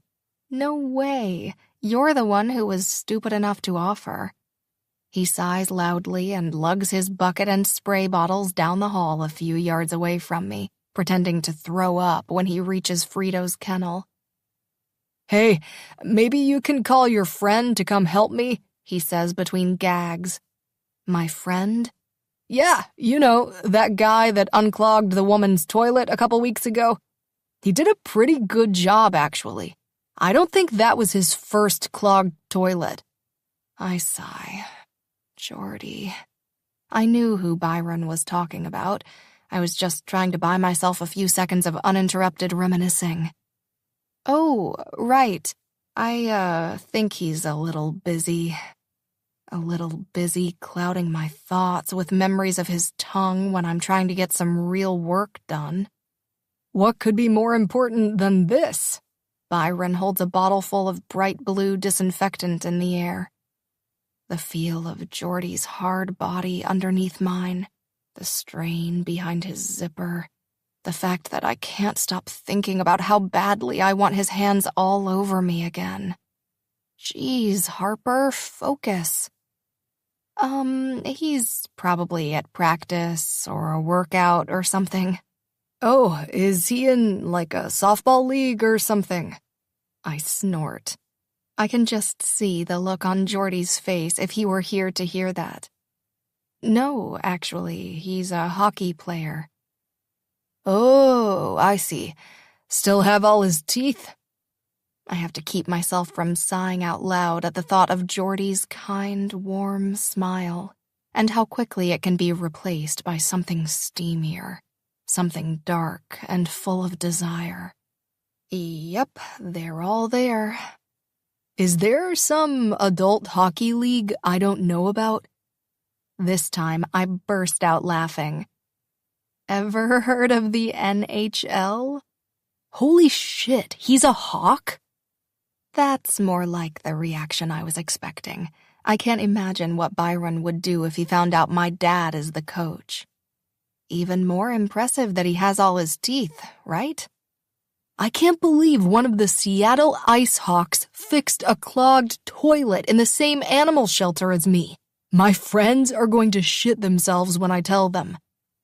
Byron keeps blabbering on about how he can't believe how crazy life is, and it doesn't take long for me to tune him out and immediately start thinking about my date with Geordie, yet again. I don't know if I care anymore that Geordie's a hockey player. The fact that he's willing to take things slow feels like a good sign to me. Like maybe he's not like every other douchebag, overly cocky player I've met. And the way he opened up to me about his dad, that has to mean something, right? He's different. I can feel it. Just like I can still feel his lips against mine, and his body, and his hands running over my skin, ready to slip under my panties. Harper, what are you doing? Byron yells. I snap out of my fantasy only to find that I'm about to reach my hand into a vat of pure bleach. Quickly pulling my hand away, I try to shrug casually at Byron, who's looking at me like I just ate a live tarantula in front of him. I got the buckets mixed up, okay? He makes a tisking sound and shakes his head. You're gonna really get yourself hurt one of these days, you know that? That's exactly what I'm afraid of. Chapter 11. The Truth Hurts. Geordie. After a team skate and then lunch, I called my sister's therapy practice and spoke to the receptionist to see if I could snag a few minutes of Tiffany's time. I was told she had exactly 26 minutes until her next appointment arrived, so I hightailed it over there, and now here I am. There's my favorite sister, I say, rounding the corner to enter Tiffany's office as the receptionist waves me in. Apparently, I now only have 14 minutes left. She rolls her eyes as she looks up from her laptop. I'm your only sister, jackass. Tiffany stands, teetering in her high heels, and gives me a one-armed hug. Then I plop myself down onto the chair in front of her desk. I refuse to sit on the couch in her office. Doing so, I've learned in the past, is an open invitation for her to psychoanalyze me. Not that anything will stop her, really. After 4 years in undergrad, and then 3 more in grad school studying psychology, it's in Tiffany's blood, and she's damn good at what she does. She has a nose for sniffing out problems before you even realize you've opened yourself up.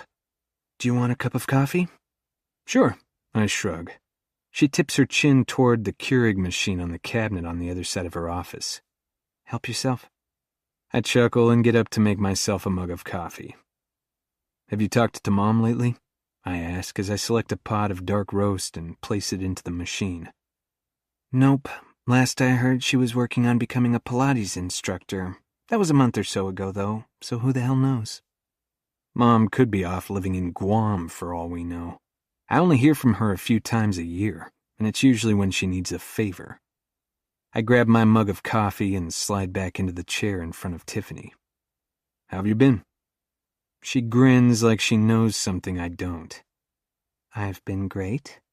Don and I are planning a getaway this spring, but since you're here, that means you need something, so let's just cut to the chase. I frown and blow on my coffee. Who says I need something? Can't I just come visit my big sister on a Wednesday afternoon? Tiffany scoffs. Come on, I know you better than that. The last time you showed up here during the middle of the day was because you thought you were going to get cut from the team and you were freaking out. For the record, I wasn't freaking out. But yeah, Tiffany's advice calmed me down so I could focus on playing the best I could, which in turn got Coach off my back. Fine. I met someone. Tiffany grins. Oh, girl problems, the best kind. Lay it on me. She rubs her hands together excitedly. I chuckle. You're actually the worst, you know that, right? She scoffs. Hey, I'm here to help. I normally charge $200 an hour for this kind of help, but as my only sibling, you get it for free. Lucky me, I mutter. So, who is she? My mouth lifts in a smile without my permission. She's actually my coach's daughter. Tiffany gasps. Scandalous and forbidden. I'm surprised you're okay with that scenario. Isn't that like mixing church and state? She knows how seriously I take my hockey career, but it's not like that. I shake my head. Not really. Coach is cool with it. He's actually the one who gave me her number. Tiffany's eyebrows pinch together. Okay, then what's the problem? She doesn't date hockey players. Told me this whole story about how growing up with a coach as her father ruined the sport for her. Always having to move when he got transferred, always coming in second to whatever team he was working for. I don't tell my sister about Harper's parents' divorce, again likely due to his hockey schedule, or how she confided in me that she didn't bother to make a single friend in the 6th grade because she knew she wouldn't be there long enough. Tiffany nods. Makes sense that she'd be leery then. Childhood pain is always the hardest to heal from. So, she won't go out with you, and now your ego is crushed? I half expected Tiffany to make fun of me, but instead she's looking at me with a solemn expression. Sorta. We actually did go out, once officially, and a few other times I just happened to be in the same place as her. She laughs. Stalker much? Basically, I chuckle. But I was desperate for a shot. This girl is literally perfect. No girl is perfect, Jordy. I shake my head. This girl is. Smart, pretty, funny as hell. She doesn't hesitate to call me out. I guess I never knew it, but I like that. Tiffany nods. Most of the girls you've been out with worship the ground you walk on, so it's only natural you'd be drawn to someone who makes you work for their affection. I don't know about all that, but I definitely feel a connection with her, like I haven't with anyone before. She weighs my words, tapping a pen against her pursed lips.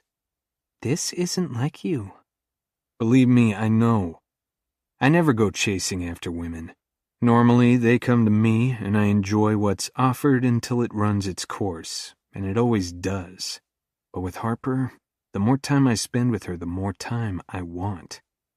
Tiffany taps her pen against her lower lip, still watching me. So, when you guys did go out, how was it? Amazing. She's so chill. We both opened up, laughed a lot. And did I mention she's gorgeous? Tiffany chuckles. Okay, Romeo, I get the picture. So you're into her? Understatement. Yeah, I am. I just don't think she feels the same way. Because of the whole no hockey player rule? Or because she doesn't enjoy your company as much as you do hers? I consider this, scratching at the stubble on my chin. I'm not sure. Maybe a mix of both? My sister leans back in her chair, still watching me. I try not to fidget and take another sip of my coffee. Just tell me what you're thinking already. It's obvious you've got an opinion. Because, let's be honest, when does my sister not have an opinion? Don't wear your hair like that, Jordy. Brown shoes don't match black pants, Jordy. Girls don't like dick pics, Jordy. Her advice has always been endless. Tiffany licks her lips. I do have an opinion. I just doubt you're going to like it. I scoff. When has that ever stopped you before? Jackass, she smirks. Well, first, I think you've always been desperate for female approval. I have not. She pauses, meeting my gaze with a serious stare. Let me finish. All the women, all the meaningless flings. Yeah, you have. You needed that affection and reassurance, even if it was in the form of no-string sex. I'm not talking about sex with my sister. Bye, Tiff. I start to rise from my seat. Wait, I'm not talking about sex either. Will you just listen to me for a second? Settling back into my seat, I glance at my watch. Sure, you got 4 minutes. She rolls her eyes. You and I both know you were a little wild during your adolescence and early 20s. Fine, I say, raising my hands in defeat. Plus, there's really no use in denying it. My sister knows I went through a slutty stage. I concede the argument. Your point? My point is that you're growing up. You're older now. You recognize that casual flings aren't enough and want something deeper now. And for whatever reason, you've set your sights on this woman. I nod. Maybe. Definitely. And you don't find it a little odd that the one woman you want to give your heart to is emotionally unavailable, just like Mom was? Fuck, Tiff. Why does everything have to come back to our mother? Honestly, I hate when you psychoanalyze me. She swallows, her expression softening. I know you do, Jordy, but I also know that sometimes when you come and see me, you need to hear it, okay? I'm only trying to help. I love you very much. I love you too, I say begrudgingly. Have you slept with her yet? She blurts out next. I'm not sure what that has to do with anything, but I exhale and shake my head. No. Tiffany's eyes widen. Okay, that's interesting. I shift in my seat. I'm not sure how that's relevant. She grins knowingly. Unconsciously, you're trying to show her that she means more to you than just a hookup. It's a good thing, Jordy. My advice would be that you wait to have sex until your relationship is on more solid footing. Sex complicates things. A smirk tugs on my lips. Pretty sure it doesn't. She shakes her head. Not the kind of sex you've been having, but sex with a person you care about? Sharing your body with someone you want a future with? Yeah, it's a much bigger deal. I clear my throat, suddenly feeling unsure if I should have come here today, if I should have gotten Tiffany's advice at all, because now I feel even less confident about things than when I walked in. Her intercom buzzes, and the receptionist announces the arrival of her next appointment. I stand, grabbing my coffee mug. I'd better go. I'm sorry if that wasn't what you wanted to hear today, Tiffany says, a little less pointedly, her warm eyes meeting mine. Rinsing my mug in the little sink across the room, I glance at her over my shoulder and force a smile onto my lips. It's all good. Just try not to get your heart broken, okay? Her tone is sincere and a little unsteady. I laugh, but the sound is hollow because there's a whole lot of truth to Tiffany's words. I'll try my best. That's all we can do. Good chat, I say dryly. Tiffany laughs, and I do too, despite my discomfort. You're very lovable, Jordy. It's just going to take the right girl. I nod, understanding exactly what she's insinuating. The right girl being someone who doesn't have a vendetta against hockey players. When I leave my sister's office, I head straight to the gym at the training facility. I tell myself that I want to burn off a little extra energy before heading home, but the workout I subject myself to feels more like I'm punishing myself for something. And when I check my phone on the drive home, I still haven't heard from Harper. Tiffany's words about Harper being emotionally unavailable ring through my head on a constant loop, and my mood plummets faster than a time clock in the final seconds of a game. But this isn't a game to me. This could be the real thing. I just need to make Harper see it that way. Although, according to my sister, this could all end in disaster. Not just could, probably will. Good times. Chapter 12. Finding the Strength. Harper. There are times in our lives when something happens that changes everything. Something that shocks you, that wakes you up and shakes you out of a funk you didn't even realize you were in. And suddenly it's clear that nothing will ever be the same again. Like when you find yourself sobbing in the waiting area of a hospital and no one will tell you what happened or what's going on, and it feels like your entire world is shattering around you. That's what's happening to me right now. I've been sitting in the same green waiting room chair for 10 minutes, but it feels like I've been here for hours. My dad's in the emergency room, and I have no idea why. Not that that keeps my brain from immediately jumping to the worst conclusions. We knew his heart issues were getting serious, but I still didn't think this is where we would end up. And what if it's something even worse? I bury my face in my hands, trying to keep my mind from totally spinning out. "Harper?" My sister comes rushing in through the sliding glass doors. Just hearing her voice makes me feel like someone has thrown me a life preserver. I gasp and call her name, and Faith runs across the room to meet me, her eyes red and wild. We throw our arms around each other, and a fresh round of tears stream down my cheeks. We hold on tight until we both start to calm down, and when we pull away, one look at her face shows me exactly what mine must look like. "Where are the girls?" I ask. "With their dad. I didn't want to scare them." My sister rubs my arm like she always does when I'm upset, like a mom does.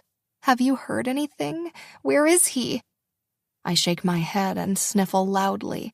They've barely told me anything. One of the players called me and said Dad was in an ambulance and on his way here. He collapsed at practice. That's all I know. I've tried talking to some of the nurses, but all they keep saying is a doctor will come talk to us once they know what's going on. My words come out all at once in the same breath, and hearing it all out loud suddenly makes it even more real. My eyes well up with tears for what feels like the 100th time in the past hour. I'm surprised there's any liquid left in my body. As if on cue, a balding doctor wearing small wire-framed glasses comes striding through the door to the waiting room, his white coat billowing around him. "Alan, anyone here for Mark Allen?" "Yes, over here," I say, louder than I meant to, but I don't care. My dad's in the hospital. I'll freaking scream if I have to. The doctor nods and walks toward us, his expression blank and unreadable. "He's our dad," Faith says, slipping her arm around my waist. "Your father had a heart attack," the doctor says matter-of-factly.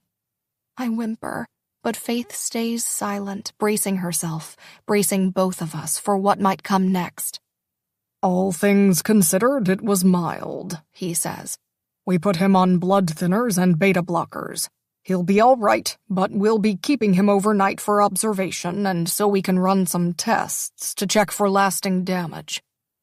Faith breathes a sigh of relief, and I break down in tears again. I keep repeating the doctor's words in my head. "He'll be all right. He'll be all right. He'll be all right." "Do you know what pharmacy your father uses? We also have some paperwork to fill out." I tune the doctor out as my sister takes over answering his questions and dealing with the paperwork. Faith has a family of her own now, so lately I've been the one handling Dad's health stuff. But in this moment, I can't handle anything. I'm flooded with a rush of emotions: relief, frustration, sadness, anger, guilt. I was the one who was supposed to be taking care of our dad. I was the one who was supposed to be helping him manage this whole heart thing, and I blew it. I failed him. All of this is my fault. Hey, Harper, do you have Dad's social security number anywhere? Faith turns to me in full business mode, and her expression softens the second she sees the look on my face. Oh, sweetie, Dad's going to be just fine. She places a hand on my shoulder, but this time I shrug her off. I don't deserve to be comforted. It's my fault that we're here, that he's here. I should have been taking better care of him. Can we see him? I stare at the doctor, whose expression is still professional and detached. I'm afraid visiting hours just ended. Your father is in good hands. You can come see him in the morning. I scoff and shake my head. Are you kidding me? My dad had a heart attack and you're not going to let us see him? Who the hell do you think— Harper? Before I can finish telling this jackass of a doctor exactly how I feel, a voice cuts me off. A voice that comforts and surprises me all at once. Geordie's voice. I turn around to find Geordie walking toward me, his expression stern and panicked. I rush to meet him halfway, and he wraps me in his arms, holding me as fresh tears well up in my eyes. What are you doing here? I step back to get a better look at him. He clearly came straight from practice, based on the collar of his base layer peeking out from underneath his t-shirt and sweat beating along his hairline. Even sweaty and flushed, he's overwhelmingly attractive. I came as soon as I heard. I was running drills with the forwards when I heard the other guys start yelling. Someone said something about coach and calling 911. It all happened so fast. But I knew you would be here. I wanted to come and make sure you're okay. Thank you, I whisper, staring up at his worried blue eyes. Is he going to be okay? Geordie looks over at the doctor, who's still talking to my sister. He had a mild heart attack, I say. They're putting him on a bunch of medications, but Dr. Jackass over there said he'll be all right. Dr. Jackass? Geordie gives me a curious look. He won't let us see him. That's bullshit. That's what I said, but my sister seems to think we should listen to him. I jerk my chin in her direction, and Geordie nods, his jaw clenched. Faith thanks the doctor, and then he leaves, probably to go disappoint another patient's family. After she joins us, I make quick introductions, and she says, "He said Dad's going to be just fine. With a few small lifestyle changes and some new medications, we can make sure this never happens again." He had a heart attack. I don't think fine is the word I would use to describe him right now. I grumble. She gives me a cautious look. All things considered, I'd say he's doing pretty well. Look, I was doing my best, okay? I cut down the number of times he has red meat a week. I stocked his fridge with more vegetables. I told him to drink less beer and more sparkling water. I don't know what else you want me to do. I cross my arms, tossing my ponytail over my shoulder. Harper, no one's blaming you. Solemnly, I nod. She might not blame me, but it doesn't change the fact that right now I feel like crap. You want some company? Geordie asks, touching my shoulder. I meet his eyes. What did you have in mind? He shrugs. I could drive you home. Hang out for a while if you don't feel like being alone. I take a second to think it over. I certainly didn't expect him to show up here, but his offer is a generous one. I can't imagine going home alone right now. All I'd do is worry. A distraction could be a good thing, and Geordie would be the perfect distraction. Sure, that'd be great. As I follow him to his truck, I realize Geordie's right. I'm in no state to drive. Besides, I'll be back first thing in the morning, and I can get my car then. We drive to my place in silence, the radio playing some song about heartbreak, and Geordie places a hand reassuringly on my knee. I inhale deeply and try to stay calm. When we get to my place, Geordie insists on running me a bath. You really don't have to, I say self-consciously, running my fingers through my knotted ponytail. You're freezing. This will make you feel better. He's right. I didn't realize how cold I was until he said it. He pours a couple of capfuls of my body wash into the water, and bubbles begin to form on the surface. "Are you hungry?" he asks. It's dinner time, I realize, so I nod. A little. Jordy gives me another kind look. "I'll get you something to eat. Please take your time and try to relax," he says, leaving me to undress and climb into the tub. The second my toes hit the hot water, I let out a sigh, easing the rest of my stiff, chilled body in. Normally a shower person, I haven't taken a bath in at least 6 months, and after the emotional turmoil of the day, it's exactly what I needed. Jordy was right. 20 minutes later, he softly knocks on the bathroom door. "You okay, Harper?" "Yeah, I'll be out in a minute." "Take your time," he says. "There's soup when you're ready." I smile and rise from the tub. After I pull the drain and towel off, I get dressed in a pair of gray flannel pajamas. A brief thought about dressing in something a little nicer to impress Jordy crosses my brain, but I push the thoughts away. Tonight is about comfort, and I don't need to impress this man. He's here because he was worried about me. When I emerge with damp hair, Jordy is standing in my kitchen. "Hey," I say softly. He turns around and my breath catches in my throat. The look of concern in his deep blue eyes renders me momentarily speechless. "Come here," he says, opening his arms. I take a few steps forward, and then Jordy is pulling me into his wide chest, hugging me like his life depends on it. "He's going to be okay, Harper," he says softly against my hair. I nod and squeeze my eyes closed. I hope to God he's right.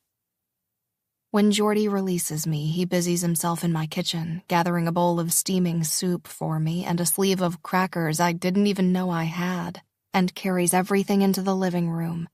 I follow him, feeling out of place in my own apartment. I'm really glad he's here. Jordy settles onto the couch while I take my first spoonful of soup. "This is good, thank you." "Anytime." He nods, watching me closely while I sip one slow spoonful after another. When I finish, I lean back into the couch, covering myself with a fuzzy throw blanket. "Are you tired?" he asks, still gazing at me. Not really. He moves closer. "Want to watch a movie?" I shake my head. I don't think I could concentrate on a movie right now. Maybe we can just talk? Jordy seems to understand that means he should talk and I'll listen, because a second later he shifts and launches into a story about how he went to visit his sister the other day. "Yeah? How was that?" He shrugs. "It was all right. I told her about you." This pulls a smile out of me. "You did?" He nods. "Of course. Although maybe I shouldn't have, because then I had to listen while she doled out her signature tough love advice." I don't ask about what that advice entailed, partly because it's not my business, and partly because Jordy doesn't look like he's ready to talk about it.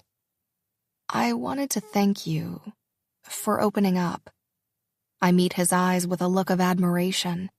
"For telling me about your family, about your dad. That couldn't have been easy for you." Jordy swallows and gives me a tight nod. "I don't usually tell people, but I trust you, Harper." "You can," I say, curling my legs beneath me. "I won't tell anyone." "I know," he says, his tone certain.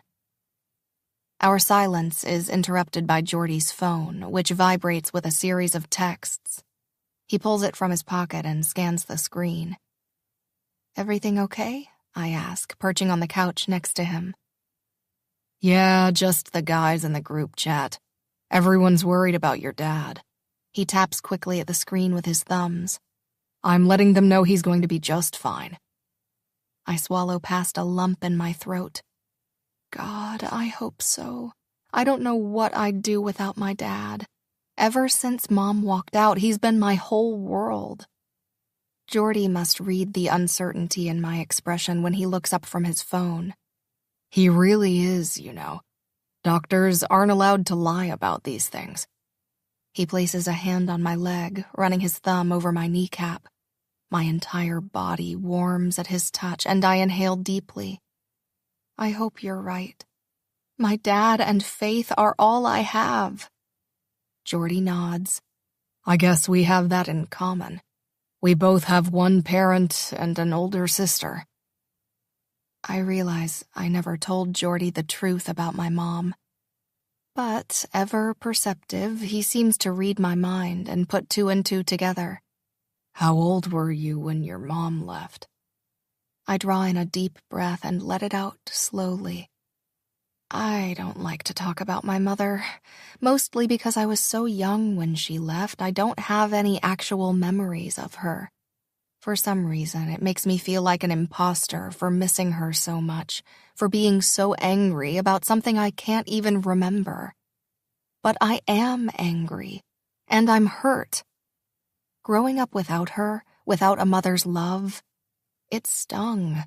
The Mother's Day tea party my school hosted every year was torture. Navigating my teen years without her guidance was so hard. My dad did his best, and I love him fiercely, but I was always acutely aware that something was missing. With an inhale, I meet Jordy's eyes again. His expression is serious, concerned. I was 2. Faith was 6. Jordy doesn't say anything else. He just pulls me close and hugs me. After a few minutes, I look up. Our eyes lock, and my stomach flip-flops. Thank you for today, I tell him. For everything, really. I don't know what I would have done without you. When he nods, I lean into him, our lips brushing so softly at first I'm not sure it even counts as a kiss. But it's nice, whatever it is. We search each other's eyes before kissing again, his arm slipping around my waist. Everything about the moment feels right, his hand on my knee, his lips against mine, like this is what we should always be doing. What we should have been doing from the moment we met. Your dad's going to be okay. You know that, right? Jordy murmurs, his lips barely grazing my ear. I lay my head on his chest, listening to the steady sound of his heartbeat and the soothing pattern of his chest rising and falling. Soon, my breath slows to match his rhythm. It's going to be okay, I whisper back, curling into him as he drapes his arm around my shoulders, my head fitting perfectly beneath his chin. And for the first time all day, I actually believe it. A little while later, as I start to nod off, Jordy gives my shoulder a squeeze and stands up, pulling me with him. He tilts my chin up with one finger and gives me a small smile. Looks like it's bedtime for you. Text me when you wake up in the morning. I'll drive you back to the hospital, okay? I nod, letting him wrap me in the warmest, safest hug ever. Chapter 13. No Guarantees. Jordy. God, this is awful. I've never seen my teammate Asher like this. His eyes are wet with tears, and his broad shoulders shake with emotion as he leans against his fiancée, Bailey. She buries her face into his jacket as a single tear slips down her cheek. There isn't a dry eye in the place. Asher's 87-year-old grandmother, Lolly, passed away earlier this week. From what I understand, there wasn't a thing wrong with her.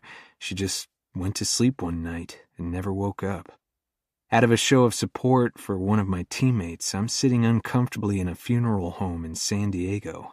It's a quick trip with a 24-hour turnaround time because of this week's game. Most of the team is here, at least all the guys who are close with Asher, and I realize for the first time that I'm the only one here who's single.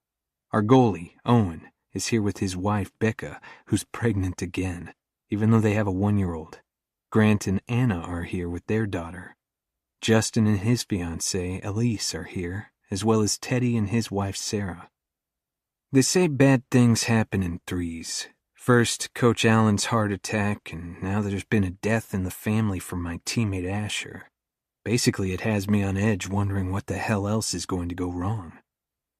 After the service, which is actually really heartwarming and even funny at times, since several of her grandkids tell humorous stories about her, we all head back to Asher's grandmother's beach house. The humorous stories don't stop as we fill our plates full of the most delicious-looking Mexican food I've ever seen. I hear several other colorful tales, including the one about the time Asher's grandmother set a record riding a mechanical bull at a local bar. Although with each retelling of this story by Asher's sisters, and then by his cousins, the amount of time she lasted on that bull and the record she apparently set all get bigger and better. It's like a fishing story growing every time. But I'm smiling and the bourbon is flowing. Eventually night falls and we're all sitting outside in lawn chairs around a low-burning bonfire. The beach is deserted except for our group, and the sound of the waves in the distance is calming. A light breeze ruffles the palm trees and flowering bushes at the edge of the sand. "You okay, Ash?" Grant, our team captain, asks. Asher nods once, his gaze fixed on the fire. "Yeah, just thinking." His fiancée, Bailey, rubs his shoulder and gives him a sympathetic look. "We wanted to get married before Lully passed," Asher says, his voice thick with emotion. "Right here, on this beach. Wanted to have her at our wedding, make sure she got to see us exchange our vows. But our careers got in the way, and now she's not going to be here for it." Bailey gives him a sorrow-filled look.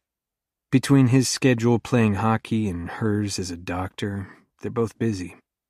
I really don't know much about their wedding planning, other than the fact that now it seems like waiting was a foolish idea. I reach over to grip his shoulder. "I'm sorry for your loss." The words are generic because I'm really not sure what to say, but I hope he knows I mean them. He looks up to meet my eyes. "Don't wait, man. There's no guarantees in life." I nod, feeling a little desperate and confused. "The same goes for butt sex." A drunk Owen slurs. "Don't wait." His wife elbows him in the ribs while the rest of us chuckle. "Come on." Bailey sniffs and straightens her shoulders. "Lolly wouldn't want us to cry for her. We should be smiling, celebrating life, making plans, living it all to the fullest." Asher nods, meeting her eyes. "You're right, babe. We should make this an annual tradition," someone suggests. "Pack up our bathing suits and come here every year, all of us." "She'd like that," Bailey says with a sad smile. "It's a deal. Next summer," Asher says. "Jordy, get yourself a date so you're not the odd man out, and put it on the calendar." Sure," I mutter, suddenly feeling even more miserable. "Yeah, I'll see what I can do." I gaze into the fire, lost in my thoughts. How the hell am I going to line up a date for a beach vacation when I can't even get the girl I like to go out to dinner with me? Rising from my spot, I wander down the beach, out of earshot. I dial Harper's number, hoping to hear her voice, but she doesn't answer. I stare out at the dark water, wondering what I'm doing with my life. The following week passes by in a blur. After a couple of games in the Midwest, we're back for a series at home, and since we're back in Seattle, my thoughts naturally turn to Harper. I've been out of town a lot, first for the funeral and then playing hockey, but we've texted a couple of times. My sister was right. When I was younger, it was easy to get girls. I had that rowdy teenage hockey player charm, and I cranked it all the way up. Cocky, fun-loving, and yeah, Harper hit it on the head. A little rough. Girls loved it. They practically fell into my arms, and then later, when I was older, they fell into my bed.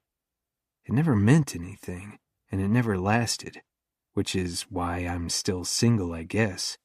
And now, out of the blue, I find myself wanting more, wanting something deeper and more serious than sex with a stranger. But the only girl I want that with doesn't want a relationship with me. She's made that abundantly clear. I think back a few weeks to when Harper's dad suffered a heart attack. She let me take her home and care for her. I ran her a bath and fed her and held her, and she let me without hesitation. Yet I'm anything but certain she's changed her mind about hockey players, about me. I guess there's only one thing to do. Make her see how right we could be together. I'm at practice a few days later, getting ready to take the ice again, when I see Harper unexpectedly approach the bench. I tug off my helmet and wave her over. With a smile, she approaches. "Hey, what are you doing here?" I ask. "Just came by to drop off my dad's heart medication. He keeps forgetting to actually take the dang stuff." Gotcha. I'm sweaty, and I'm sure my hair is sticking up in like 6 different directions after pulling off my helmet. I probably smell too. Best case, like deodorant. Worst case, like sweat. But Harper doesn't seem to mind. She's grown up around hockey players, so none of this is new to her. "Are you going to stay and watch the rest of the practice?" I ask, and she shakes her head. "I can't. I'm working today." Even though I need to be preparing for our drills, I'm not ready for her to go. I pull the book out of my bag that I've been reading since I tried to impress her with it at my faux book club. I'm on page 236. Her face lights up with a smile. "Oh, you're almost to my favorite part." I'll admit, I'm more than a little curious about what that could be. You wouldn't believe the amount of shit I got for reading this on the plane. She laughs, an uninhibited, throaty sound that hits me square in the chest. "Well, I'm glad you're reading it. Still into the story?" "Hell yeah. That part where he..." I lean closer, lowering my voice. "Used a toy on her?" Her eyes widen as they lift to mine. "Super hot, right?" I smirk. "That would be fun to try sometime." "It would." She swallows the words. I chuckle, loving the way her cheeks turn pink. Still holding the book in one hand, I flip to the page I left off on to show her. We're huddled close, and I know we must look like we're involved in an intimate discussion. "Pussy whipped," one of my teammates grumbles under his breath as he passes by us and takes the ice. Teddy, probably. Fucker. "Fuck off," I call out, never once taking my eyes off the gorgeous girl in front of me. She's reduced to giggling and shaking her head. "Anyway," I say, shoving the book back inside my bag. "I should be finished soon. I'm a slow reader." "Well, I look forward to hearing your thoughts on the ending then." She grins. "So, when are you going out with me again?" Her lips twitch as she watches me. "I don't know. Are you asking me out again?" "Would you say yes if I did?" A couple more guys squeeze past us in full gear, which means I don't have much time left before I'm expected to be on the ice. "Call me," she says coyly. "We can probably figure something out." I still haven't fully processed what my sister told me about my interest in Harper, that I'm only into her because she's emotionally unavailable. But something about seeing her today, here on my turf, makes me want to be bold. It could also have something to do with the comment Asher made that night after the funeral. Don't wait. Good, because I've, had some time to think since our last date. She smiles sweetly, gazing at me as she twists a lock of hair around her finger. "And?" "I want a real shot with you. I'm done with casual. I want a girlfriend, Harper. I want that with you. What do you say?" Her gaze falls to the floor between our feet, and my stomach drops. "I don't know, Jordy. I need some more time." "Okay," I hear myself saying. My heartbeat thuds in my ears and disappointment floods through me. "I like you. I never saw myself with a player. I had this whole plan, my own goals. I was ready to put myself and my life first." I nod. "I get that. I do. And I know my schedule is tough." Her mouth presses into a line, and an uncertain look passes across her features. "I can't just change everything at the drop of a hat." Swallowing, I shove my hands into my gloves. I didn't ask you to. She gives me a pointed look. And what if you get traded to a team across the country? I don't have any answers, because on some level I know she's right. Getting involved with me would mean her entire life would be dictated by a hockey schedule, the one thing she's waited years to be free from. I'll text you about that date. I tip my chin toward the ice. I better get out there. She nods. Okay, I'll talk to you later. God, why does this have to be so hard? It's like 1 step forward, 2 steps back every time I see her. The weird, achy feeling in my chest doesn't go away as I skate toward where my team is huddled near the net. It doesn't go away as I watch Harper walk down the chute. And even when I make a huge play and score on Owen and get loud cheers from my teammates, it still lingers. Chapter 14. Not What They Seem. Harper. Faith? Did you mean to leave your door unlocked? I push the front door to my sister's house open, craning my neck for signs of life. And boy, do I find them. As I step gingerly into the entryway, I'm greeted by my sister's tasteful decor, complete with toys, scattered shoes, stuffed animals, colored pencils, and various articles of children's clothing scattered throughout. It's like a daycare center exploded in here. Hello? I call out again. Down the hall, I can hear my niece Zoe babbling while the baby cries in one of the back rooms. The TV is on, playing some educational cartoon I don't recognize at half volume, and I make my way to the kitchen. The path from the door to the granite-topped island is a minefield of stuffed animals and dolls that I would absolutely get in trouble with my niece for trampling. This I know from experience.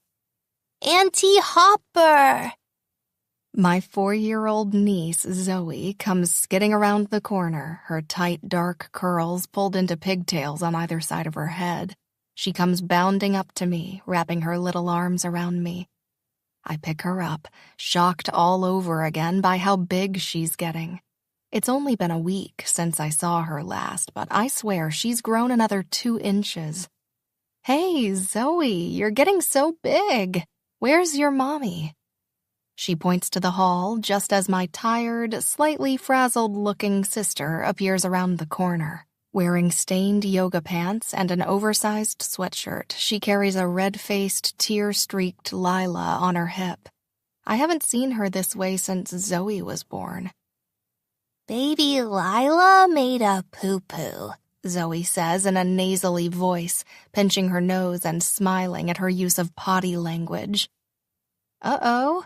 Sounds like that was fun for Mommy, I say, giving Faith a sympathetic look. All part of the deal, she says with a weary smile, shifting Lila to her other hip and softly stroking her back. I'm going to go put her down for a nap. Zoe, you stay here with Auntie Harper, okay? Maybe you can show her some of your new crayons. Zoe nods, straining for me to put her down. She barely tolerates being held now. She told me last time it's because she's a big girl. I set her feet on the floor and she takes off, grabbing my hand in hers, already giving me a mini lecture on how much better her new box of crayons is than her old one. 10 minutes later, Faith returns, stifling a yawn and smoothing a couple of flyaways along Zoe's hairline. So, what do you need, Harp? Faith doesn't look at me. Her eyes are still trained on the picture Zoe is drawing. What? I just wanted to come by and say hi. Faith tells Zoe to keep her crayon on the paper and off the table before giving me a skeptical look. Harper, I love you, but you only come by for one of 2 reasons. Either you're here to complain about Dad, or you're here because there's something on your mind and your friends didn't give you the answer you were hoping for. I give her an incredulous look. That is totally not true. I come to see my nieces and my sister. She chuckles. Okay, well, maybe so. But while you're here, we usually cover one of those 2 topics. So, which is it? Geez, she's in a mood today. I sigh and throw my hands in the air. Okay, fine, you got me. I need your advice. But what makes you so sure that I already went to MK and Aurora? Can't a girl ask her big sister for some help? I help baby Lila sometimes, Zoe says, pressing her lips together and excitedly pulling a purple crayon from the box. Faith smiles and coos. Hey, Zoe, why don't you keep coloring, okay? Auntie Harper and I are going to sit on the couch right over there and have an adult conversation. Zoe nods, and I follow my sister to the couch.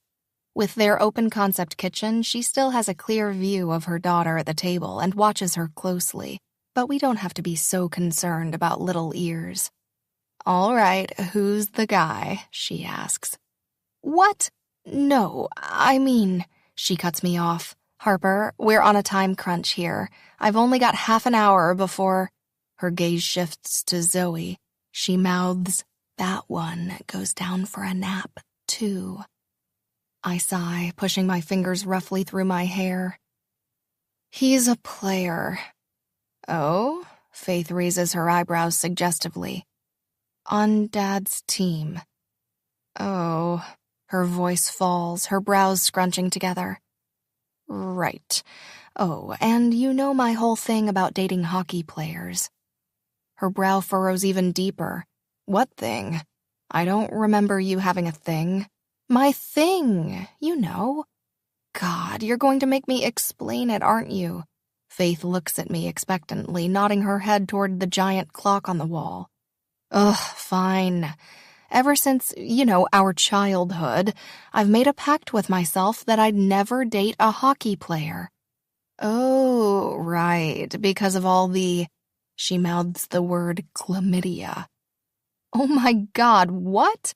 No, you know that was just a one-time issue with that team Dad coached in the 90s.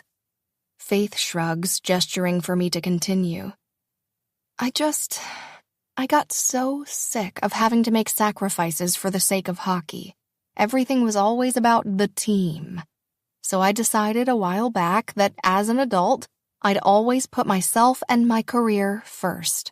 No more uprooting my entire life for the sake of some brawny, stick-wielding, overconfident man-child. But even as the words come out of my mouth, I'm not nearly as confident in them as I once was. And based on the look on my sister's face, she's not so sure about them either. Uh-huh. And is this guy a man-child? Well, I think he used to be, but he's been pretty nice and mature, actually. He's not, forcing me to do anything I don't want to do. I give Faith a pointed look, and she nods in understanding. What's his name? Jordy? Faith grabs her phone and begins typing something into Google. Last name? I roll my eyes. Prescott? Oh, Faith's mouth lifts in a genuine smile. I glance over her shoulder to see what she's looking at. The image of Jordy is a good one, captured at last year's Winter Classic by the looks of the jersey he's wearing. He's not looking at the camera. Instead, his eyes are trained on something on the bench, and he's wearing a big, genuine smile.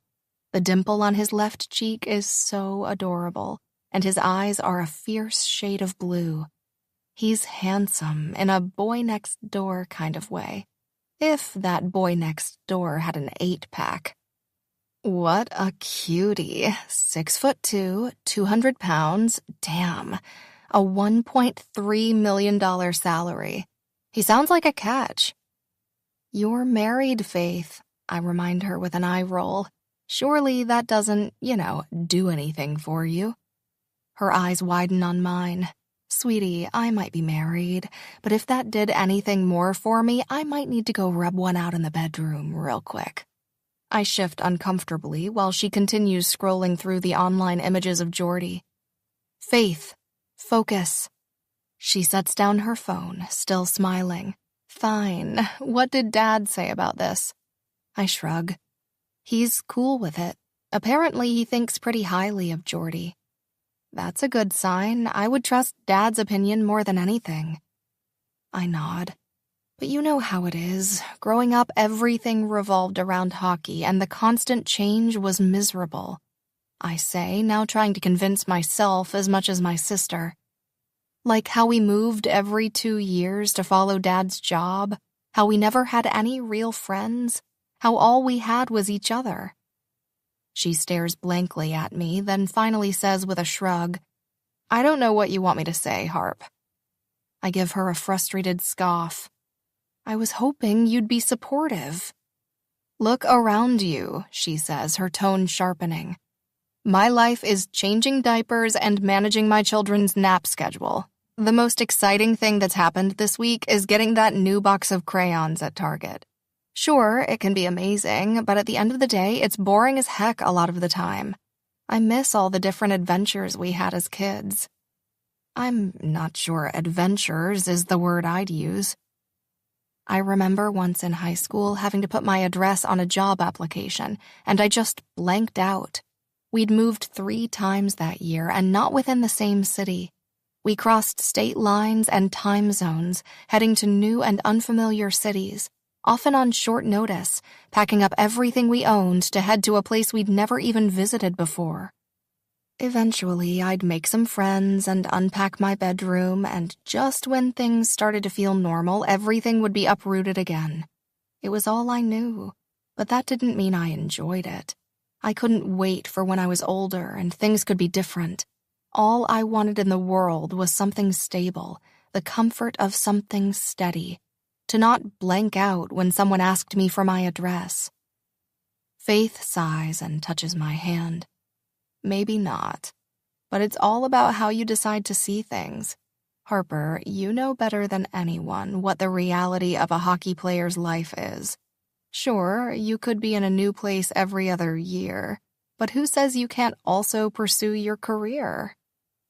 Well, You work from home most of the week. All you need is a laptop and that brilliant mind of yours. You could figure it out. And besides, you're young. Think about how fun your life could be. It seems like you're stuck in thinking of what it was like as a kid, but you're not a kid anymore. You need to look at this as an adult. Think about it. New places, new restaurants, new friends. You'd have so many opportunities that might never present themselves to you otherwise, and you'd be doing it with someone who's all in with you. But you love your life. You love being a mom. She leans closer. Of course I love being a mom. That's not what I'm saying. I'm just saying, hell, it might be nice to have more to look forward to in my life than trying a new crock pot recipe. I roll my eyes at her. But what about Mom and Dad? His schedule was too much for their marriage. The moment the words leave my mouth, I wish I could take them back. Faith and I have an unspoken agreement that we never talk about Mom. But Faith doesn't look upset. She just shakes her head. Mom and Dad had a lot of problems that had nothing to do with hockey. My parents' marriage and subsequent divorce isn't a topic I want to venture into right now, so I just nod.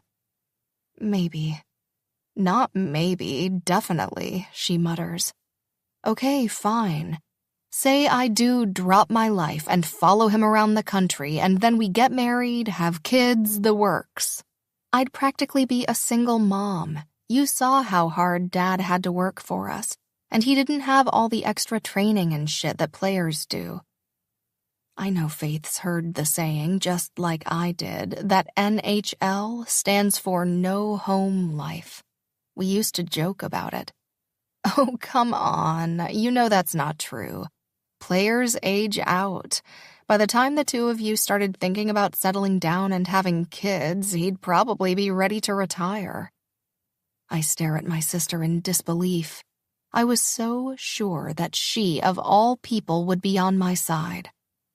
She was right there beside me throughout our whole childhood. I thought that she would gush about how comforting and stable her new life is with her 2 kids and her kind husband who won't get traded and move them across the country. But no. Apparently, her life is now boring. I don't even know what to say to you right now, I mumble, turning my attention to a small chip in my nail polish. Say that I'm right. Or at least that you'll rethink this whole no dating a hockey player thing.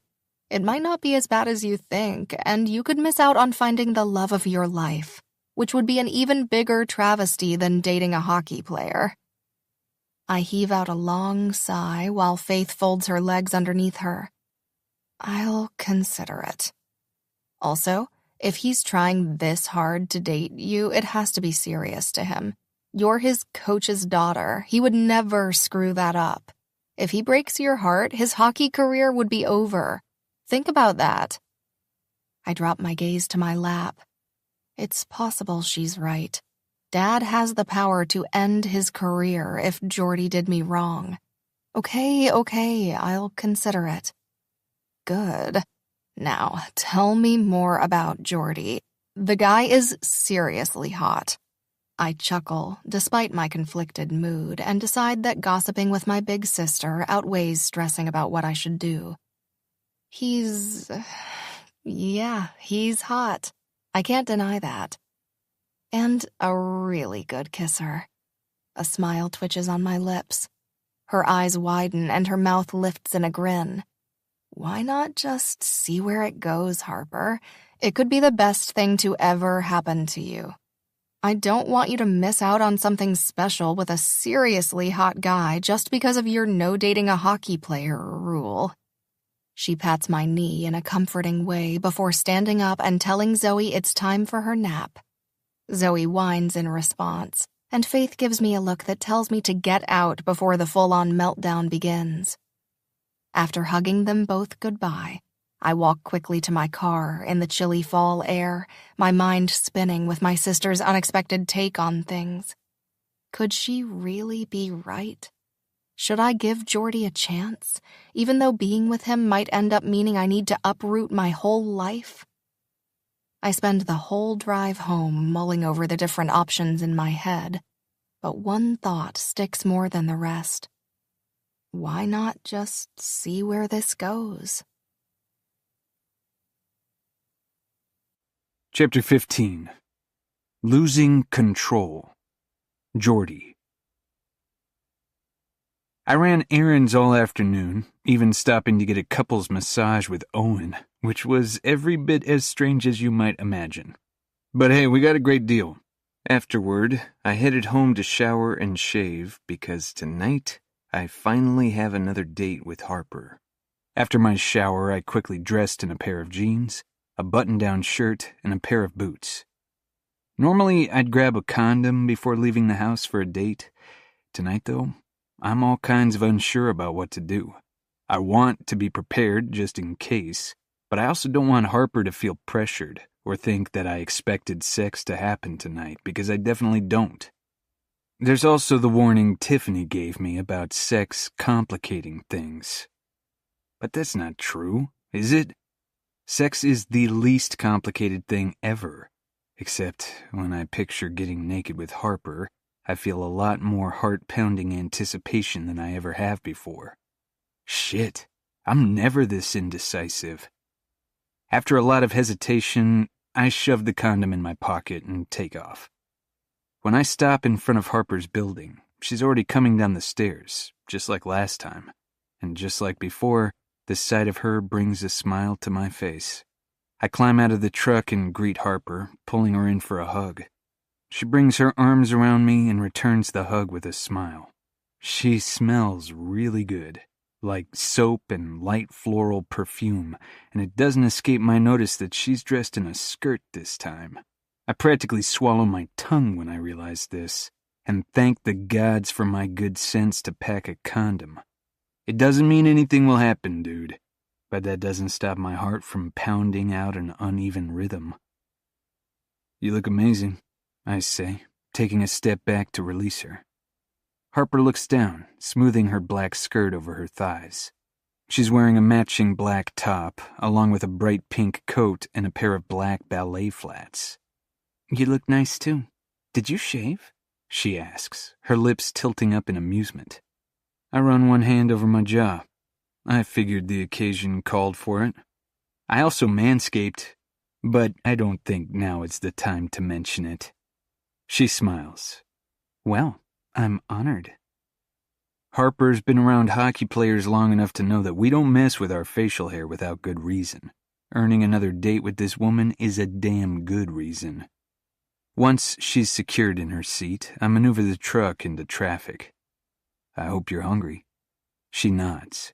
Starved, actually. I spent the day at my sister's babysitting while she ran errands and went to the gym. That was nice of you. Harper's lips tilt in a smile like she's daydreaming about something that happened today. How many nieces and nephews do you have? 2 nieces. Lily is 6 months and really sweet. Zoe is 4 and so naughty. She chuckles. I don't know how my sister does it. The mental image of Harper babysitting a couple of toddlers is pretty freaking cute. I wonder if she played make-believe with them and let them climb all over her.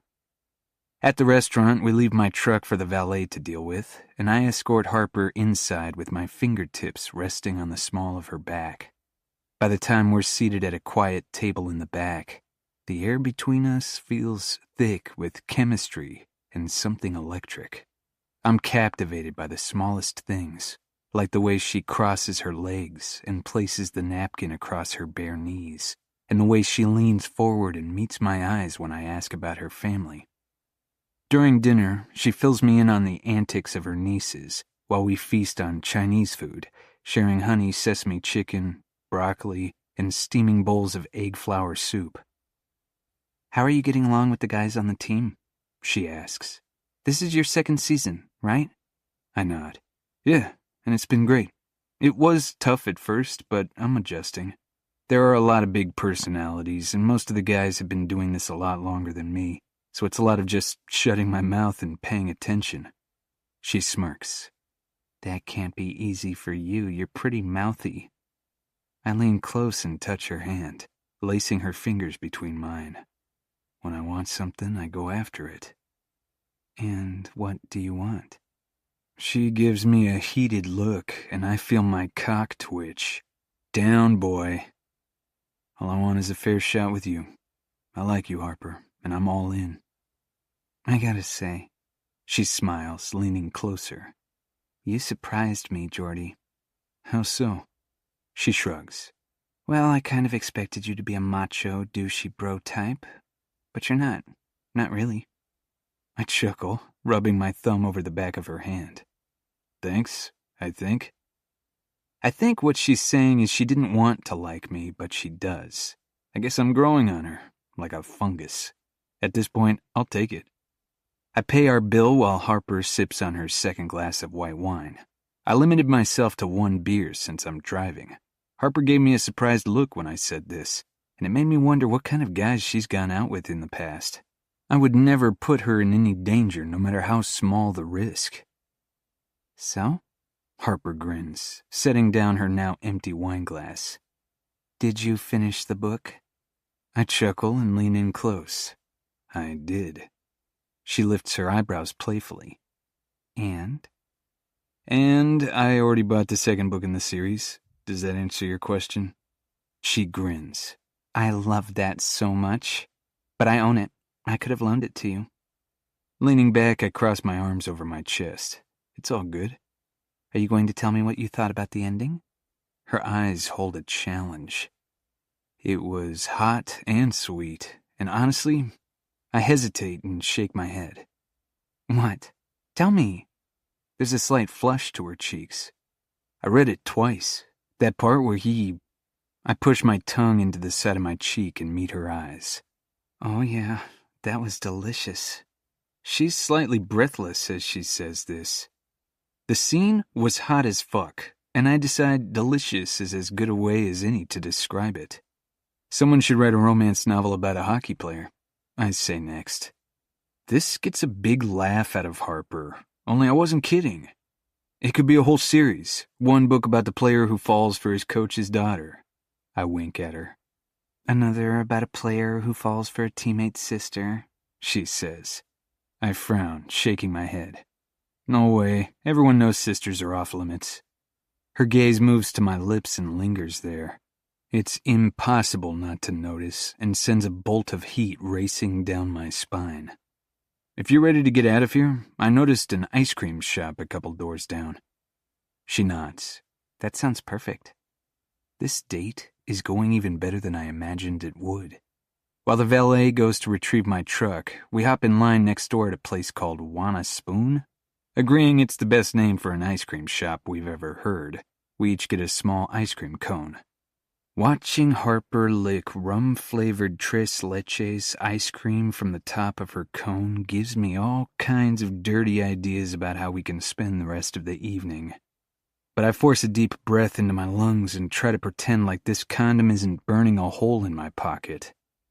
We hop into my truck and polish off our dessert as I make the drive back to her place. Harper directs me to pull off the road and park in the nearby empty lot behind her building. I do, noticing how dark and deserted it is back here. One street light faintly illuminates the lot. We're alone, for the first time all night. I turn to face her. I guess this is it, unless you want to invite me in. I flash her a mischievous smile. Her mouth lifts in a smirk, even as a determined look overtakes her face. It's only our second official date, which means no sex tonight. Of course not. I'm a gentleman. We definitely won't be having any sex. She smiles, shooting me a coy look that says she can't tell if I'm full of shit. I love it. And she's right. I want to press her against the first solid surface we can find and nail her so hard. But I won't. Not unless she asks very, very nicely. Leaning in, I slide one hand into the hair at the back of her neck and draw her closer. She meets me halfway and presses her mouth to mine. The kiss starts off slow and sweet until I make a low growling sound in the back of my throat. Then Harper's lips part, and she tangles her tongue with mine in hot, confident strokes. She tastes like rum and sugar, and I can't get enough. I'm ravenous for her. I never really saw the point of kissing before. Yes, I've kissed a lot of girls, but it was always because it was expected. Something to get me from point A to point B. A box to check off on the foreplay list so we could move on to something better. But with Harper, kissing is the main event. It's that good. Tearing my mouth from hers, I bring my lips to her neck, nipping and sucking at the tender skin of her throat. She smells like sugar and lavender, and I want to devour her. Harper is all too happy to let me. Her hands move from my chest to my biceps, and then finally push into my hair. She makes incoherent sounds that I'm quickly falling in love with. I pull back just a fraction to measure her reaction, knowing that dazed look on Harper's face is all for me, and I fucking love it. When she opens her eyes, they're stormy and conflicted. "Maybe you shouldn't come inside," she says, catching her plump lower lip between her teeth. I tuck some loose strands of her hair behind her ear. I can keep my hands to myself. "I know, but maybe I can't." Fuck. I touch her lower lip with my thumb. "Are your panties wet, Harper?"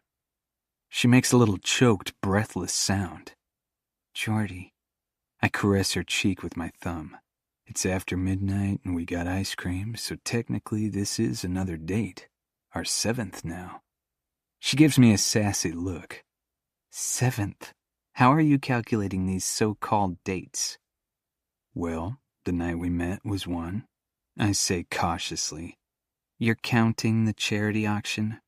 The auction so counts, I say firmly. The animal shelter was 2. The book club was 3. I tick these off on her fingers, pressing my lips to each one. She laughs, but I'm not deterred. The night your car broke down and we had dinner at my place was 4. She gives me a skeptical look. Ice skating was date number 5, and the dinner tonight was 6. So? She meets my gaze with a wide-eyed look. So? I touch my lips to her neck. I'm saying it was too soon to have sex on our 6th date, but maybe it's not anymore. Oh. She licks her lips, still watching me with a hot, hungry expression. You make a pretty convincing argument.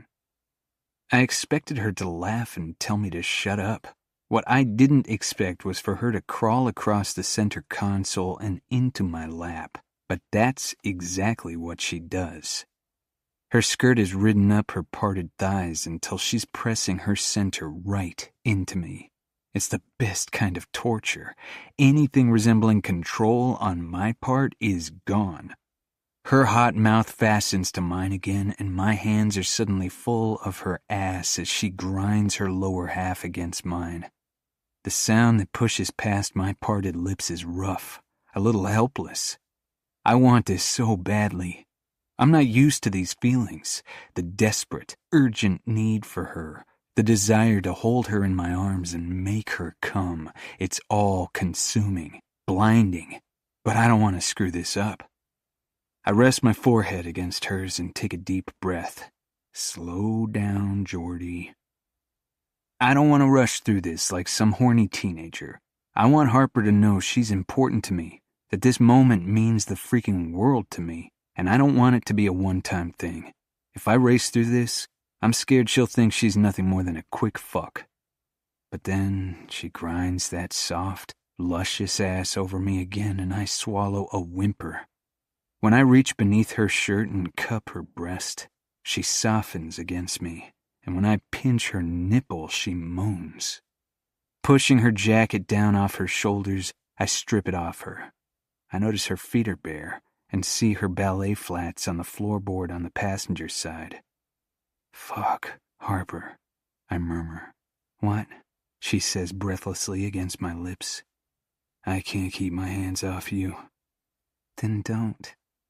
Pushing up the front of her shirt, I tug down her bra and immediately have my mouth full of her perfect tits. Harper shifts restlessly in my lap, and I rasp out a groan. While I suck on one perky nipple and then the other, Harper's hands explore, halfway unbuttoning my shirt so she can run her palms over my chest and abs. Look at me. My voice comes out as a grumbled command, and those beautiful dark eyes return to mine. You're sexy as hell, and I want this so much. But I won't do anything you're not ready for, so just say the word and everything stops. Jordy, stop talking, she murmurs, her voice low. Fuck. I can do that, I whisper, dragging my palms across the weight of her breasts again. She arches into me and lets out a breathless sound. I could worship her breasts all night, but I sense Harper wants my hands somewhere else. When I touch the front of her panties, her answering moan is soft and so delicious.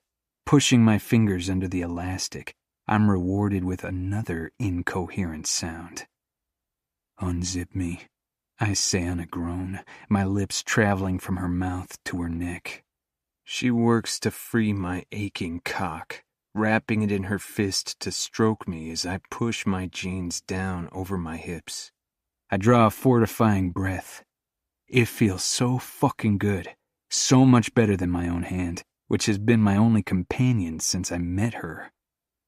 Oh.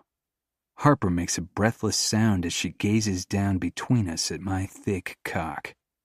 I have a big dick. It's not bragging, it's just the truth. Jordy. Holy shit.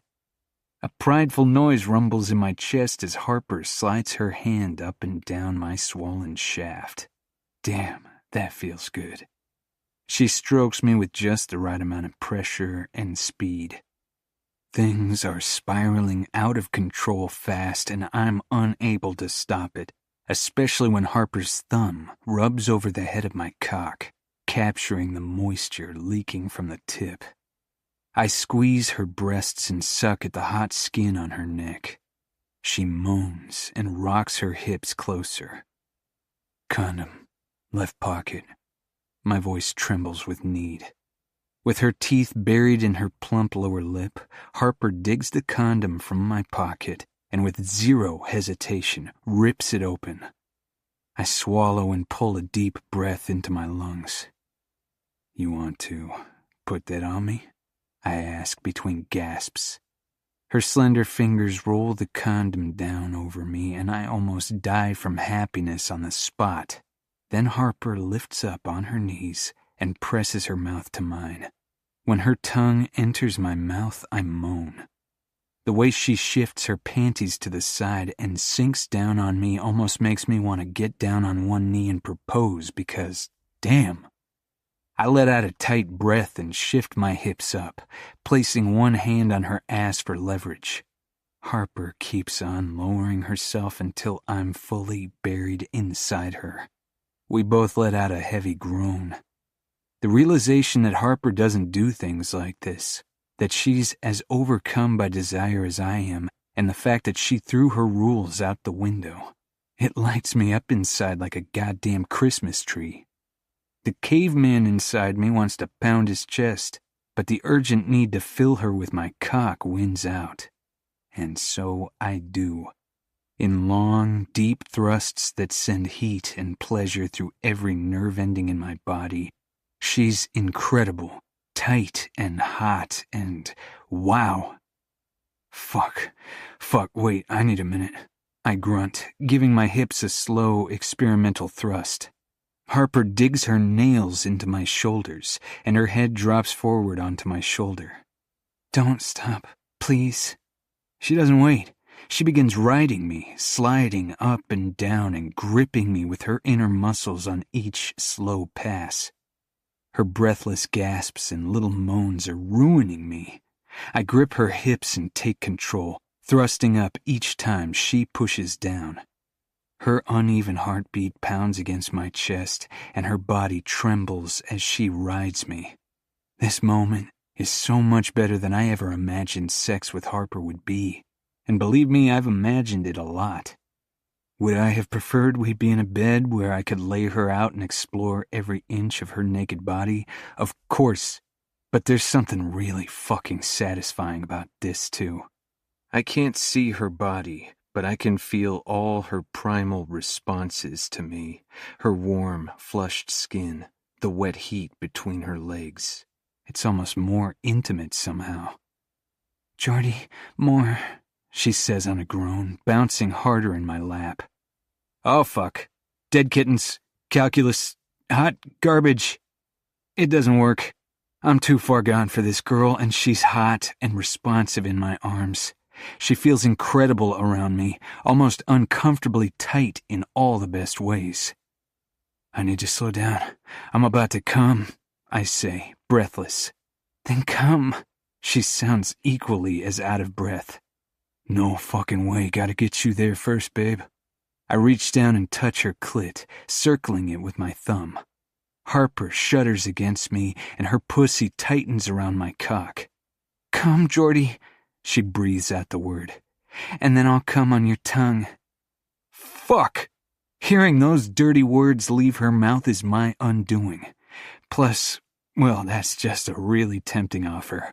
Because Harper riding my face until she loses control, it's the hottest thought ever. Baby, fuck, you feel so good on my cock. I press my face into her neck, and seconds later, it's all over. I come hard, gripping her ass in one hand and burying the other beneath the curtain of her dark hair. Yes, Jordy, she groans, tightening her inner muscles as I empty myself into the condom. I've barely recovered before Harper attempts to climb off, simultaneously reclining my seat. I tug her up my body until her pussy is in my face. I press a soft kiss to her silken flesh, then dive in for a real taste. Damn, that's good. Oh, she moans softly, her thighs quivering. Fuck! Groaning, I bury my tongue inside her. You taste so sweet. With a shocked yelp, Harper flattens her palm on the headrest by my head. I suck hard, feeling her tremble as my lips and tongue tease her clit. When I sink 2 fingers deep inside and curl them up, she jolts against me, and I smile. There, I whisper against her flesh. She whimpers. Oh, wow, yeah, I love that she's reduced to 1-syllable words. Smiling, I devour her like I can't get enough, and truth be told, I can't. Another stroke inside her and Harper gasps, her body clamping down on my fingers as she comes apart. I kiss and suck as her hips shift restlessly against me, making sure she rides out every last wave of pleasure. When she's thoroughly satisfied, I pull her down, settling her in my lap again. She curls into my chest, tucking her face against my neck. After a few shaky breaths, Harper moves back to the passenger side. "So, that just happened?" she says, burying her face in her hands. Chuckling, I pull her close. Well, as close as possible with the center console in our way. That was fucking awesome. Her eyes meet mine, and a soft smile brightens her face. Best 7th date I've ever been on. Hands down. She smirks. Same. I want to cuddle. I give her a soft look.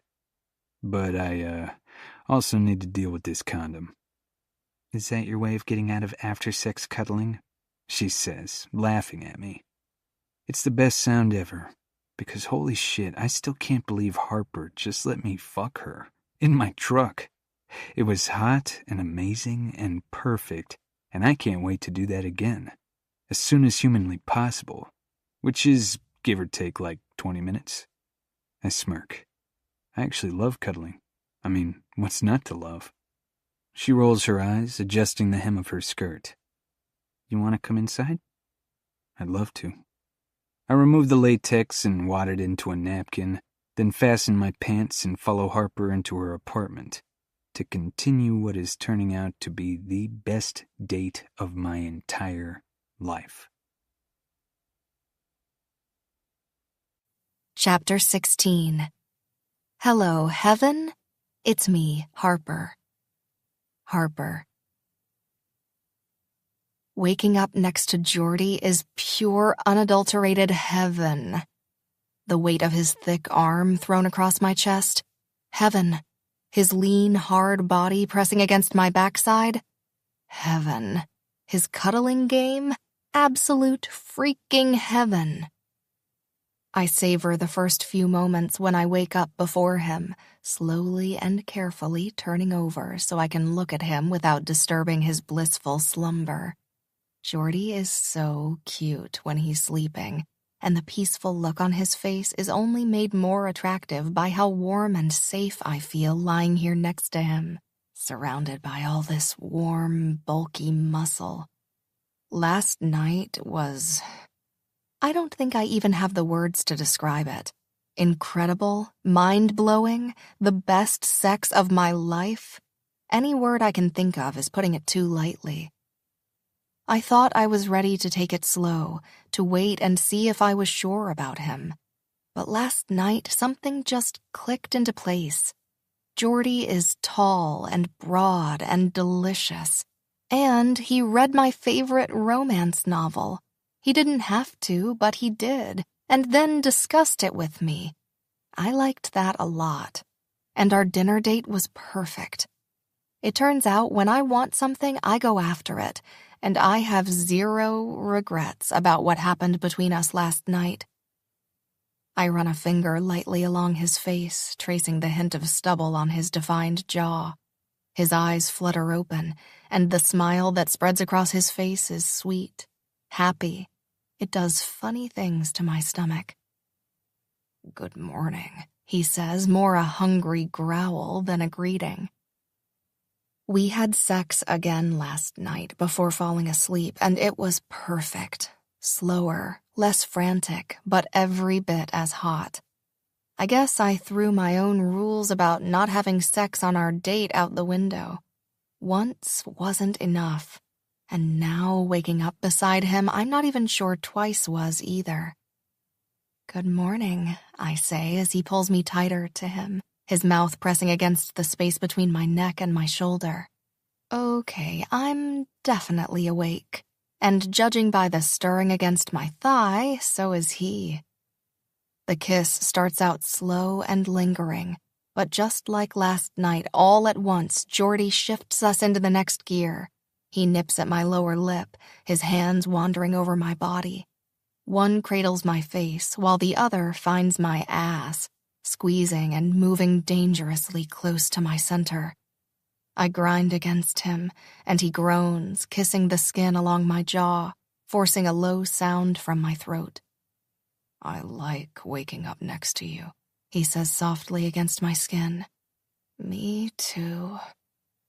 When we went out last night, I didn't intend for him to stay over. But after I was able to quiet the insecure voice inside my head and operate on instinct, I invited him inside. And once he was here in my space, being affectionate, kissing me, laughing at the family photos back from when my dad had hair, I didn't want Jordy to go. I drag my fingers along his skin, pushing the sheet farther down his hips. Heat and desire bloom inside me. While my fingertips explore, Jordy's lips tilt up in a smirk. "You like teasing me?" I can only grin. Maybe my resistance to hockey players has been my worst decision to date, because after this, holy cow, how could I ever go back to dating a mere mortal?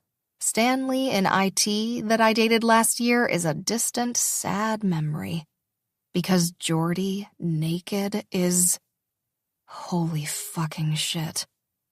He's big all over, a broad, sculpted chest, defined abdominal muscles, hard, strong thighs.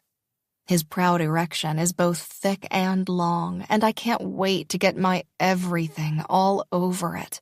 Mouth, hands, vagina, they're all scrambling for a turn. Thankfully, I have enough sense not to open my mouth and blurt this to him.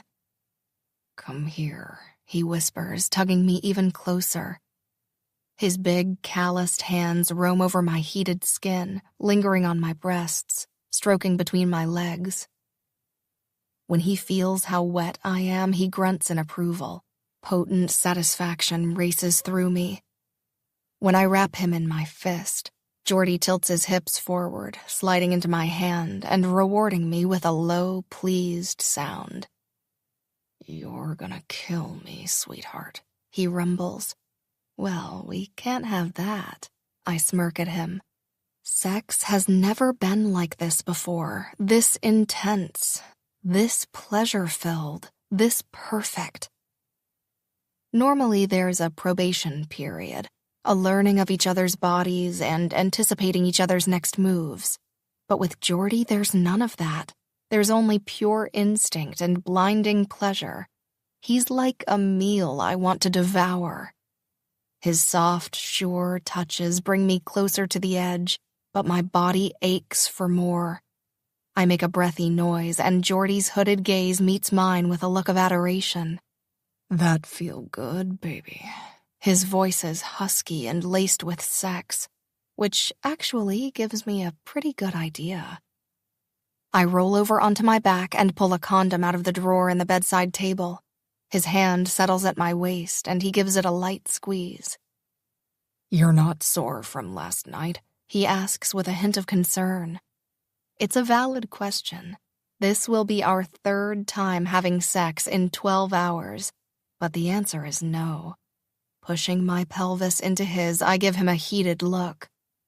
Jordy's mouth covers mine in a tender kiss, his tongue hot and seeking when I part my lips.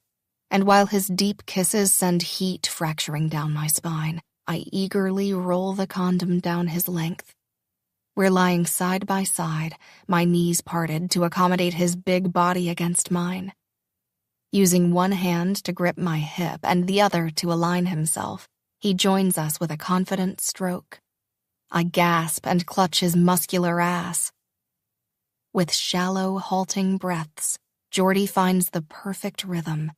And when I reach between us to touch myself, he groans loudly. "Love watching you. That's so hot." I wrap one leg around his waist and place my palm against his stubbled jawline, turning his face to mine to steal another kiss.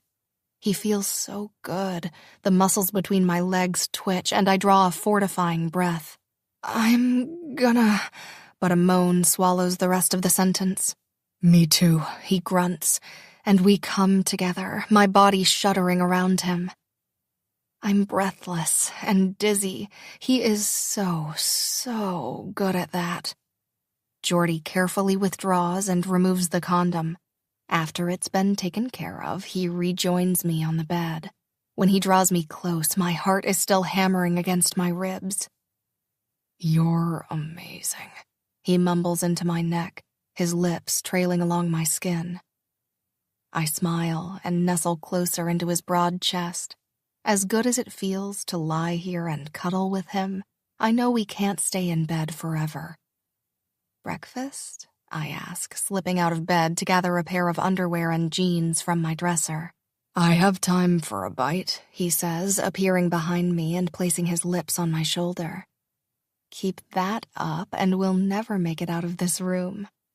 My stomach growls at the same time that something below it aches for more. He groans.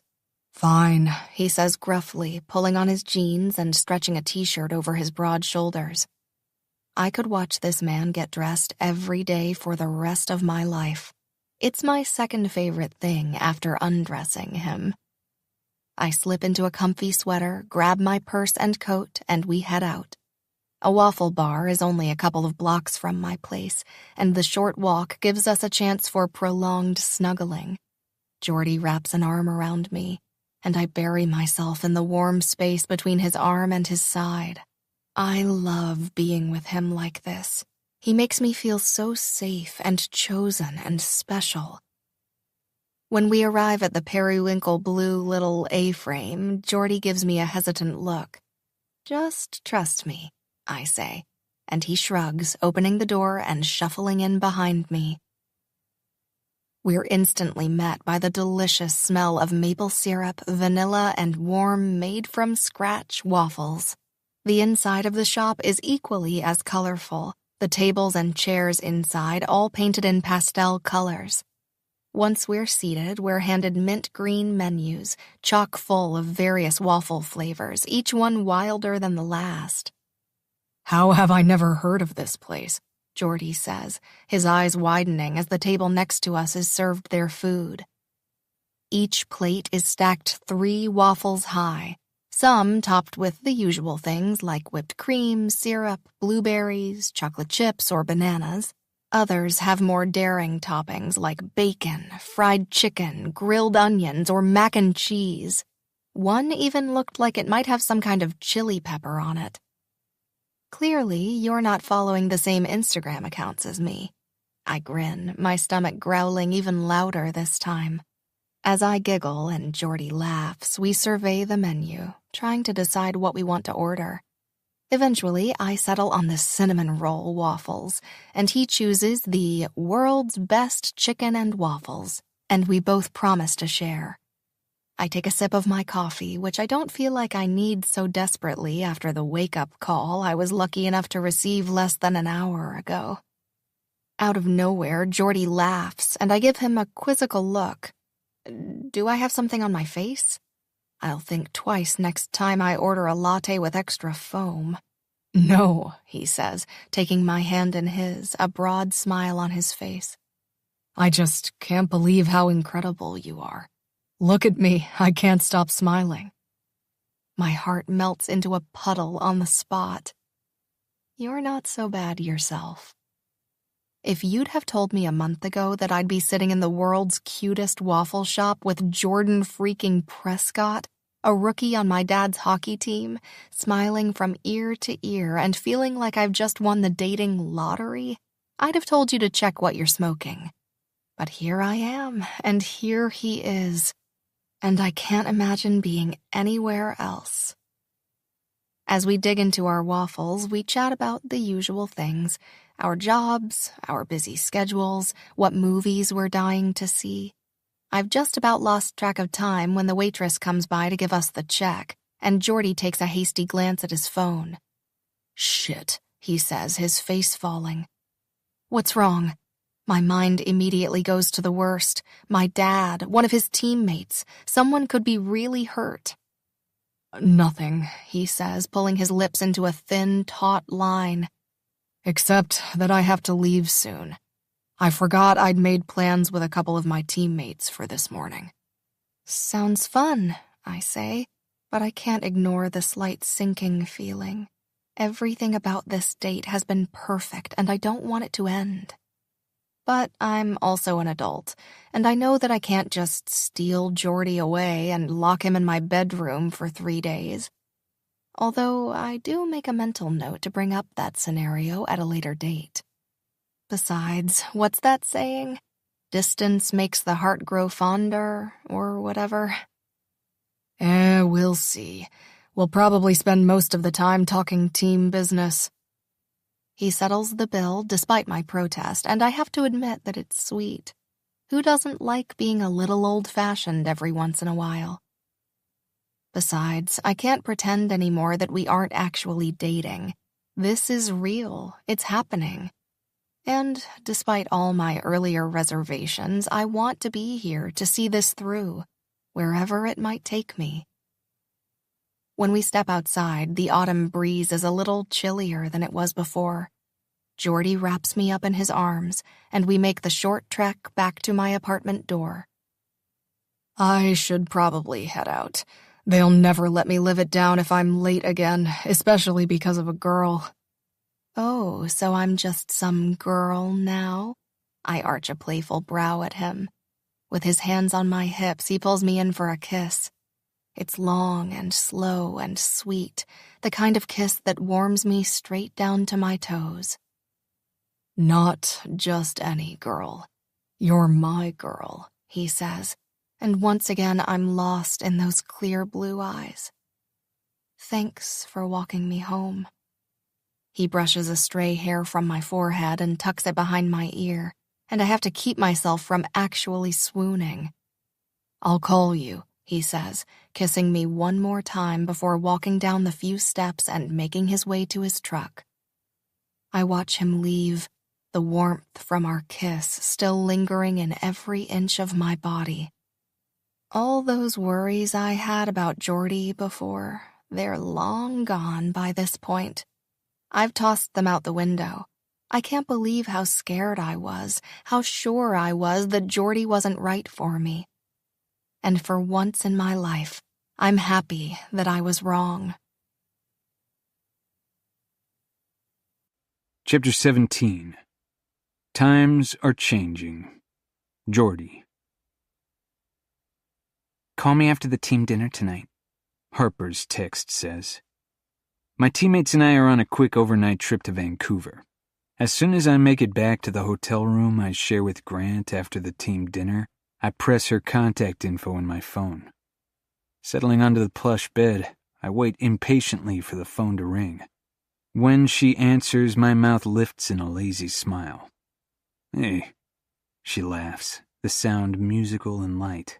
Hey. What are you doing? Just sitting on my bed with my notebook. I'm making some notes for the article I need to write tomorrow. I can hear her shift against the mattress. Nice. What's it about? This one is just a boring tech article. I nod. Gotcha. Now that I know her goal of writing a book someday, I've been encouraging Harper with her writing, but I also don't want to be annoying about it. The last time we talked about it, we were lying in her bed. I'd never stayed the whole night with a woman before. Yes, I've had a lot of sex, but this is so new for me and different. I remember that morning. I was in no hurry to leave. Waking up with a warm, sleepy Harper, her soft curves molded to my chest, the tantalizing press of her ass to my groin. I didn't ever want to move from that spot. What are you up to? She asks. We just got back from dinner. Where'd you go? Some Thai place. Teddy made the reservation. He's basically a foodie, always wanting to try the newest restaurants in the cities we travel to. Last month, we went to some pop-up restaurant by a chef in Phoenix. That sounds cool. After a pause, she drops her voice lower when she asks, Are you alone? A sizzle of heat bolts down my spine. I glance across the room to where Grant sits on his bed with his laptop, sipping on an electrolyte solution. No, Grant's here, I say. His gaze drifts from his laptop over to mine, and he gives me a curious look. "It's Harper," I mouth silently. "Can you get some privacy?" Harper murmurs. "I want to tell you about how much I've missed you." Which is basically a chill way of saying I want to talk dirty with you. I have no idea what's come over her, but I'm completely on board with it. As my body reacts to the idea of phone sex, I clear my throat and give Grant a pleading look. "Any chance you're going out tonight?"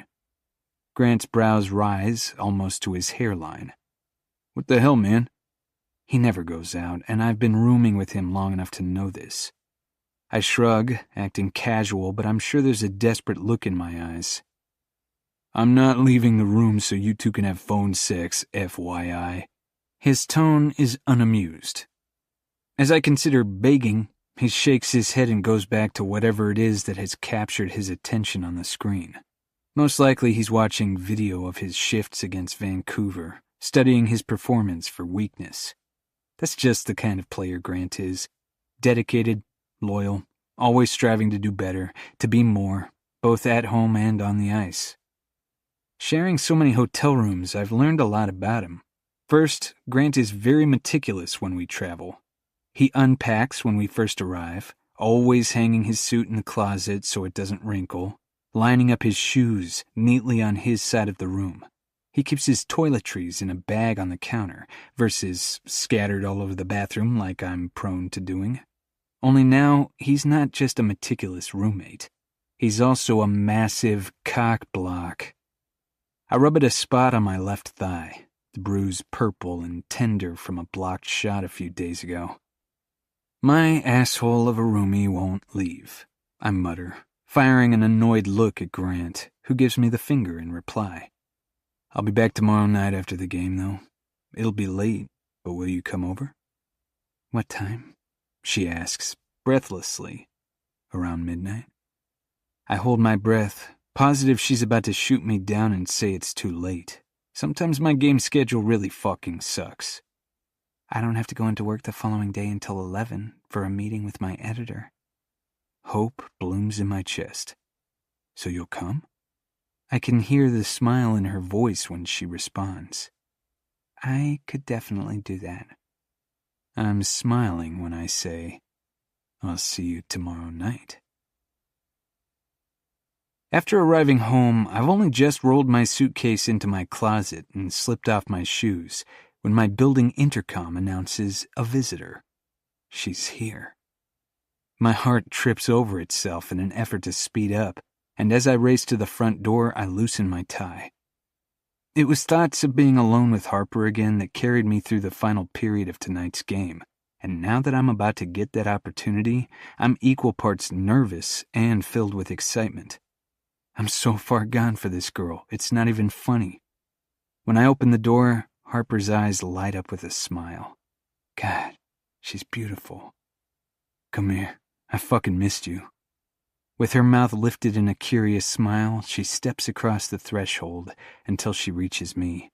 Standing before me in her flats, Harper barely clears my chin. I touch her cheek and lift her lips to mine. Her mouth is warm, and she tastes like mint. My heart pounds out an uneven rhythm as we kiss by the door. I'm not used to catching feels. The girls I've been with in the past weren't interested in my heart. They only wanted the organ below my belt, which I was happy to supply. Now, though, things are changing, and I don't hate it. Something is changing for Harper, too. I can feel it. Every kiss is saturated with emotion, hot and unyielding. After a few more slow kisses, I pull back and meet her eyes. "Did you watch the game?" She nods. "I didn't so much as watch the game as I watched you. Every time you took the ice, I was on the edge of my seat." I loved the idea of that my shifts were the only thing that held her interest in an otherwise energetic and fast-paced game. "What?" I ask when her lips quirk against mine. She presses her hands flat against my chest, pushing aside the lapels of my jacket. "You, in this suit, is giving me all kinds of ideas." "Oh yeah?" I smirk. "What kind of ideas?" Her manicured hand curls around my tie, and she tugs. Is your bedroom down here? She tips her chin toward the hall. I nod, my mouth suddenly dry. Last time we were together, we spent the night at her place, and while she's been here once before, we didn't venture into my room. Once inside my bedroom, Harper pauses and looks around, taking in the king-size bed that I didn't bother to make before I left, so it's messy, with a navy blue duvet flung haphazardly over it. My dresser is cluttered with a couple of old receipts and some loose change. A dead potted plant my sister gave me last year sits on a stack of books. My decorating may leave a lot to be desired, but Harper doesn't comment on my bare bedroom. Her eyes find mine again, and she smiles and takes a step toward me. I kiss her lips, her cheeks, her neck. Her hands wander and begin working at the buttons on my dress shirt, then tug at the buckle on my belt. My dick is fully hard now, as I make quick work of Harper's sweater and leggings until she's standing beside my bed in her underwear. As much as I like your suit, I think I'm going to like it even better on the floor. It's a $1,000 suit, and I've never been so careless as to leave it on the floor. But that's exactly what happens when I strip it off. When I shrug off my shirt, Harper sucks in a sharp inhale. Her gaze tracks lower, over my torso, and zeroes in on some brutal-looking welts and bruises. When she leans down to give them a gentle kiss, I hiss out a breath, and she meets my eyes with a concerned look. Does it hurt? Not as much now that you're here. Her gaze softens. I'll kiss it all better. The line is cheesy, but I love it. Slowly sinking to her knees on the carpet between my feet, Harper kisses each and every bruise and mark along my ribs. Her mouth moves lower and my knees tremble. When the heat of her mouth presses over my straining erection, I tug down my briefs, and before I can even gather a breath into my lungs, her mouth is all over my cock, hot and wet and demanding. Fuck, I groan, burying my hand in her hair.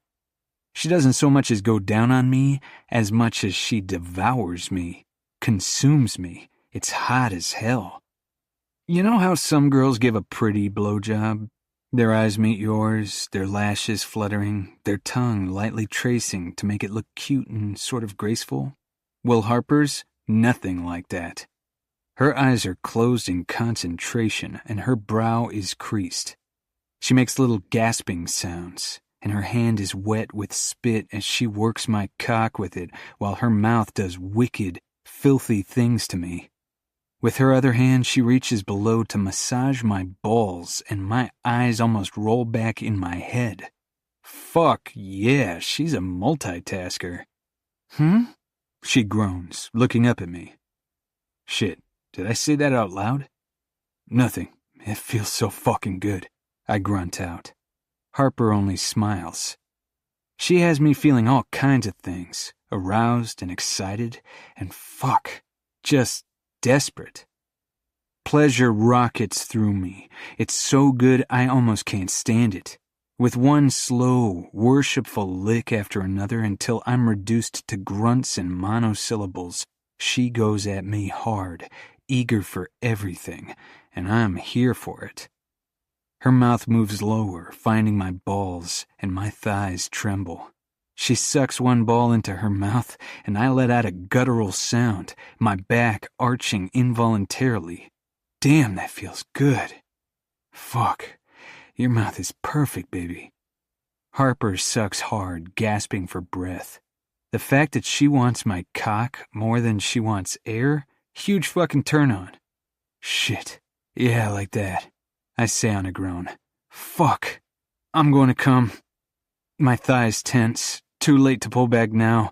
I come hard, groaning out Harper's name as she swallows me, taking everything I give her. That was so hot, she says, pressing a kiss to my abs and looking up at me with an appraising expression. Get up here. I'm breathless and a little dizzy when Harper stands and steps into my arms. You killed me. Give me a minute. She chuckles, her cheeks flushed pink. It's fine. You don't have to return the favor just because I did that for you. I'm not keeping score. I give her a pointed look. Well, I am, and I'm sure as hell returning the favor as soon as I can move again. She nestles in even closer, and I tighten my arms around her, holding her tight. At the risk of sounding dramatic, I've never had anything like this. Shit, I've never had anything even remotely like this with a woman. And maybe that should scare me. But so far, I'm just happy. Like stupid happy. And once I regain the feeling in my body, I make Harper as happy as she made me. Or maybe even happier. Because she screams out my name pretty damn loud when she comes on my tongue. Later, after we've cuddled for a while in my bed, Harper announces that she's hungry. We head to the kitchen in search of some snacks, and end up breaking into a gift basket I received from the team, full of hummus and pita, cheese and crackers, chocolate chip cookies and dried fruit. We have a little bit of everything while sitting at the kitchen island. Harper sips from a glass of wine, and I crack open a bottle of IPA. I listen while Harper complains about the article she's just been hired to write, another tech piece on millennials. What kinds of things do you want to write? She shrugs. It doesn't matter. Right now, I just write what pays the bills. I turn her face toward mine. It matters to me. Tell me, baby. With a soft inhale, Harper meets my eyes. I want to write a novel someday. An epic love story. I smile. Then you should. She gives me a shy look. I wouldn't have the first clue about how to begin. I don't believe that for a second. You're the most determined person I've ever met. You could do it. I'm sure of it. It's a stupid dream, Jordy. Do you know how many people dream about writing a book and getting it published? A whole heck of a lot. And do you know how many can actually make a living doing it? I shrug. Very few. Yeah, but people say the same thing to me when I was growing up, that playing professional hockey was way out of reach, but it wasn't. Not for me. And I don't think writing is out of reach for you. I've read some of your work, Harper. It's really fucking good. You have? Her voice is filled with surprise. I nod. I looked up your byline and read a bunch of the articles you've done. You're an amazing writer. Funny and witty and relatable. Well, thank you. But that doesn't mean I have what it takes to write a novel. Shaking my head, I say, don't count yourself out. That's all I'm saying. Harper pops a disgusting green olive into her mouth and chews with a satisfied hum. Damn, baby. You were so perfect until that moment. I frown at her. What? She asks with a chuckle. Olives are disgusting. She shakes her head, emphatic. No way, I love olives. I shudder and make a gagging sound. Shut up. She shoves two hands against my chest, but I'm an immovable wall of muscle and I merely laugh at her attempts. I feel so natural being here with Harper, teasing her, watching her move around my kitchen dressed in one of my old t-shirts. Here. I shoved the jar of olives toward her. You might as well eat up. I can't stand these things. She smirks and pops another olive into her mouth. So, can I ask you something? I brace myself. When someone words it that way instead of just asking their question, it's usually because it's a serious topic. Sure. She picks up another olive and meets my eyes. Will you tell me about your dad? I pull in a deep breath and let it out slowly. Normally, I hide my past like it's a dirty secret I can't admit to. But with Harper, it doesn't feel that way. It seemed so natural opening myself up to her, and I've felt total acceptance from her. No judgment whatsoever. Why I'm so comfortable around her when I couldn't even mention my dad's suicide to my best friends isn't something I understand. She just makes me feel safe, accepted, and I really love that feeling. Obviously, things won't always be this easy. She's right about my hockey schedule being tough. But I want to prove to her that I can do this, that I can commit fully to her and be the best boyfriend in the whole fucking world. Jordy? She whispers, meeting my eyes. I guess so. I don't really talk about him, but for you, I will. She touches my hand and gives me a sympathetic look. What was he like? Did he like hockey? I grin at a sudden memory of my dad in the stands at one of my pee-wee hockey games. Yeah, he loved it. He was really proud of me. I look at the cabinet behind her, hesitating. I'll bet he was, she says encouragingly. I push the package of cookies across the counter toward Harper since she's abandoned the olives now, but she doesn't take one. She just keeps watching me. One thing I loved about him, I suck in a deep breath before continuing. After a game, other kids' parents would be picking apart their performance, commenting on how their son should have done this or that differently. But my dad never did that. Even the times I played like shit, and he could have pointed that out. He always just said the same thing every time we got in the car. What did he say? She whispers. That it was a pleasure watching me play. Harper stands suddenly to wrap me in her arms, and I rest my chin on top of her head while she presses her cheek over my heart. That's a beautiful memory. A lump lodges itself in my throat, and I nod, blinking hard. Yeah. Fuck. It even hurts to remember the good stuff. This right here is why I don't let myself think about him. Well, I still think about him almost every day.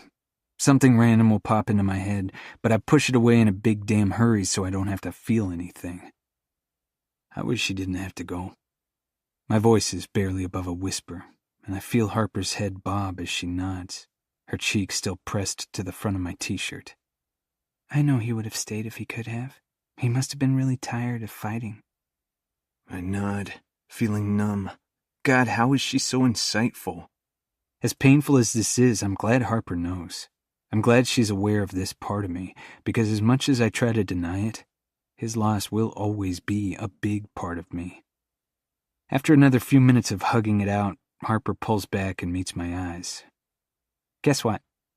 Her voice is cheerful now, and I'm thankful for the distraction and change of subject. I smile. What? I have some exciting news. I touch her cheek, turning her face toward mine. Tell me. You know your 12-day trip that's coming up?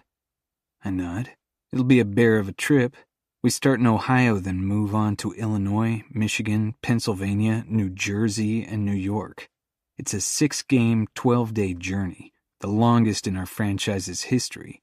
It's going to be brutal, both mentally and physically, but it's also going to be hell because I'll be away from her. Yes, but how do you know about my 12-day trip? Your dad? Kind of. He pulled some strings and got me an assignment covering the Ice Hawks during the trip. It's sort of an all-access look at the team, and a behind-the-scenes of everything that goes on during the trip. It's the last thing I expected her to say, but also the best thing I've ever heard. No fucking way. So you're coming with us?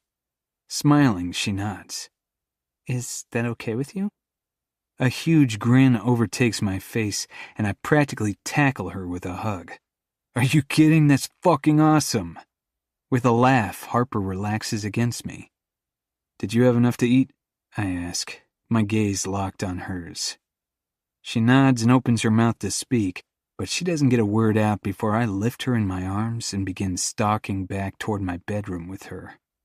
Last week, I asked our team doctor to give me a test for sexually transmitted diseases. At first, he looked confused, and then he asked what symptoms I was experiencing. I assured him there were none, that I was in a monogamous relationship, and wanted to assure my girl I was clean so we could ditch the condoms, if she wanted that too, since she's on birth control. Yesterday, the test results finally landed in my email confirming that I'm good to go. I hope Harper's ready for that step like I am. I want her to know I'm serious about us and our future. I wouldn't do that for just any girl. It's crazy, because I've only known her for a short time, but she's the first girl I can really see myself settling down with. Maybe that should scare me, but it doesn't. Not in the slightest. I set her on her feet at the end of my bed. The air between us crackles with sexual attraction, but it's more than that. I need her, but it's not just a physical need. I've lied to myself for so long. I have emotional needs too. And Harper is satisfying all of them in ways I never imagined I'd want. Get naked, baby. Harper shimmies out of her underwear and pulls the oversized t-shirt off over her head. She's gorgeous. She's got the body of a woman, not a gym rat. She's soft and curvy, and I love it. I'm hard and straining for her already. Get a condom, she whispers, climbing onto my back, flashing me the hottest view ever as she crawls up toward the pillows. I drop my pants and join her, placing one knee on the mattress. I got tested. The results are in my email. I was going to show you. God, shut up, Jordy. I'm rambling, and it's the least romantic sentence ever. But Harper only smiles. I trust you. Her words pierce straight through me. Then she reaches out and rubs my erection through my briefs, kneading and squeezing. I manage a shaky inhale as desire slices through me. When I tug my shirt off over my head, her gaze moves lower, tracing my abdomen again and the wicked-looking bruises over my ribs. She reaches out with one fingertip, lightly touching the welt. Be careful with me, I murmur, suddenly feeling way the fuck out of my element. I'll always be careful with you, she says solemnly. My heart goes splat. God, this girl. I lie back and Harper climbs on top of me, perched above me like a goddess. I touch her breasts and run my hands along her sides. When she joins us, I let out a slow hiss at how tight and hot she feels with nothing between us. Pleasure rockets through me. Oh, shit. I groan. It's way too much. Like bringing a bazooka to a fist fight. I need to stop her. But, of course, I can't. Jordy, she moans, touching her breasts. She moves slowly, grinding her delicious body on top of mine in a way that makes her shiver in my arms. I love that, I manage to say, my voice uncharacteristically soft. Fuck, it feels incredible. Good, because I could do this all night. Her lips tilt into a satisfied smile. My hands settle on her hips and I use the leverage to fuck her deeper. With a needy sound, Harper quickens her pace. That's it, I groan, loving watching her. Ride me, baby. One more little gasp and Harper falls onto my chest, her body gripping mine in wave after wave of pleasure. Her promise of doing this all night is broken, but I don't care. She feels so good. I've never felt this much. Been this raw. I follow her over the edge, my climax an explosion. She collapses onto me, and I hold her close, my heartbeat erratic. That was incredible, she says, breathing hard before she climbs off me. Be right back. She heads into the adjoining master bath. After a moment I hear the toilet flush and the water running, and then Harper is standing, gloriously naked in the doorway, giving me a shy smile. The way she looks at me, damn. I know I sound sappy as shit, but it makes my breath catch. I never expected to feel this much for her, but I do. I really fucking do. And now that I know what this feeling is, not that I'm ready to say the words out loud, there's no way I'm going to let her go. I let out a shaky laugh. Get over here. She moves toward me, and my heart squeezes in my chest. And when she climbs into bed beside me, everything is right in the world. Chapter 18. Game Over. Jordy. When your team captain hits a major career milestone, the team leadership makes a really big deal about it. Tonight, there's a dinner party to honor Grant, who will play his 1,000th game tomorrow night to a sold-out arena. Thankfully, Harper agreed to be my date, so I'm not alone here like I normally am at team events. All the guys chipped in, and we bought Grant a surprise golfing trip to Scotland, our way of saying congrats and thanks for being a great captain. He's 34 now, and I can't help but wonder how many more years of hockey he has in him, especially now that he has a kid and another on the way. I know he hates leaving Hunter and Anna. I would too if I had someone to come home to every night. But I'd like to think Harper and I are moving in the right direction. I know she resisted jumping into a relationship with me, and I know she has her reasons why, and they're totally valid. But our chemistry is impossible to ignore, and I'd like to think it's less that I've worn her down, and more that she's realized how well we work together. The restaurant is a fancy steakhouse downtown with a large private room in the back reserved just for us. Dozens of players and their plus ones are mingling, standing around in small groups, chatting before dinner is served. Later, we'll have speeches and a slideshow of Grant's career highlights. But right now, there are gin and tonics to drink. And I even remembered to order Harper's with a little slice of cucumber, just like she did the first night we met. As gorgeous as Harper looked that first night we met in that frosty blue dress, tonight she's on a whole other level. Dressed in a form-fitting red cocktail dress that shows off all her curves.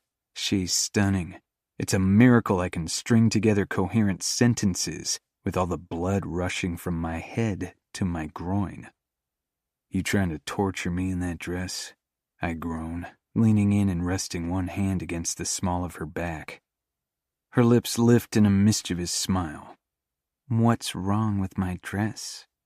I give her a stern look, playfully raising one eyebrow. Other than the fact that it's making my pants too tight, not a damn thing. Memories of that night in my truck, and then later in her bed, replay on a constant loop in my brain, making concentrating on anything else but Harper nearly impossible. Jordy, she says, chiding me as she swats my shoulder with one manicured hand. My dad is right over there. It's true, he is. I glance over to where Coach Allen is standing with Coach Dodd and Coach Bryant. Harper's dad looks up just then, as if someone called his name, and he smiles when he sees Harper and me together. I give him a little wave, and Harper does the same. I should probably go thank your dad at some point for giving me your number and making all my dreams come true. She chuckles and rolls her eyes. Quit being cheesy. Maybe it's the fact that my team is doing well this season, or maybe it's that we're here to celebrate one of the best men I know. But damn, I'm happier than I've been in a long time. Maybe in my whole adult life. Hell, even as I have those thoughts, I know they're excuses. I'm happy because of the gorgeous woman standing beside me. I know that was a bad line, but I'm happy. Like, really happy. She softens, her gaze meeting mine, and I feel the familiar crackle of electricity buzzing between us. I am too. She's agreed to sleep over at my place tonight, and to say I'm looking forward to later would be a massive understatement. Over the past month, I've learned so much about Harper. She likes her coffee with lots of cream and just a dash of sugar. She likes olives, green the most, but black too. She believes in love, even if she resisted the idea that she could find it with me. She's a daddy's girl, although she probably wouldn't admit it. Babies scare her, but she still regularly volunteers to babysit for her sister. Every new detail I discover about Harper only makes me want to know more. I know she wants to be a writer more than anything, and that part of her is afraid to fail. I know she'll succeed, though. She's smart and fierce, and she'll accomplish whatever she sets her mind to. Of that, I have little doubt. I touch her cheek and turn her face toward mine to steal a chaste kiss. I'm going to go say hi to Elise, Harper says. I nod, not at all surprised she knows Elise. She's our goalie's younger sister and is engaged to Justin Brady, our starting center. Tell her I said hello. Harper nods. Will do. I wander over to join a few of the guys who are predictably hanging out near the appetizers. Hey, Jordy, Teddy says, smiling when he sees me. When's the next book club meeting? I chuckle. You actually want to meet again? You realize I won't be paying you. He grins. Hell yeah, I want to meet again. I tried a few of those moves from the book with Sarah, and it was fucking hot. You know I only did that to impress Harper, right? He shrugs. I know, but I figured it was worth asking. I chuckle and watch Harper chat with the hockey wives across the room. My gaze makes a lazy sweep of her curves, landing on her flawless face. Fuck, I'm a lucky bastard. Morgan wanders over to where we're standing and raises his pint glass in my direction. An unexpected knot tightens in my stomach. Well, Jordy, you actually did it, he says with a grin. You got her to fall for you. The strange urge to hit something flares up inside me. I never should have made that stupid bet. I didn't even know Harper then, and the juvenile need to impress the guys took precedence. Fuck, I was stupid. Keep your money. The bet was a stupid idea. My throat tightens as I choke out the words. I don't want it. Morgan laughs and shakes his head. No way. I've got 10 Benjamins right here for you. He fishes a wad of cash out of his pocket and tries to hand it to me. $1,000 that I don't want or need. I curl my fist tighter around my drink, glaring at him. I don't want your money. Drop it, dude, Teddy says, giving him a stern look, but Morgan just laughs. A bet's a bet. Jordy got Coach's icy daughter to fall for him. He won fair and square. We realize a second too late that Harper has made her way over to join us. When I meet her eyes, all I can see is her pain and humiliation reflected back at me. It's like taking a puck to the chest. All the air leaves my lungs at once and I feel breathless. Harper, I say, but she raises one trembling hand before I can continue. A bet? Her voice is unsteady and filled with hurt. A jolt of pain zings through me and I stagger half a step back like I've been slapped. That's all this was to you? Getting me to date you was because of a bet with the guys? I open my mouth to respond, but Harper's already fleeing, with tears brimming in her eyes. She's turned and stumbles away. I want to yell. I want to scream and kick and punch. Instead, I stand here feeling miserable, while my friends watch with looks of pity. Every muscle in my body clenches and a heavy weight settles in the pit of my stomach. Anger and disappointment rage inside me. It's not just anger. No, it's rejection. Burning and stinging and so all-consuming it almost knocks me over. I've waited my whole life to meet a girl like Harper, a woman who would make me want to settle down and commit, to be a better man. And now I have. Harper. With a shuddering inhale, I press the heels of my palms against my eyes, staving off the tears that threaten. God, what have I done? Chapter 19. Nothing breaks like a heart. Harper. My heart is pounding so hard I can feel my pulse in every inch of my body, and my stomach is tied up in knots. I can't believe this is happening. My throat's caving in, and I can barely breathe. The only complete thought I can form is, how the hell do I get out of here? It's like time has slowed to an absolute standstill, and everything else falls away, except for the one small piece of reality I just can't quite process right now. Jordy is a liar. This whole thing, us, was a lie, a complete sham, a freaking bet with his asshole teammates. How could I have been so stupid? Searching frantically for an escape route, I can't stop the panic that threatens to take hold of me. Were there always so many people here? Why does this room suddenly feel so goddamn small? I squeeze past a couple of guys who are too busy laughing to notice the tear-stained mess having a panic attack beside them. Figures, they're hockey players. What did I expect? Why was I so stupid? My gaze finally lands on the door and I barrel toward it, ignoring the smiling faces around me and Jordy's booming voice calling my name behind me. Once I make it out of the room, I weave through the crowded restaurant to the exit. Did they have to pick a noisy steakhouse on a Saturday night? I force a weak smile at the bubbly hostess who looks surprised and slightly horrified at the sight of me.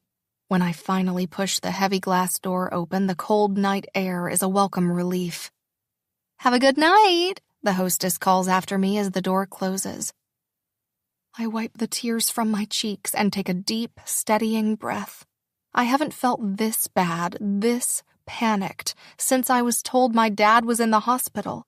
And even that was different, because this is like a sucker punch to the gut, and a piano falling out of the sky, and I'm the clueless little cartoon character who should have seen it coming. I'm fishing in my purse for my car keys when the door behind me bursts open, and Jordy's deep, strained voice cuts through the quiet. "Harper, wait," he says, begging me. "Please, let me explain." Turning quickly, I face him, and it's like the piano's dropping on me all over again. How is it that he's allowed to look so devastated right now? I'm the one who's been hurt. I'm the one who looks like an idiot. I'm the one his teammates are probably laughing about right now. Jordy doesn't get to be upset right now. It's not fair. But he is upset. His eyes are filled with emotion, and his mouth is drawn into a line. Even his hair is a mess, like he raked his fingers through it in frustration. It doesn't take long for my hurt to boil over into anger. "Well, is it true?" I ask sharply, staring at him expectantly. "Harper, please, it's not what you think." He reaches for my hand, but I recoil, taking a step back and crossing my arms. "What is it then? Because I think you made a bet with your buddies. That's all this was to you. All I was to you, a game." "It wasn't a game to me, and you sure as fuck were never a game. Yes, it might have started out that way, but then—" I cut him off with a startled cry as fresh hot tears spill down my cheeks. "And then what? You upped the ante? $200 if you got me to go out with you? $500 if you got in my pants?" God, this is all so high school, so immature and ridiculous. But it hurts all the same because I thought what we had was real. Stupid me. "No, it was never like that. I'm so sorry. Please, just—" "I can't do this right now." There's no way I'm wasting any more time or tears on this asshole. As soon as my fingers land on my keys, I storm to the car, leaving Jordy standing on the curb, his face in his hands, one of his teammates appearing by his side. I drive home in silence. No radio, and no more tears. I've already begun my mantra for self-healing. It was never going to work out anyway. You're too good for him. I try to tell myself it's better this way and that I was right about him all along. I can learn from this situation and do better in the future with who I decide to let in. But nothing I tell myself will untie the knot that keeps growing in my stomach or stop my heart from rising higher into my throat. It's practically choking me, and I'm gasping for air. When I get to my apartment, I can't help but feel silly when I see my reflection in the window. These heels, this red dress. I was playing right into Jordy's game.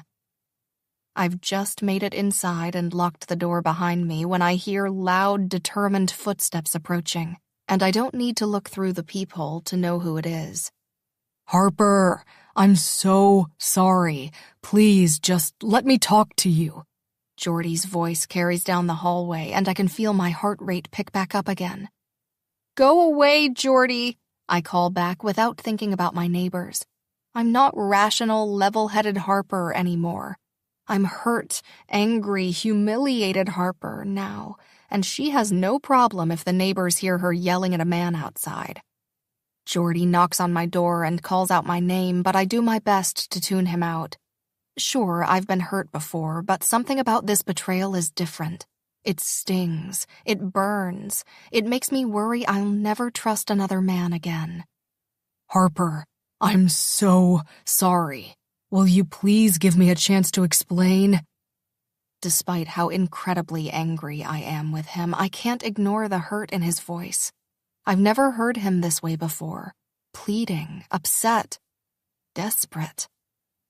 I walk back to the door, wrapping my arms around myself, and take a deep breath. I don't know what's left to explain, I say, just loud enough for him to hear me on the other side of the 2 inches of wood between us. Okay, fine. Yes, this relationship started out as a bet, he says. I wince, closing my eyes. Got that much? Thanks. But from the moment I first got to know you, it stopped being about that. What was it about then? You. Us, he says in almost a whisper. I swallow another wave of hot emotion as my stomach squeezes. Being with you has changed me, Harper. I scoff, shaking my head. Yeah, it changed you into a liar who doesn't seem to have a problem with using people to impress his bros. I fucked up. You're right. I never should have accepted the bet to begin with. I didn't know anything about you when I made it. I didn't even know you were the coach's daughter. It was stupid and reckless, but I did it anyway, and there's nothing I can do to change that. I don't respond. How the hell does he think I'm supposed to react to that? Are you still there? He asks softly, his voice filled with worry. This is pointless, Jordy, I sigh. It's over, okay? You had your fun, and you've got your money. Now you just need to leave me alone. I don't think I can do that. That's not your decision anymore. Go home, Jordy. The words taste bitter coming out of my mouth, but Jordy must sense their finality. Because when I put my hand on the doorknob and carefully pull it open, ready to find him standing there, for him to sweep me up in his arms and make everything okay, he's gone. Chapter 20. Down and Out. Jordy. The next few days pass by in a painful blur. I've barely moved, rotating only between my couch and my bed. I haven't shaved or showered, and the smell coming from my t-shirt is proof of that. I've only gotten up to use the bathroom or to answer the door for the takeout food I've been living on for the past 3 days. I look like shit, but I feel even worse. Shifting on the couch, I grab my phone. I have a couple of missed calls from Grant and Owen, and an unread text message from my sister. But no response to the dozens of text messages and phone calls I've made to Harper. The evening after Grant's party, I went to the coffee shop where she has her book club meetings, but she wasn't there. On Wednesday, I went to the animal shelter, only to find out she wasn't volunteering. They said it was the first time she'd ever called in sick in 2 years. After I realized that she was breaking up with me, that I'd missed my shot with her, I headed home and holed up here like the loser I am. Empty takeout containers and bottles of beer litter the coffee table in front of me, and I roll over on the couch, tugging one of the pillows over my head. I have practice tomorrow, which means I'm going to be forced to leave my apartment. I consider showering, consider cleaning up the disgusting mess of my apartment, but I don't do either. I just shuffle back to my bedroom and collapse onto the mattress. I've never been in a real relationship, never let myself grow close enough with a woman to get my heart broken like this. But damn, now that I have, now that I've experienced something deep and meaningful with Harper, shit, this is painful. My heart throbs once in my chest as if to remind me it's still there, and I rub at the tender spot. Even though I'm exhausted mentally and physically, I know sleep won't come easily tonight. How do I know that? Because I've barely slept a few hours over the past few nights combined. I need to fix this. But how? Because fuck, I really messed up.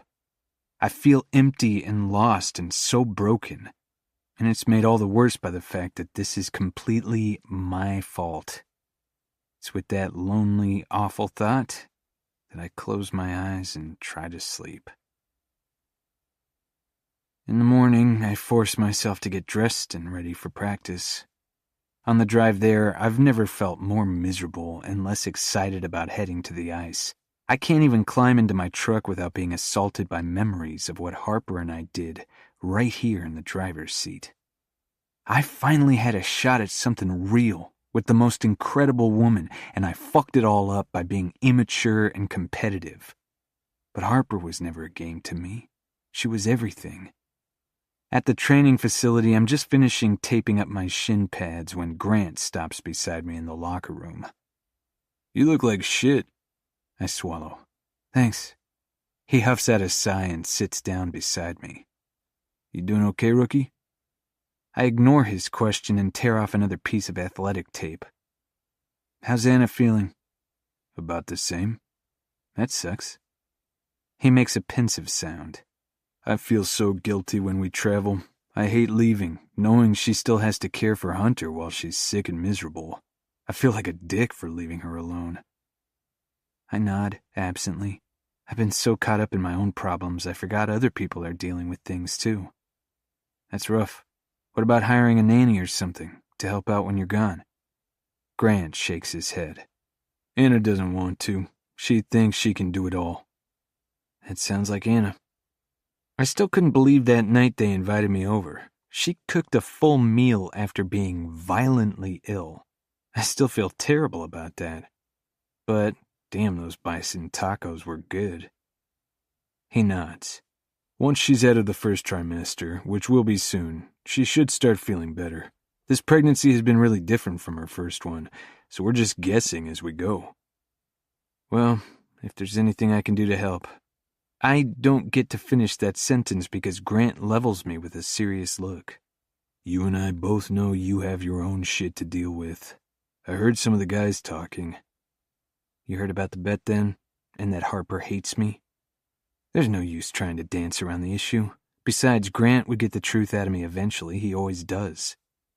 He grabs his mouthguard and stands, meeting my eyes with a stern expression. "Yeah, I heard. Are you doing all right?" "Honestly, no." He puts one hand on my shoulder and gives me a fatherly look of disappointment. His opinion means more to me than anyone's, and I suddenly feel even worse. Disappointing Grant is the last thing I want to do. The dark look in his eyes is too much, and I glance away as unease swims inside me. But when Grant speaks again, his voice is calm, clear. "You made a mistake, but maybe there's still a way you can make it right." With a sigh, I rise to my feet. "Yeah, I doubt that." When we take the ice, I try to clear my head and focus, but it's hard. And the way Harper's dad looks at me with disgust makes me feel even worse. He shows no mercy, making me sprint across the ice every chance he gets until I'm puking in a trash can beside the ice. And the thing is, I totally deserve it. The next day, I'm on a plane to Boston to play a series of games in the Atlantic Division. I'm hoping it's just the distraction I need. Growing up, when things got tough, hockey was always there for me. I need tonight to be that way again, because I don't know how much longer I can handle feeling this way. I managed to score a goal on the ice tonight, and after the game, the first person I want to tell is Harper. My phone chimes with a text and I scramble for it, hoping it's her. But it's Tiffany instead. "Congratulations, little brother. I'm proud of you." My heart sinks. She wouldn't be proud of me if she knew what I did. That I drove Harper away by placing that stupid bet, by making her think this was all some game to me, when in truth it wasn't, not at all. I got the date I wanted. Shit, the date I practically begged her for, and I had sex with her, and it was so much better than I ever even imagined. But the crazy thing is, all I want in the world is the chance to see Harper smile at me again, to hear her laugh at something I say, or roll her eyes when I make a stupid comment. For as many confusing thoughts that are ricocheting around in my head, one thought is the loudest. I wish my dad were here. I could really use his advice right now. Even though he'd probably scowl at me, he'd also help me figure out what the fuck I can do to make this right. Feeling lost, I swallow. With a deep exhale, I realize there is someone else I could talk to. Harper's dad. Plus, I obviously owe him a huge apology for hurting his daughter. Before I can chicken out, I grab my phone and dial his number. "Coach Allen?" I say when he answers. "It's Jordan Prescott." "Yeah, what do you need?" I hesitate, scrubbing one hand over the stubble on my jaw. "Can we talk?" There's a long pause, and then he releases a slow breath. "Of course we can, kid." Chapter 21. Playing the Game. Harper. My dad knows I don't want to go on this trip, but he also knows that once I commit to something, I see it through. Plus, I'm not particularly in the place financially to be turning down paid writing assignments. Dad really went out on a limb to get me a coveted assignment on the team's longest road trip this season. 6 cities, 12 days, nearly 2 weeks of having to endure seeing the man who broke my heart. I finish packing my bag and order an Uber. The plane takes off in an hour from a private airstrip at the airport. Since I'm not sure what to expect, I've packed a variety of options: jeans and sweatshirts, a black suit in case I feel like looking businesslike, and a cocktail dress and tights in case we go to dinner somewhere fancy. Then I grab my gray wool coat and give my apartment one last look. "See you in 12 days, I mutter. I hope. Unless having to be constantly surrounded by Jordy and his teammates kills me. When I reach the airport, the driver is as unfamiliar with where I'm supposed to be as I am, and so it takes us a few minutes of circling the airstrip to find the right hangar. The car parks in the small lot, and I climb out, grabbing my rolling suitcase from the trunk before he can get out to assist me.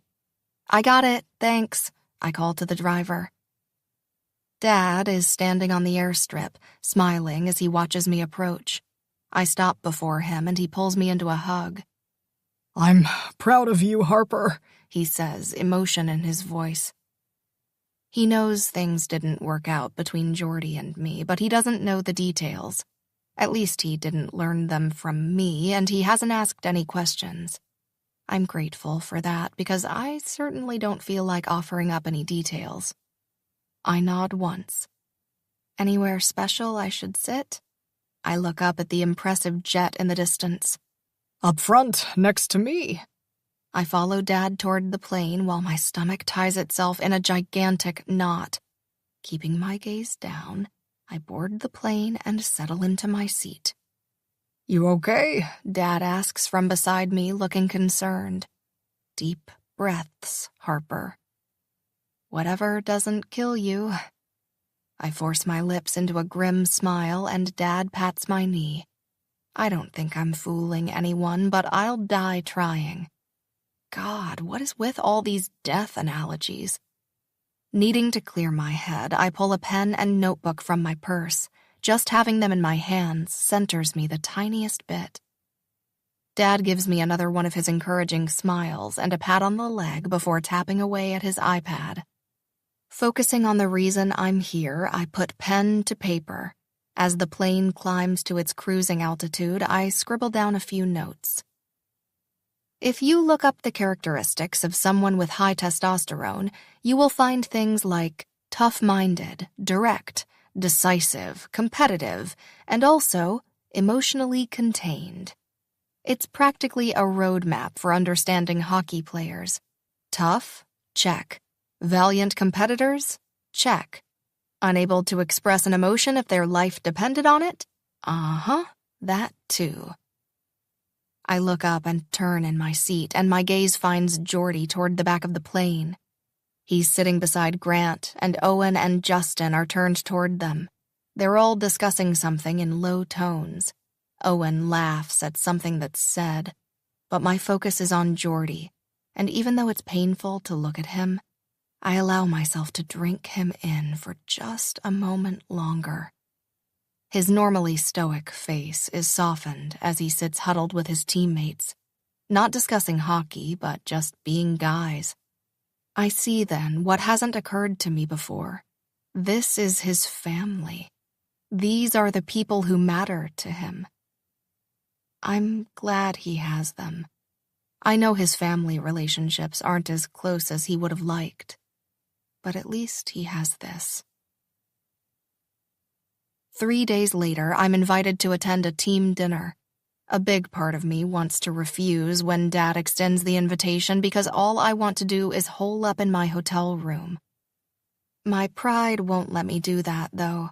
I can't let Jordy think he's broken me and that I'm crying into my pillow every night. And that's why I now find myself at a Middle Eastern restaurant in Detroit, surrounded by the entire team and coaching staff. The food is fragrant and incredible, but I barely manage a few bites of hummus and chicken shawarma. Dad nudges me under the table. Maybe you should talk to him. I don't bother to ask who he's referring to. I also don't dare look in the direction of where Jordy's seated, at the far end of the table. Whenever we've been in the same location, he's always stayed as far away from me as possible. Whether that's due to my perpetual resting bitch face or his own guilt, I'm not sure. There's nothing to say, I mutter under my breath. No, you sure about that? Dad gives me a look, a stern, fatherly look, and I focus my attention on my plate. Jordy's played like shit in the games against Columbus and Chicago. I'm sure Dad only wants to make sure his star rookie can get his head back in the game. But I'm not going to forgive Jordy just so he can start playing better hockey. Fuck that. When dinner is over, I'm standing beside Dad while he signs for the check. Most of the players have already filtered out of the restaurant. Jordy approaches and stops beside me, and the familiar scent of his cologne makes my heart throb, and flashes of our time together slam through me. I'll be outside, Dad says, stepping away to give us a moment. With a steadying breath, I turn to face Jordy. He's beautiful, staggeringly so, and he looks visibly haunted. Dark circles under his eyes, mouth turned down in a frown. He shoves his hands in his pockets like he's doing it to avoid reaching out and touching me. Good thing, too, because I could never handle the feel of his calloused fingers on my skin. I'm barely holding it together as it is. I've wanted to talk to you. How are you? He says, his deep voice washing over me. I've been okay, I say softly, and it's sort of the truth. I've gotten out of bed every day. I've forced a few bites of food into my mouth at every meal. I've smiled when I was supposed to, so Dad won't worry. But I have no idea when this is supposed to stop hurting so much. Jordy clears his throat. That's good to hear. Did you need something? I should really get back to the hotel. I tip my head toward where my dad is standing near the hostess station. I have something I need to say. Something I want to tell you. Okay. My voice is shaky. Breathe, Harper. You know what my sister said when I told her about you? Told her there was a woman I was excited about. I shift, steeling myself. I'm still far too raw to be standing here in the middle of a busy restaurant having a conversation with this man. My nerves are so frazzled I've barely been able to eat or sleep, and now he wants to casually rehash our entire relationship? Right now? Fuck, this is painful. What? I managed to say past the lump in my throat. She was scared I was going to mess it up and get hurt. It's what I do. It's not what I expected him to say. Why would she say that? He looks down, like he doesn't want to say the words on the tip of his tongue. Jordy? I say softly, prompting him. He meets my gaze again, and the breath is sucked from my lungs. His eyes are a brutal shade of blue, and they see everything. Everything. Right down to the very core of me. It's unnerving, and I feel a little unsteady on my feet. She was sure it'd all fall apart because I'd chosen a woman who was emotionally unavailable, just like our mother. My ragged heart breaks just a little bit more. That's not true, is it? Geordie. He licks his lips, his fists shoving deeper inside his pockets. She was wrong about that, for the record. But she was right about me. This never could have worked. I was always going to fuck it up, and now I have. And for that, I'm truly sorry. All I ever wanted was for you to be happy and to be the man who enhanced your happiness. I nod once, unshed tears stinging my eyes. For a month, Geordie and I enjoyed a steady diet of sex and late-night talks, and we grew close as a result, closer than I ever thought possible. And now my heart is shattered.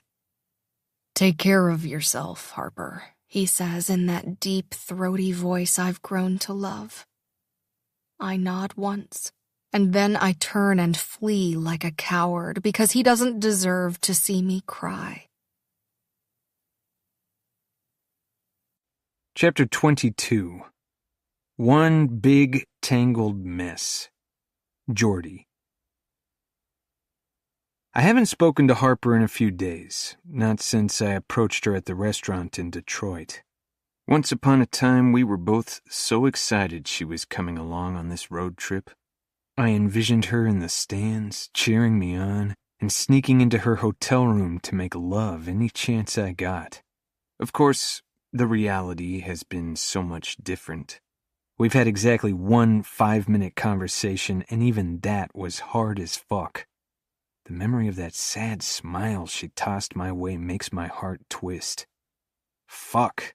Get a grip. Maybe this whole thing between us was doomed from the start. Meant to fall apart since it all began based on a lie.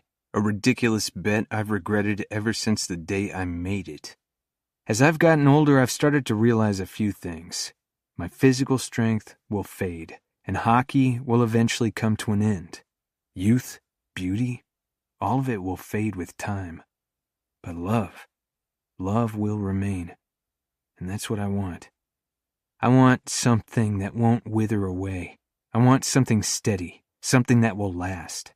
I want someone to choose me, and not just because of what I can do with a stick and a puck. I want unconditional love. And so far it's eluded me.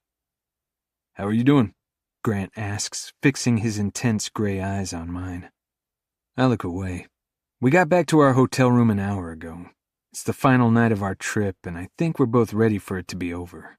Him, for very different reasons than mine. He has someone he's desperate to get back to. Me, not so much. The only thing waiting for me in Seattle is an empty apartment. "Fine. And you?" He scoffs. "The truth, Geordie. How are you?"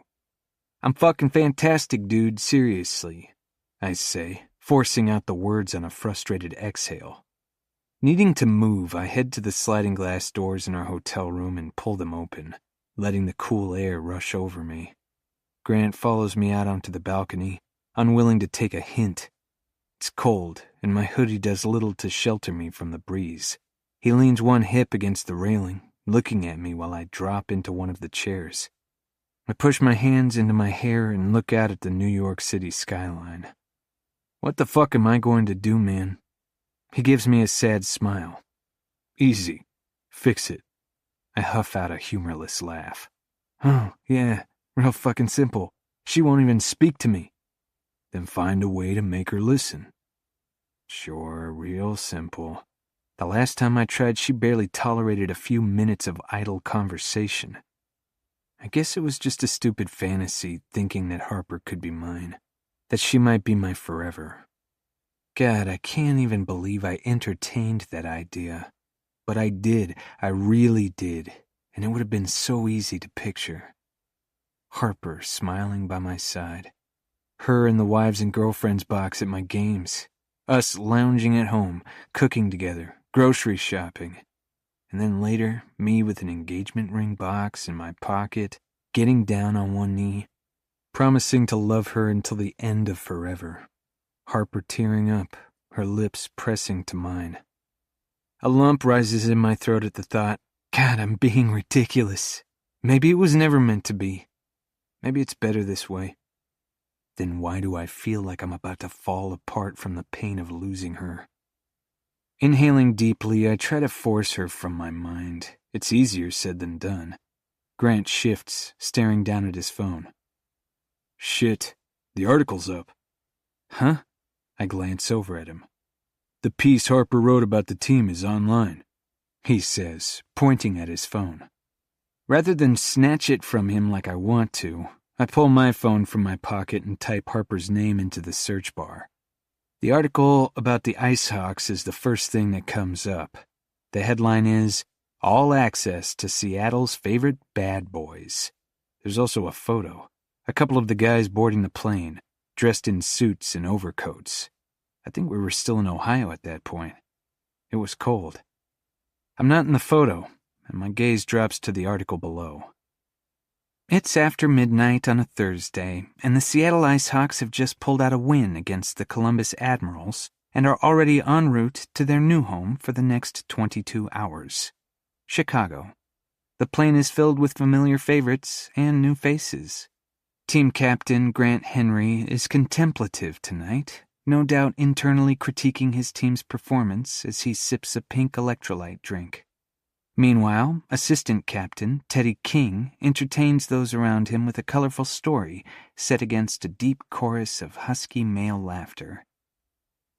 I remember that night. I remember boarding the plane, searching for an open seat as far away from Harper as possible. Even the scent of her shampoo set me off, squeezing something painful inside my chest. I scan the words on the page, searching for my name. I'm not sure I'm going to find it, and then there it is. Newcomer Jordan Prescott, known to those closest to him as Jordy, sits quietly by himself in one of the back rows, pretending to be asleep. I smirk. How the hell did she know I was pretending? I read on, practically holding my breath for what I might find. There's a riveting recap of the hard-fought game we played in Detroit and lost. In Detroit, star center Justin Brady is on fire. He lays everything on the line, game after game. It's inspiring, and quite frankly exhausting to watch. He finds the back of the net twice, but it's still not enough to secure a victory. They have their work cut out for them, but if there's one thing these guys understand, it's hard work. Then she writes a few paragraphs about him scoring his 100th career goal in the days following game. I spot Grant's name again and make myself slow down and actually read the words, rather than skim over them in a mad rush to search out any mentions of me like I want to do. He plays a physical brand of hockey, turning up the intensity on the ice. Contrast that with the new father Grant is off the ice, and, well, you've got yourself an emotional story arc to go along with the sports-themed one that's practically writing itself this season. The intensity and focus that this game requires is unparalleled, and this trip in particular will test all of their endurance. Interruptions to routines, hard mattresses, and even dehydration are all concerns. Damn, this is good, Grant says, still reading on his phone beside me. I nod, my mouth dry. After taking care of business in New Jersey, the team heads to their final destination on this impressive road trip, New York. The defending champs aren't going to hand it to them, but this team came to work, and they're not afraid to get dirty. The stakes are high, and the Ice Hawks deliver, playing a physical game and dominating the first several teams they've faced off against. The heroics of starting goaltender Owen Parrish cannot be understated. He shut out the scoring opportunities in the first two games, fending off over 40 shots. But it all comes down to the final away game of this grueling road trip. I skimmed some more, searching for my name. In New Jersey, it was rookie center Jordy who slapped in the winning shot with a powerful one-timer felt all the way to the rafters. I remember that goal. Remember how I felt. That the first person I wanted to call afterward was Harper. Of course, I hadn't. There are a few more mentions of me, and every time I see my name, I jolt. I can't believe she wrote about me. And it wasn't to curse me out or let the whole world know what a piece of shit I was. To my surprise, she didn't say a bad word about me. And believe me, she could have. She could have dragged my name through the mud if she wanted to. But no, she wrote an insightful, intelligent piece, shedding light on the personality quirks of this team that the public doesn't get to see. I always knew Harper was a smart cookie, but this is beyond what even I expected from her. It's good, really fucking good. Well thought out and engrossing. It's so much more than just another sports coverage article. As soon as I finish, I read it again, and by the time I'm done, I realize Grant has gone inside. Alone, I sit there in the dark, processing everything. After a while, the cold gets to me and I head back inside the hotel room. During my shower, Grant's words ring through my head. Maybe there is a way to make this right. I've got to at least try. But with Harper not wanting to talk to me, I need to figure out a way to get her attention. Her rejection hurts more than anything. It's worse than losing a game and losing in the playoffs. But I had a coach who once told me that you learn more about yourself and what you're made of when you lose. Those words have always stuck with me because he was right. You learn as much about who you are and what you're made of from failing as you do from success. I may not win this one, but I will make damn sure Harper understands that I'm not a bad guy. That the bet was a huge mistake and one I'll never repeat. I'm down, I've had a setback, but there's no way in hell I'm going to give up and walk away. I just need to find a way to get through to her. There's a lot more game left to play, and I'm determined to win her back. My copy of the romance novel we both read sits at the bottom of my suitcase, taunting me. I don't feel like reading about love right now, but as I stare down at the book, I get an idea. If Harper won't talk to me, maybe there's another way to communicate my feelings. I grab my phone and request an Uber. 15 minutes later, I'm back in my hotel room, holding the small notebook and pen I just purchased at the store. Sitting down onto the bed, I get to work writing a book for Harper. Not a romance novel. No, I've lost that chance. What we had is no longer a romance because I set fire to it, blasted it to hell like a dumbass. But I can write out my feelings about her, my inner thoughts, and pray that it's enough for her to forgive me. Chapter 23. Book Club Confessions. Harper. I missed you, Aurora says, raising her wine glass in my direction.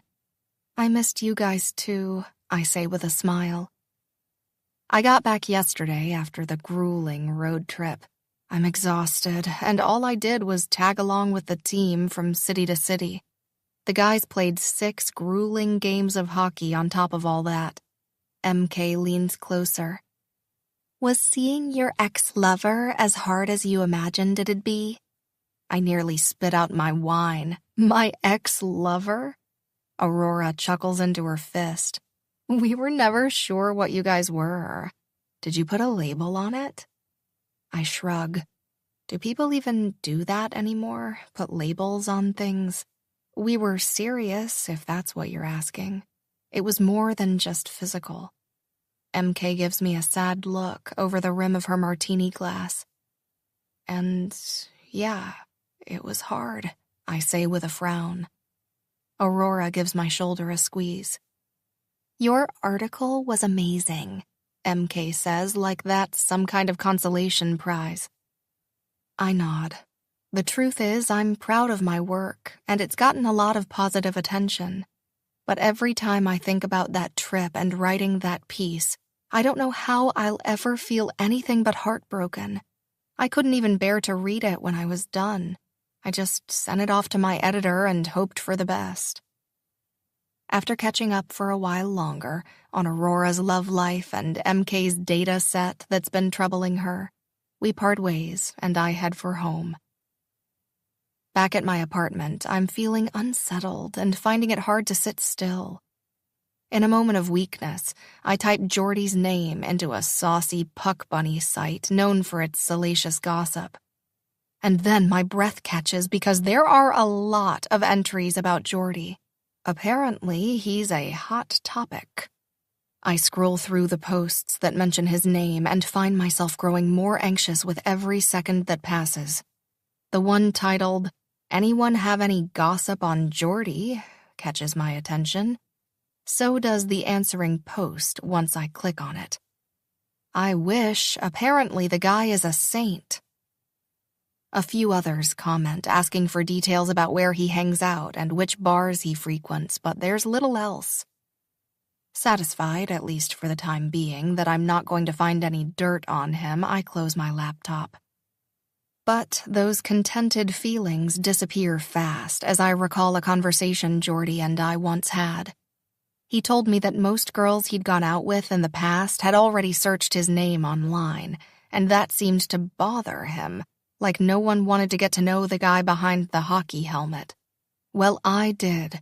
I found out all about that guy, and it had all been one big elaborate lie. Some childish bet he'd made with his teammate. God. There's a knock on my door, and I slam my laptop closed like I've been caught watching porn. Jeez, Harper. But I'm not expecting anyone, so I approach the door slowly and then peek through the peephole. There's no one there. When I open the door, I find a large manila envelope on the floor with my name on it. With butterflies in my stomach, I carry it inside and sit down on my couch before tearing the envelope open. Inside is a black spiral notebook. I flip it open to the first page and see a note from Jordy. Harper, I know how much you like to read, and while I'd never be able to write a book, would you believe it if I told you I used to keep a journal? I did, all through high school. It started as my therapist's idea, and it helped me through some of my darkest days. Since you're not currently speaking to me and it's killing me inside, I wanted to be able to tell you every confusing thing I'm feeling. So, here goes. I take a deep breath and dive in. First, I owe you a huge apology. I never meant to hurt you. The truth is, you're the best thing that's ever happened to me. Our time together meant everything to me. I know you might not realize this, but I don't just let people in. The stuff I told you was personal. I opened up and told you things that I don't tell anyone, but I did it because I feel things for you that I haven't felt for anyone else before. Seeing Jordy's handwriting on the pages is a bit surreal. It's neater than I imagined, slanting slightly to the left.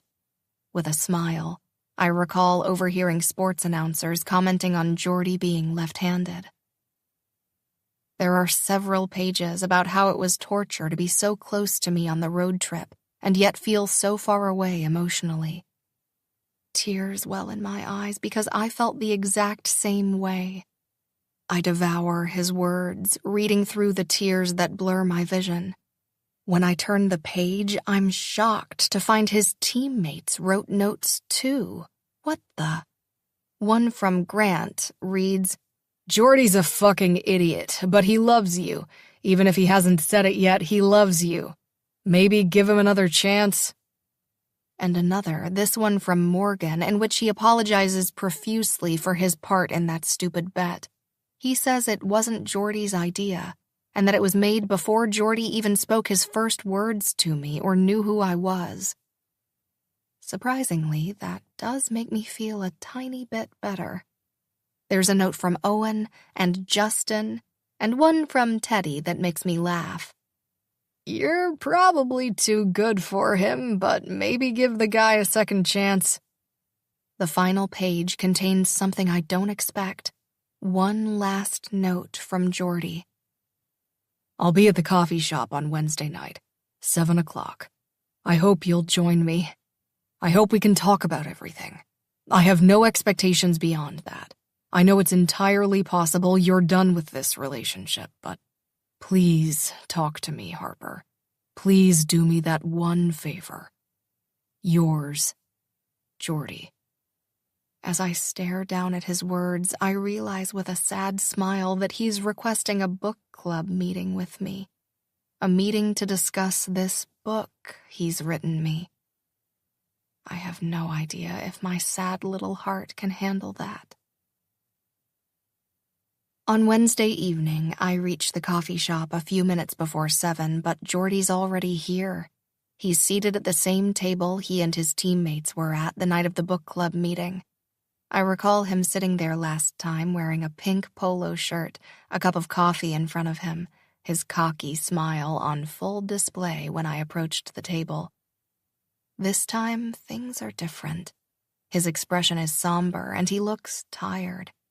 His hair is sticking up in a few different directions, like he's been running his fingers through it, and his jaw is unshaven.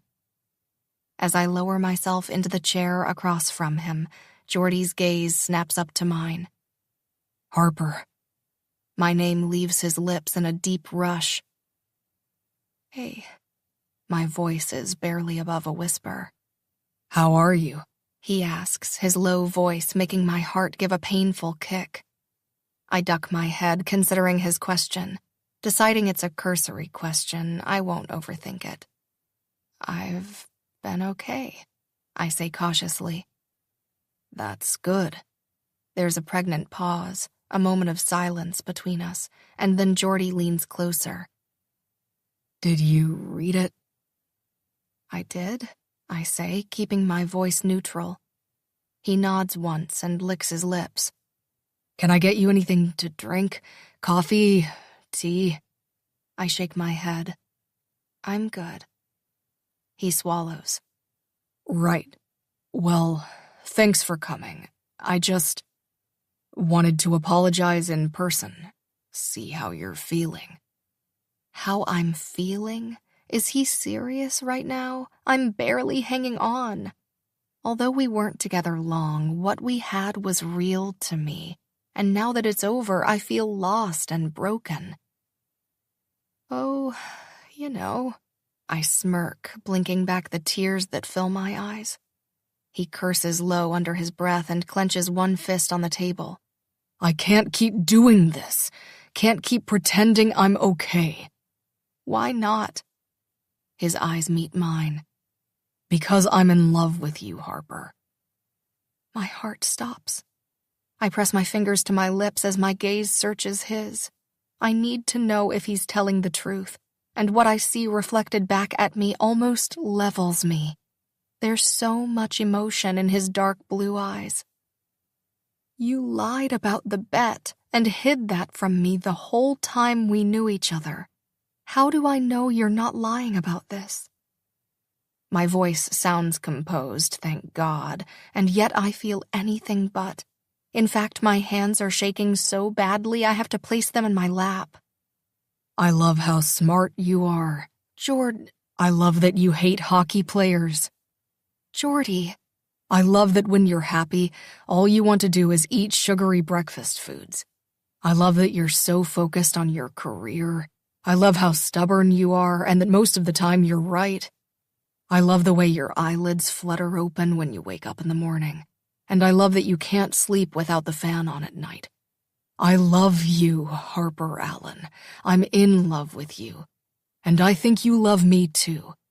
I'll be damned if I let one asshole mistake I made keep us from exploring what we have. Absolutely stunned, I look down at my hands, my mouth open. Part of me can't believe he's laying it all out on the table. I guess I expected him to be guarded or play some kind of game. But Geordie never does what I expect him to. Say something. Please, he says low, and his voice cracks. I don't know what to say. I don't know if I'll only be hurt again if I forgive you. You won't, he says quickly. I miss you, I say softly as a single tear rolls down my cheek. God, Harper. His voice is a breathless rasp. I miss you so fucking much. I give him a sad smile. Geordie reaches for my hand and curls his palm around mine. Can we go someplace private and talk? Chapter 24. And they both lived. Harper. Okay, I think that's the last of them, I call out, watching Geordie and a couple of his muscular teammates haul the last 3 cardboard boxes over the threshold of his apartment. Sorry, let me rephrase that. Our apartment. Any minute now, I feel like someone's going to pinch me and I'll find out all this is just part of my craziest, wildest, happiest dream.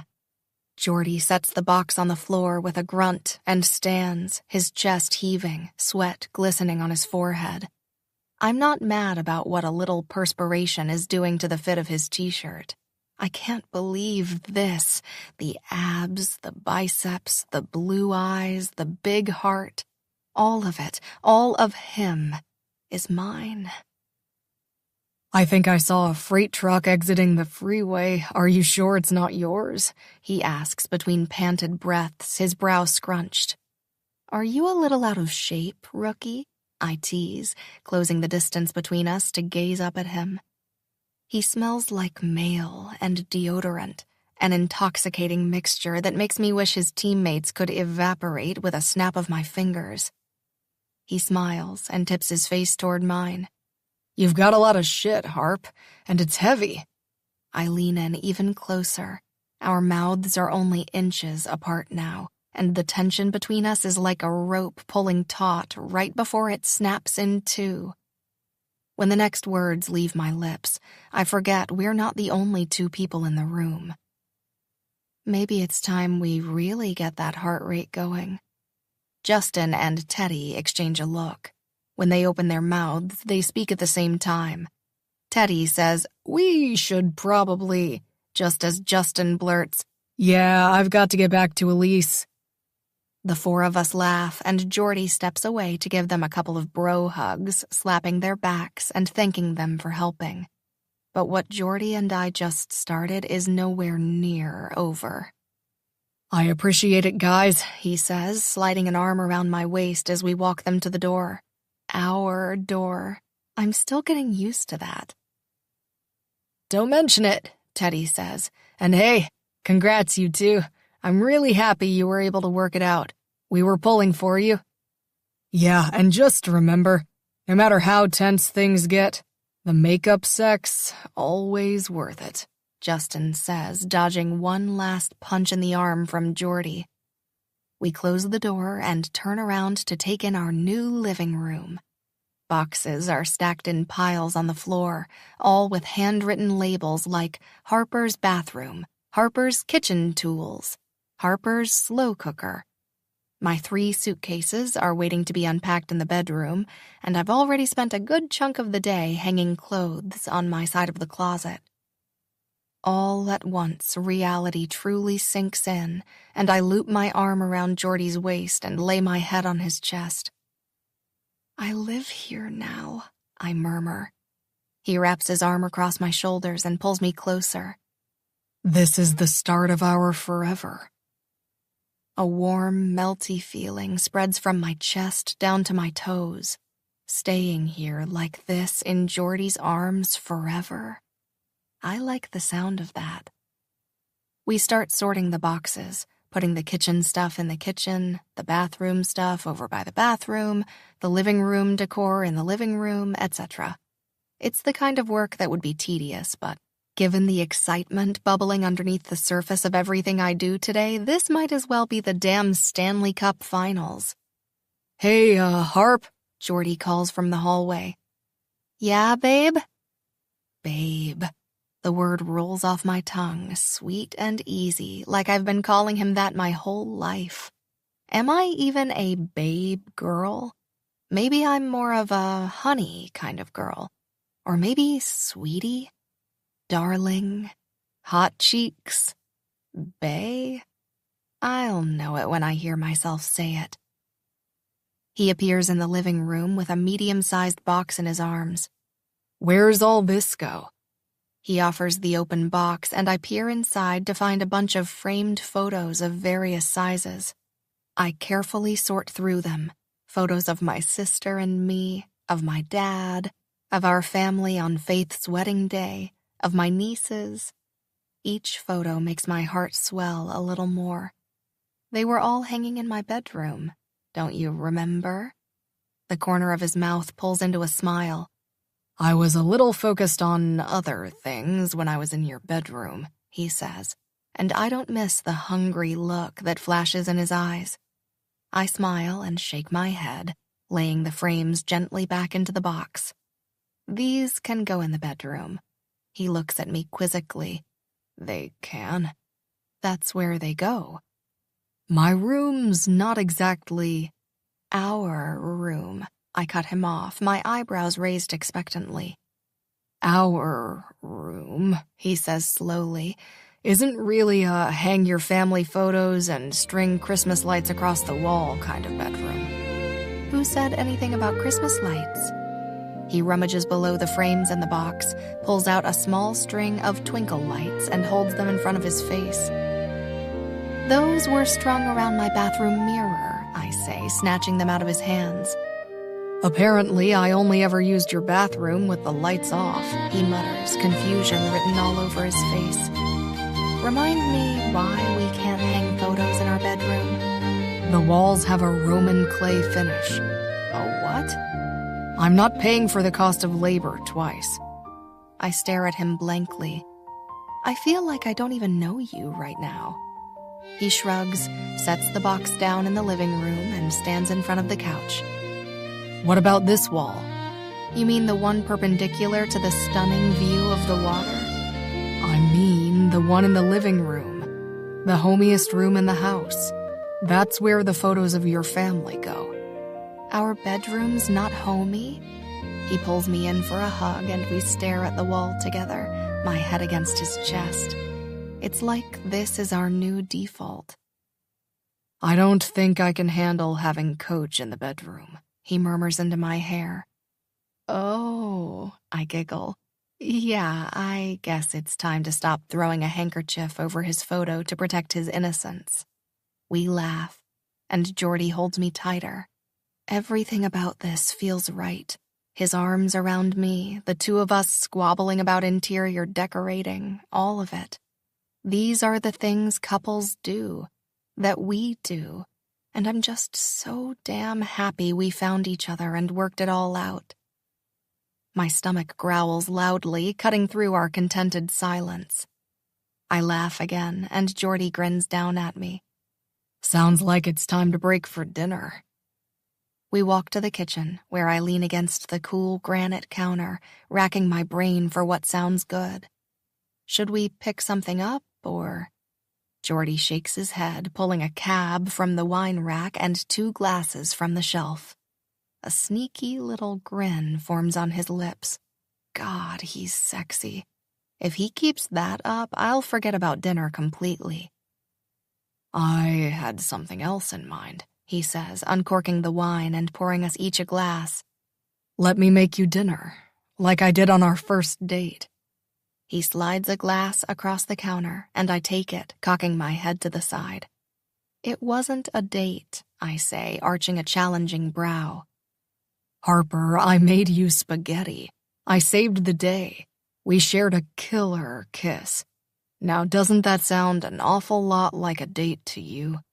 He gathers the ingredients for our meal as he talks, that same playful, sexy grin on his face. Was it always this difficult to disagree with him? I raise my eyebrows and cross my arms, but I don't respond, mostly because I can't think of anything to say. He's got a point. Jordy shrugs and continues with a sigh. I guess what I'm trying to say is that it was real for me, whatever you might have been feeling. My heart doesn't melt this time, it vaporizes. I'd be lying if I said I didn't have feelings for you then, too. I place my hand over his and he smiles. So, what do you say? Can I make you dinner? Why don't I help this time? We're on the same team now. We work together. We kiss, and his mouth tastes slightly fruity and oaky from the wine. After everything we've been through, our rocky beginning, the heartbreak, to be here with him now, ready to start this new chapter together, it's magic. Nothing else that's happened between us matters. All that matters is the fact that we're here, that we're choosing today and each other and this life. I wouldn't trade any of it. All right then, teammate. You can get started on boiling water, he says, nodding to one of the large pots hanging above the stove. Are you doubting my ability to cook as well as you? I lower the pot and begin filling it at the sink, watching the water slowly rise. A team's only as strong as its weakest link, he says when he returns from the pantry, pasta and tomatoes in hand. Oh, you are so going down, Geordie Prescott. I grab the sink sprayer and aim for his face. He dodges just in time, and most of the water lands on the floor behind him. But the look on his face suggests otherwise. It's filled with surprise. He drops the food on the counter and rounds the corner toward me, so I aim the sprayer at him again. This time, I hit my target, and within seconds, Geordie's whole front is drenched. We both laugh as he wipes the water from his eyes, his t-shirt plastered to his chest. That's it, he says, his lip curling into a smile. Into the shower, both of us. What? Before I can comprehend what's about to happen, he picks me up by my waist and throws me over his shoulder, then marches us down the hallway and into the bathroom. You were saying something earlier about getting my heart rate going, he says, flipping the light switch and setting me on the edge of the counter. That same rope of tension pulls taut between us as he centers himself between my knees, the steam from the shower already starting to rise. I think I've got a few ideas. Epilogue. Geordie. Several months later. This is insane. Is this real life? Harper stands beside me with a wide-eyed expression. It is for us, baby. Her hand finds mine and she gives it a squeeze. We spent the morning flying across the country. Seattle to Atlanta, Atlanta to St. Martin, and then a ferry from St. Martin to the island of Anguilla. Several members of the team are here, either as guests of Justin and Elise's wedding, like Harper and I are, or as members of the wedding party, like Grant, Owen, Teddy, and Asher, plus their significant others. Justin and Elise's families are due to arrive on the island tomorrow. After we disembark from the ferry, we're greeted by the sight of white sandy beaches and little pastel-colored buildings. A driver waits, ready to take us and our luggage to the property Justin and Elise have rented for the week. I take Harper's rolling suitcase from her and help the driver place all our luggage into the back of the SUV. After we ended our season by abruptly getting pushed out of the playoffs by New York, I'm in need of a little rest and relaxation. On the wedding itinerary I received via email, a spa day is planned for the girls and a poker tournament for the guys. There's a shipwreck to explore and snorkeling to be done. It's a good thing I like my teammates, otherwise this would be a lot of team bonding time. On the drive to our home for the next week, Harper alternates looking out the windows at our surroundings, which is mostly jungle, and reading something on her phone. I peek over her shoulder and see she's reading an article titled, "How to Avoid Being an Obnoxious Tourist in Anguilla." I chuckle and raise a brow at her. Why are you reading that? Harper's the least obnoxious person I've ever met, tourist or not. She's respectful and considerate. Are you kidding? I've read everything I can get my hands on about Anguilla. I may never go on a vacation this fancy ever again. I've read every blog post and every restaurant review. I know the best beaches, the unsafe areas to avoid, everything. I give her a confused look. I guess I forgot how much you like to read. She nods. Never underestimate my love of reading. I won't, baby.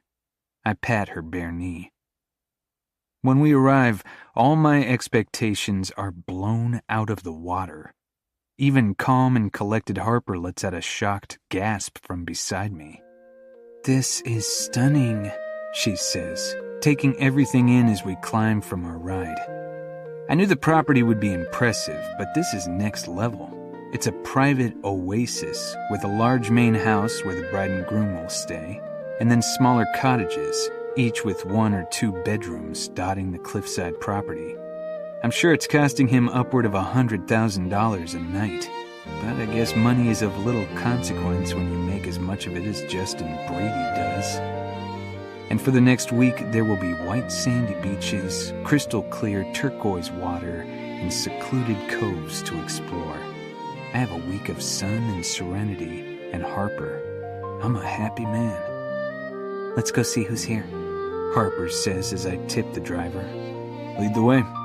I leave the bags by the huge glass front door, and we let ourselves inside. "Hello," Harper calls. I wonder if she's thinking the same thing I am, that we don't want to accidentally interrupt anything if Justin and Elise are here alone and feeling frisky before they say "I do." But then we hear male laughter coming from upstairs, and Harper and I share a relieved look. "What the fuck, Brady?" Owen's deep voice rumbles out the words, but it's followed by a bark of laughter, from Justin, I think. "Put $1 in the swear jar," Becca says, chastising her husband. When Harper and I reach the top of the stairs, we see that most of the crew is here, playing a boisterous game of ping pong, of all things. Elise rushes over to wrap Harper in a hug. Becca, carrying her son, Bishop, on one hip, does the same.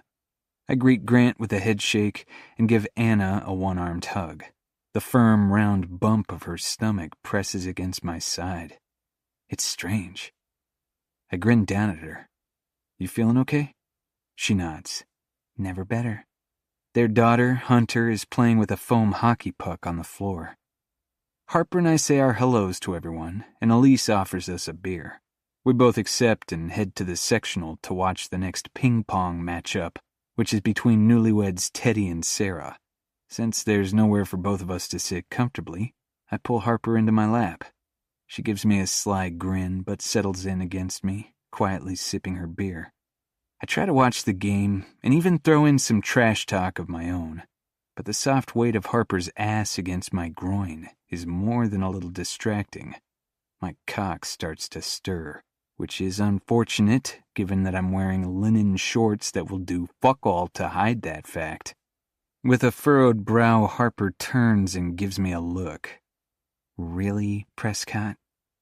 A deep rumble of laughter leaves my lips. God, this woman. I take a deep breath and try to wrangle my dick under control. It helps only marginally. "Ready to see our cottage?" I ask with a sly grin. "Sure." Harper hops up and gives my crotch a cursory glance. I shake my head. "We're gonna go explore," I say to no one in particular, rising to my feet. Elise gives Harper another hug, along with directions to our cottage, which is 3 doors over. According to Elise, it's the bungalow with the hammock on the front porch. Harper leads the way down the stone walkway, while I pull our rolling suitcases behind me. "Wow," is the first word out of her mouth when she opens the front door to the cottage, which is quaint but luxurious. Large picture windows let in plenty of light. As we make our way through the living room with its tile floors and heavy wooden furniture, I leave the suitcases where they are, noting the colorful art on the walls. Inside the bedroom, a king-sized bed is dressed in fluffy white bedding, and in the ensuite bathroom is a rain shower and a large freestanding tub. Beyond is a sun-drenched outdoor terrace with a private plunge pool. Wow is right. I wasn't expecting that.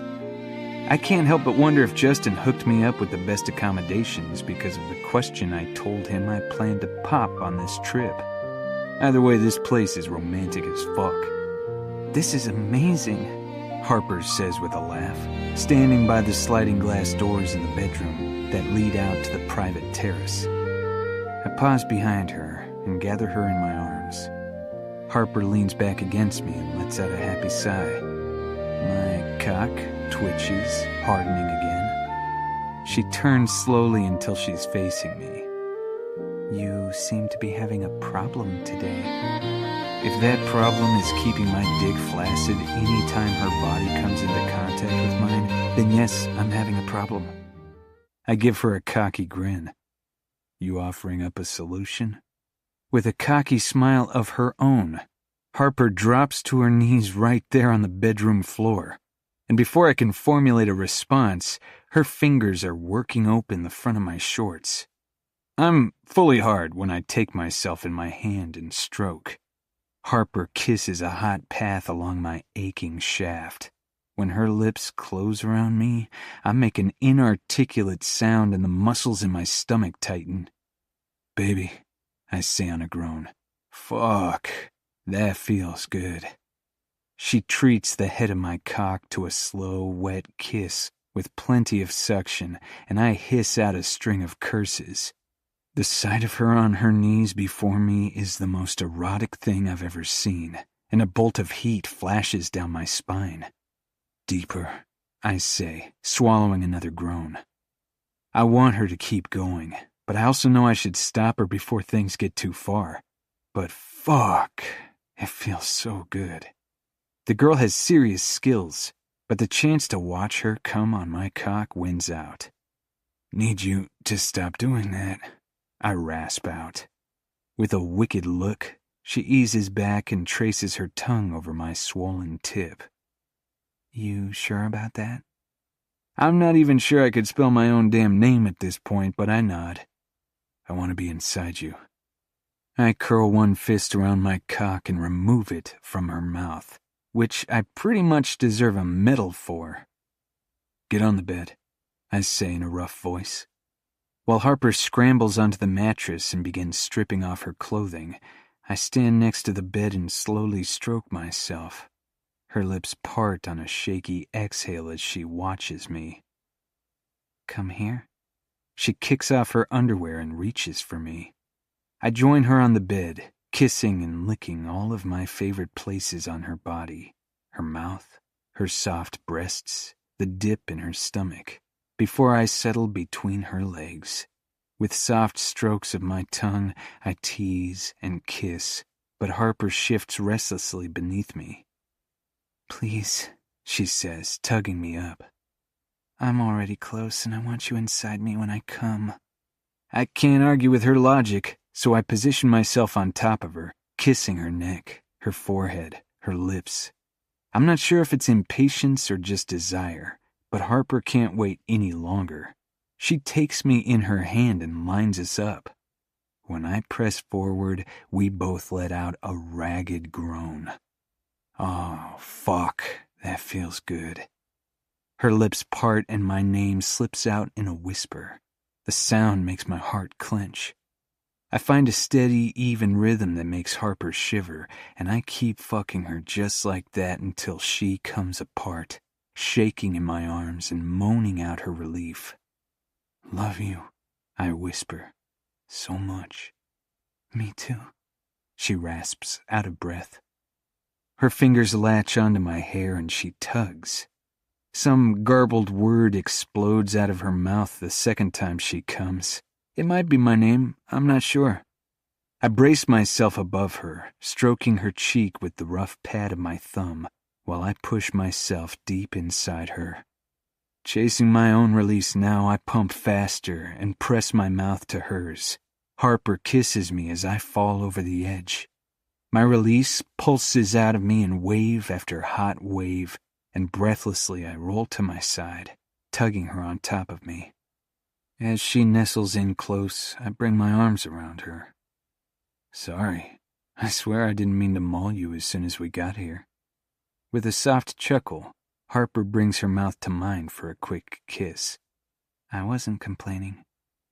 We lie there together as our heart rates slow, and just the feel of her in my arms is something I'll never take for granted again. Those weeks when I thought I'd lost her was the hardest time of my life.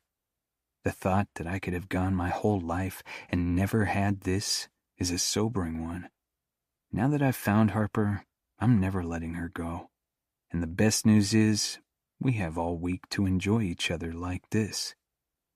The next morning, between sips of coffee and bites of toasted bagels, she tells me about a book idea that came to her while she slept last night.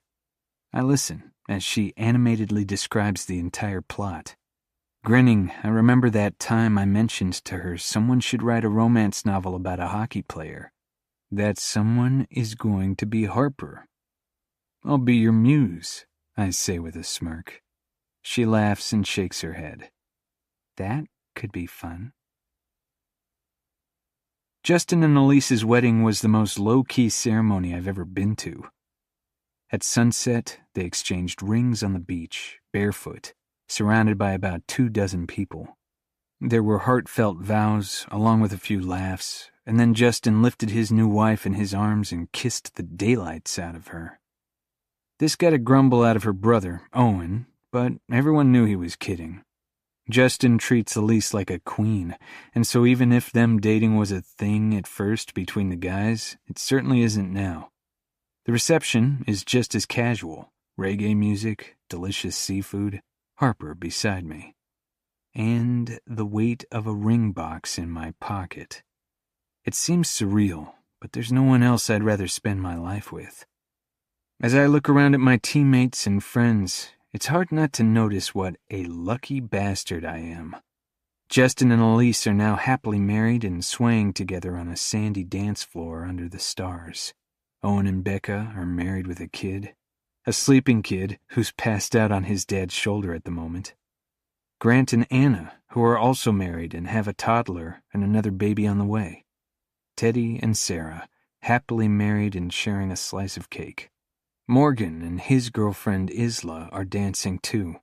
My old teammate Landon, who was traded to Vancouver a season ago, and his wife Aubrey are here, as happy and in love as I've ever seen them. And there's been talk about them adopting a baby. Asher and Bailey, who are now pregnant and engaged to be married next month. And Harper and I could be next. I take Harper's hand. Come walk with me? But it's dark. And why leave the party? She gives me a questioning look. Just walk with me. I tip my chin toward the darkened beach. Please. Fine, but you're being weird. I chuckle. Just come on. I'll make it worth your while.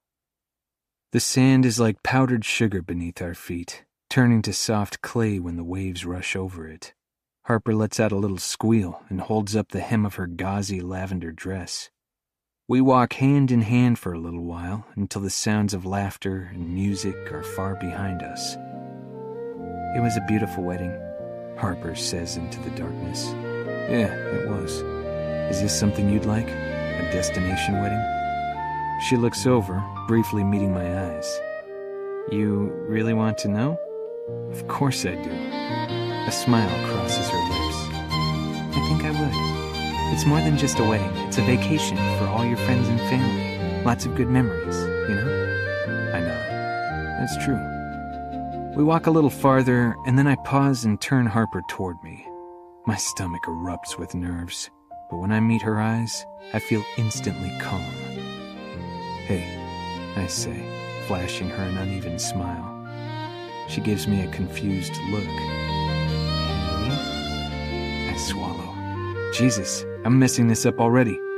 With a deep inhale, I force myself to relax and remember the words I wrote out in my journal last week in preparation for this moment. I love you, and I have something I want to ask you. Harper's eyes widen as I pull the ring box from my pocket. When her gaze darts to mine, I see every emotion she's feeling.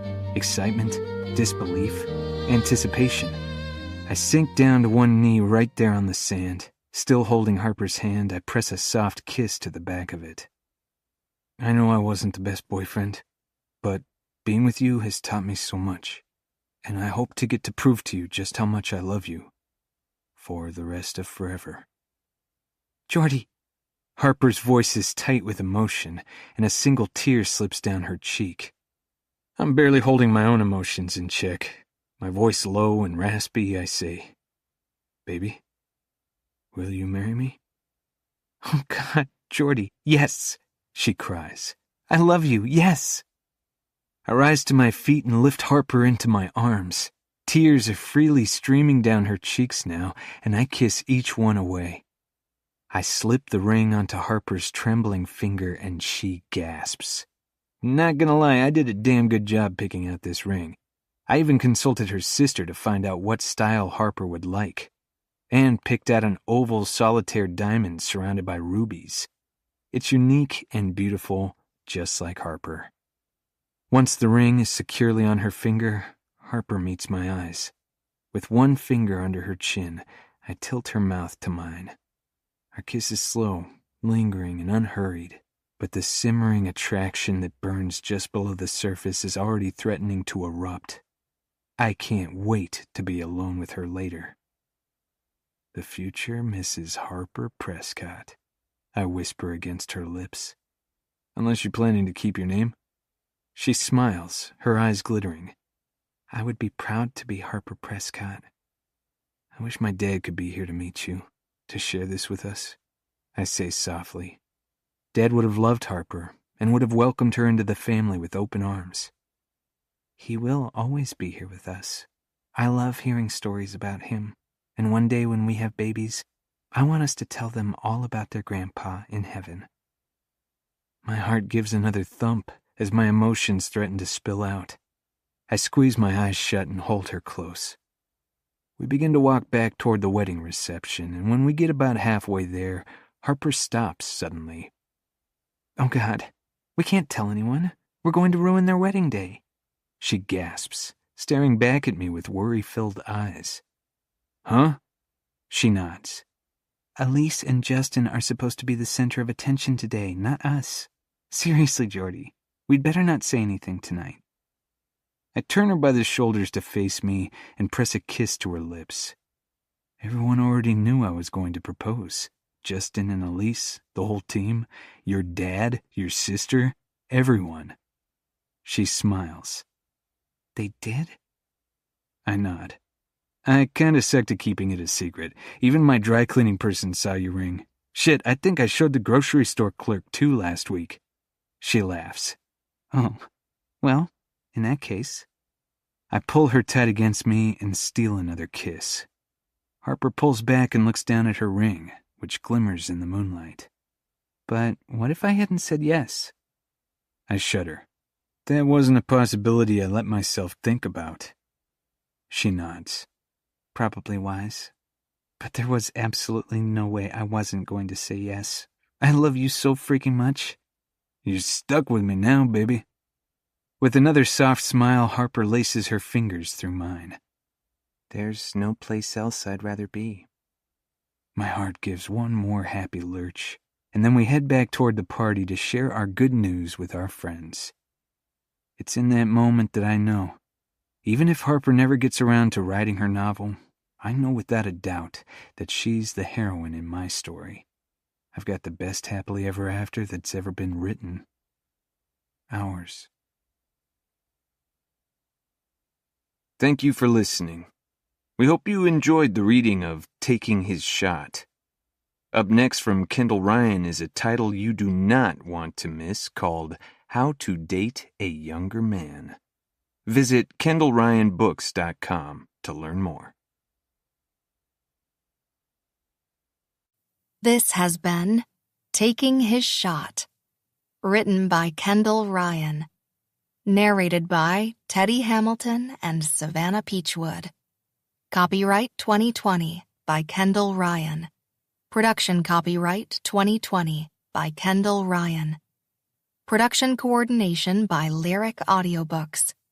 Producer, Katie Robinson. Post-production by Aaron Meadows.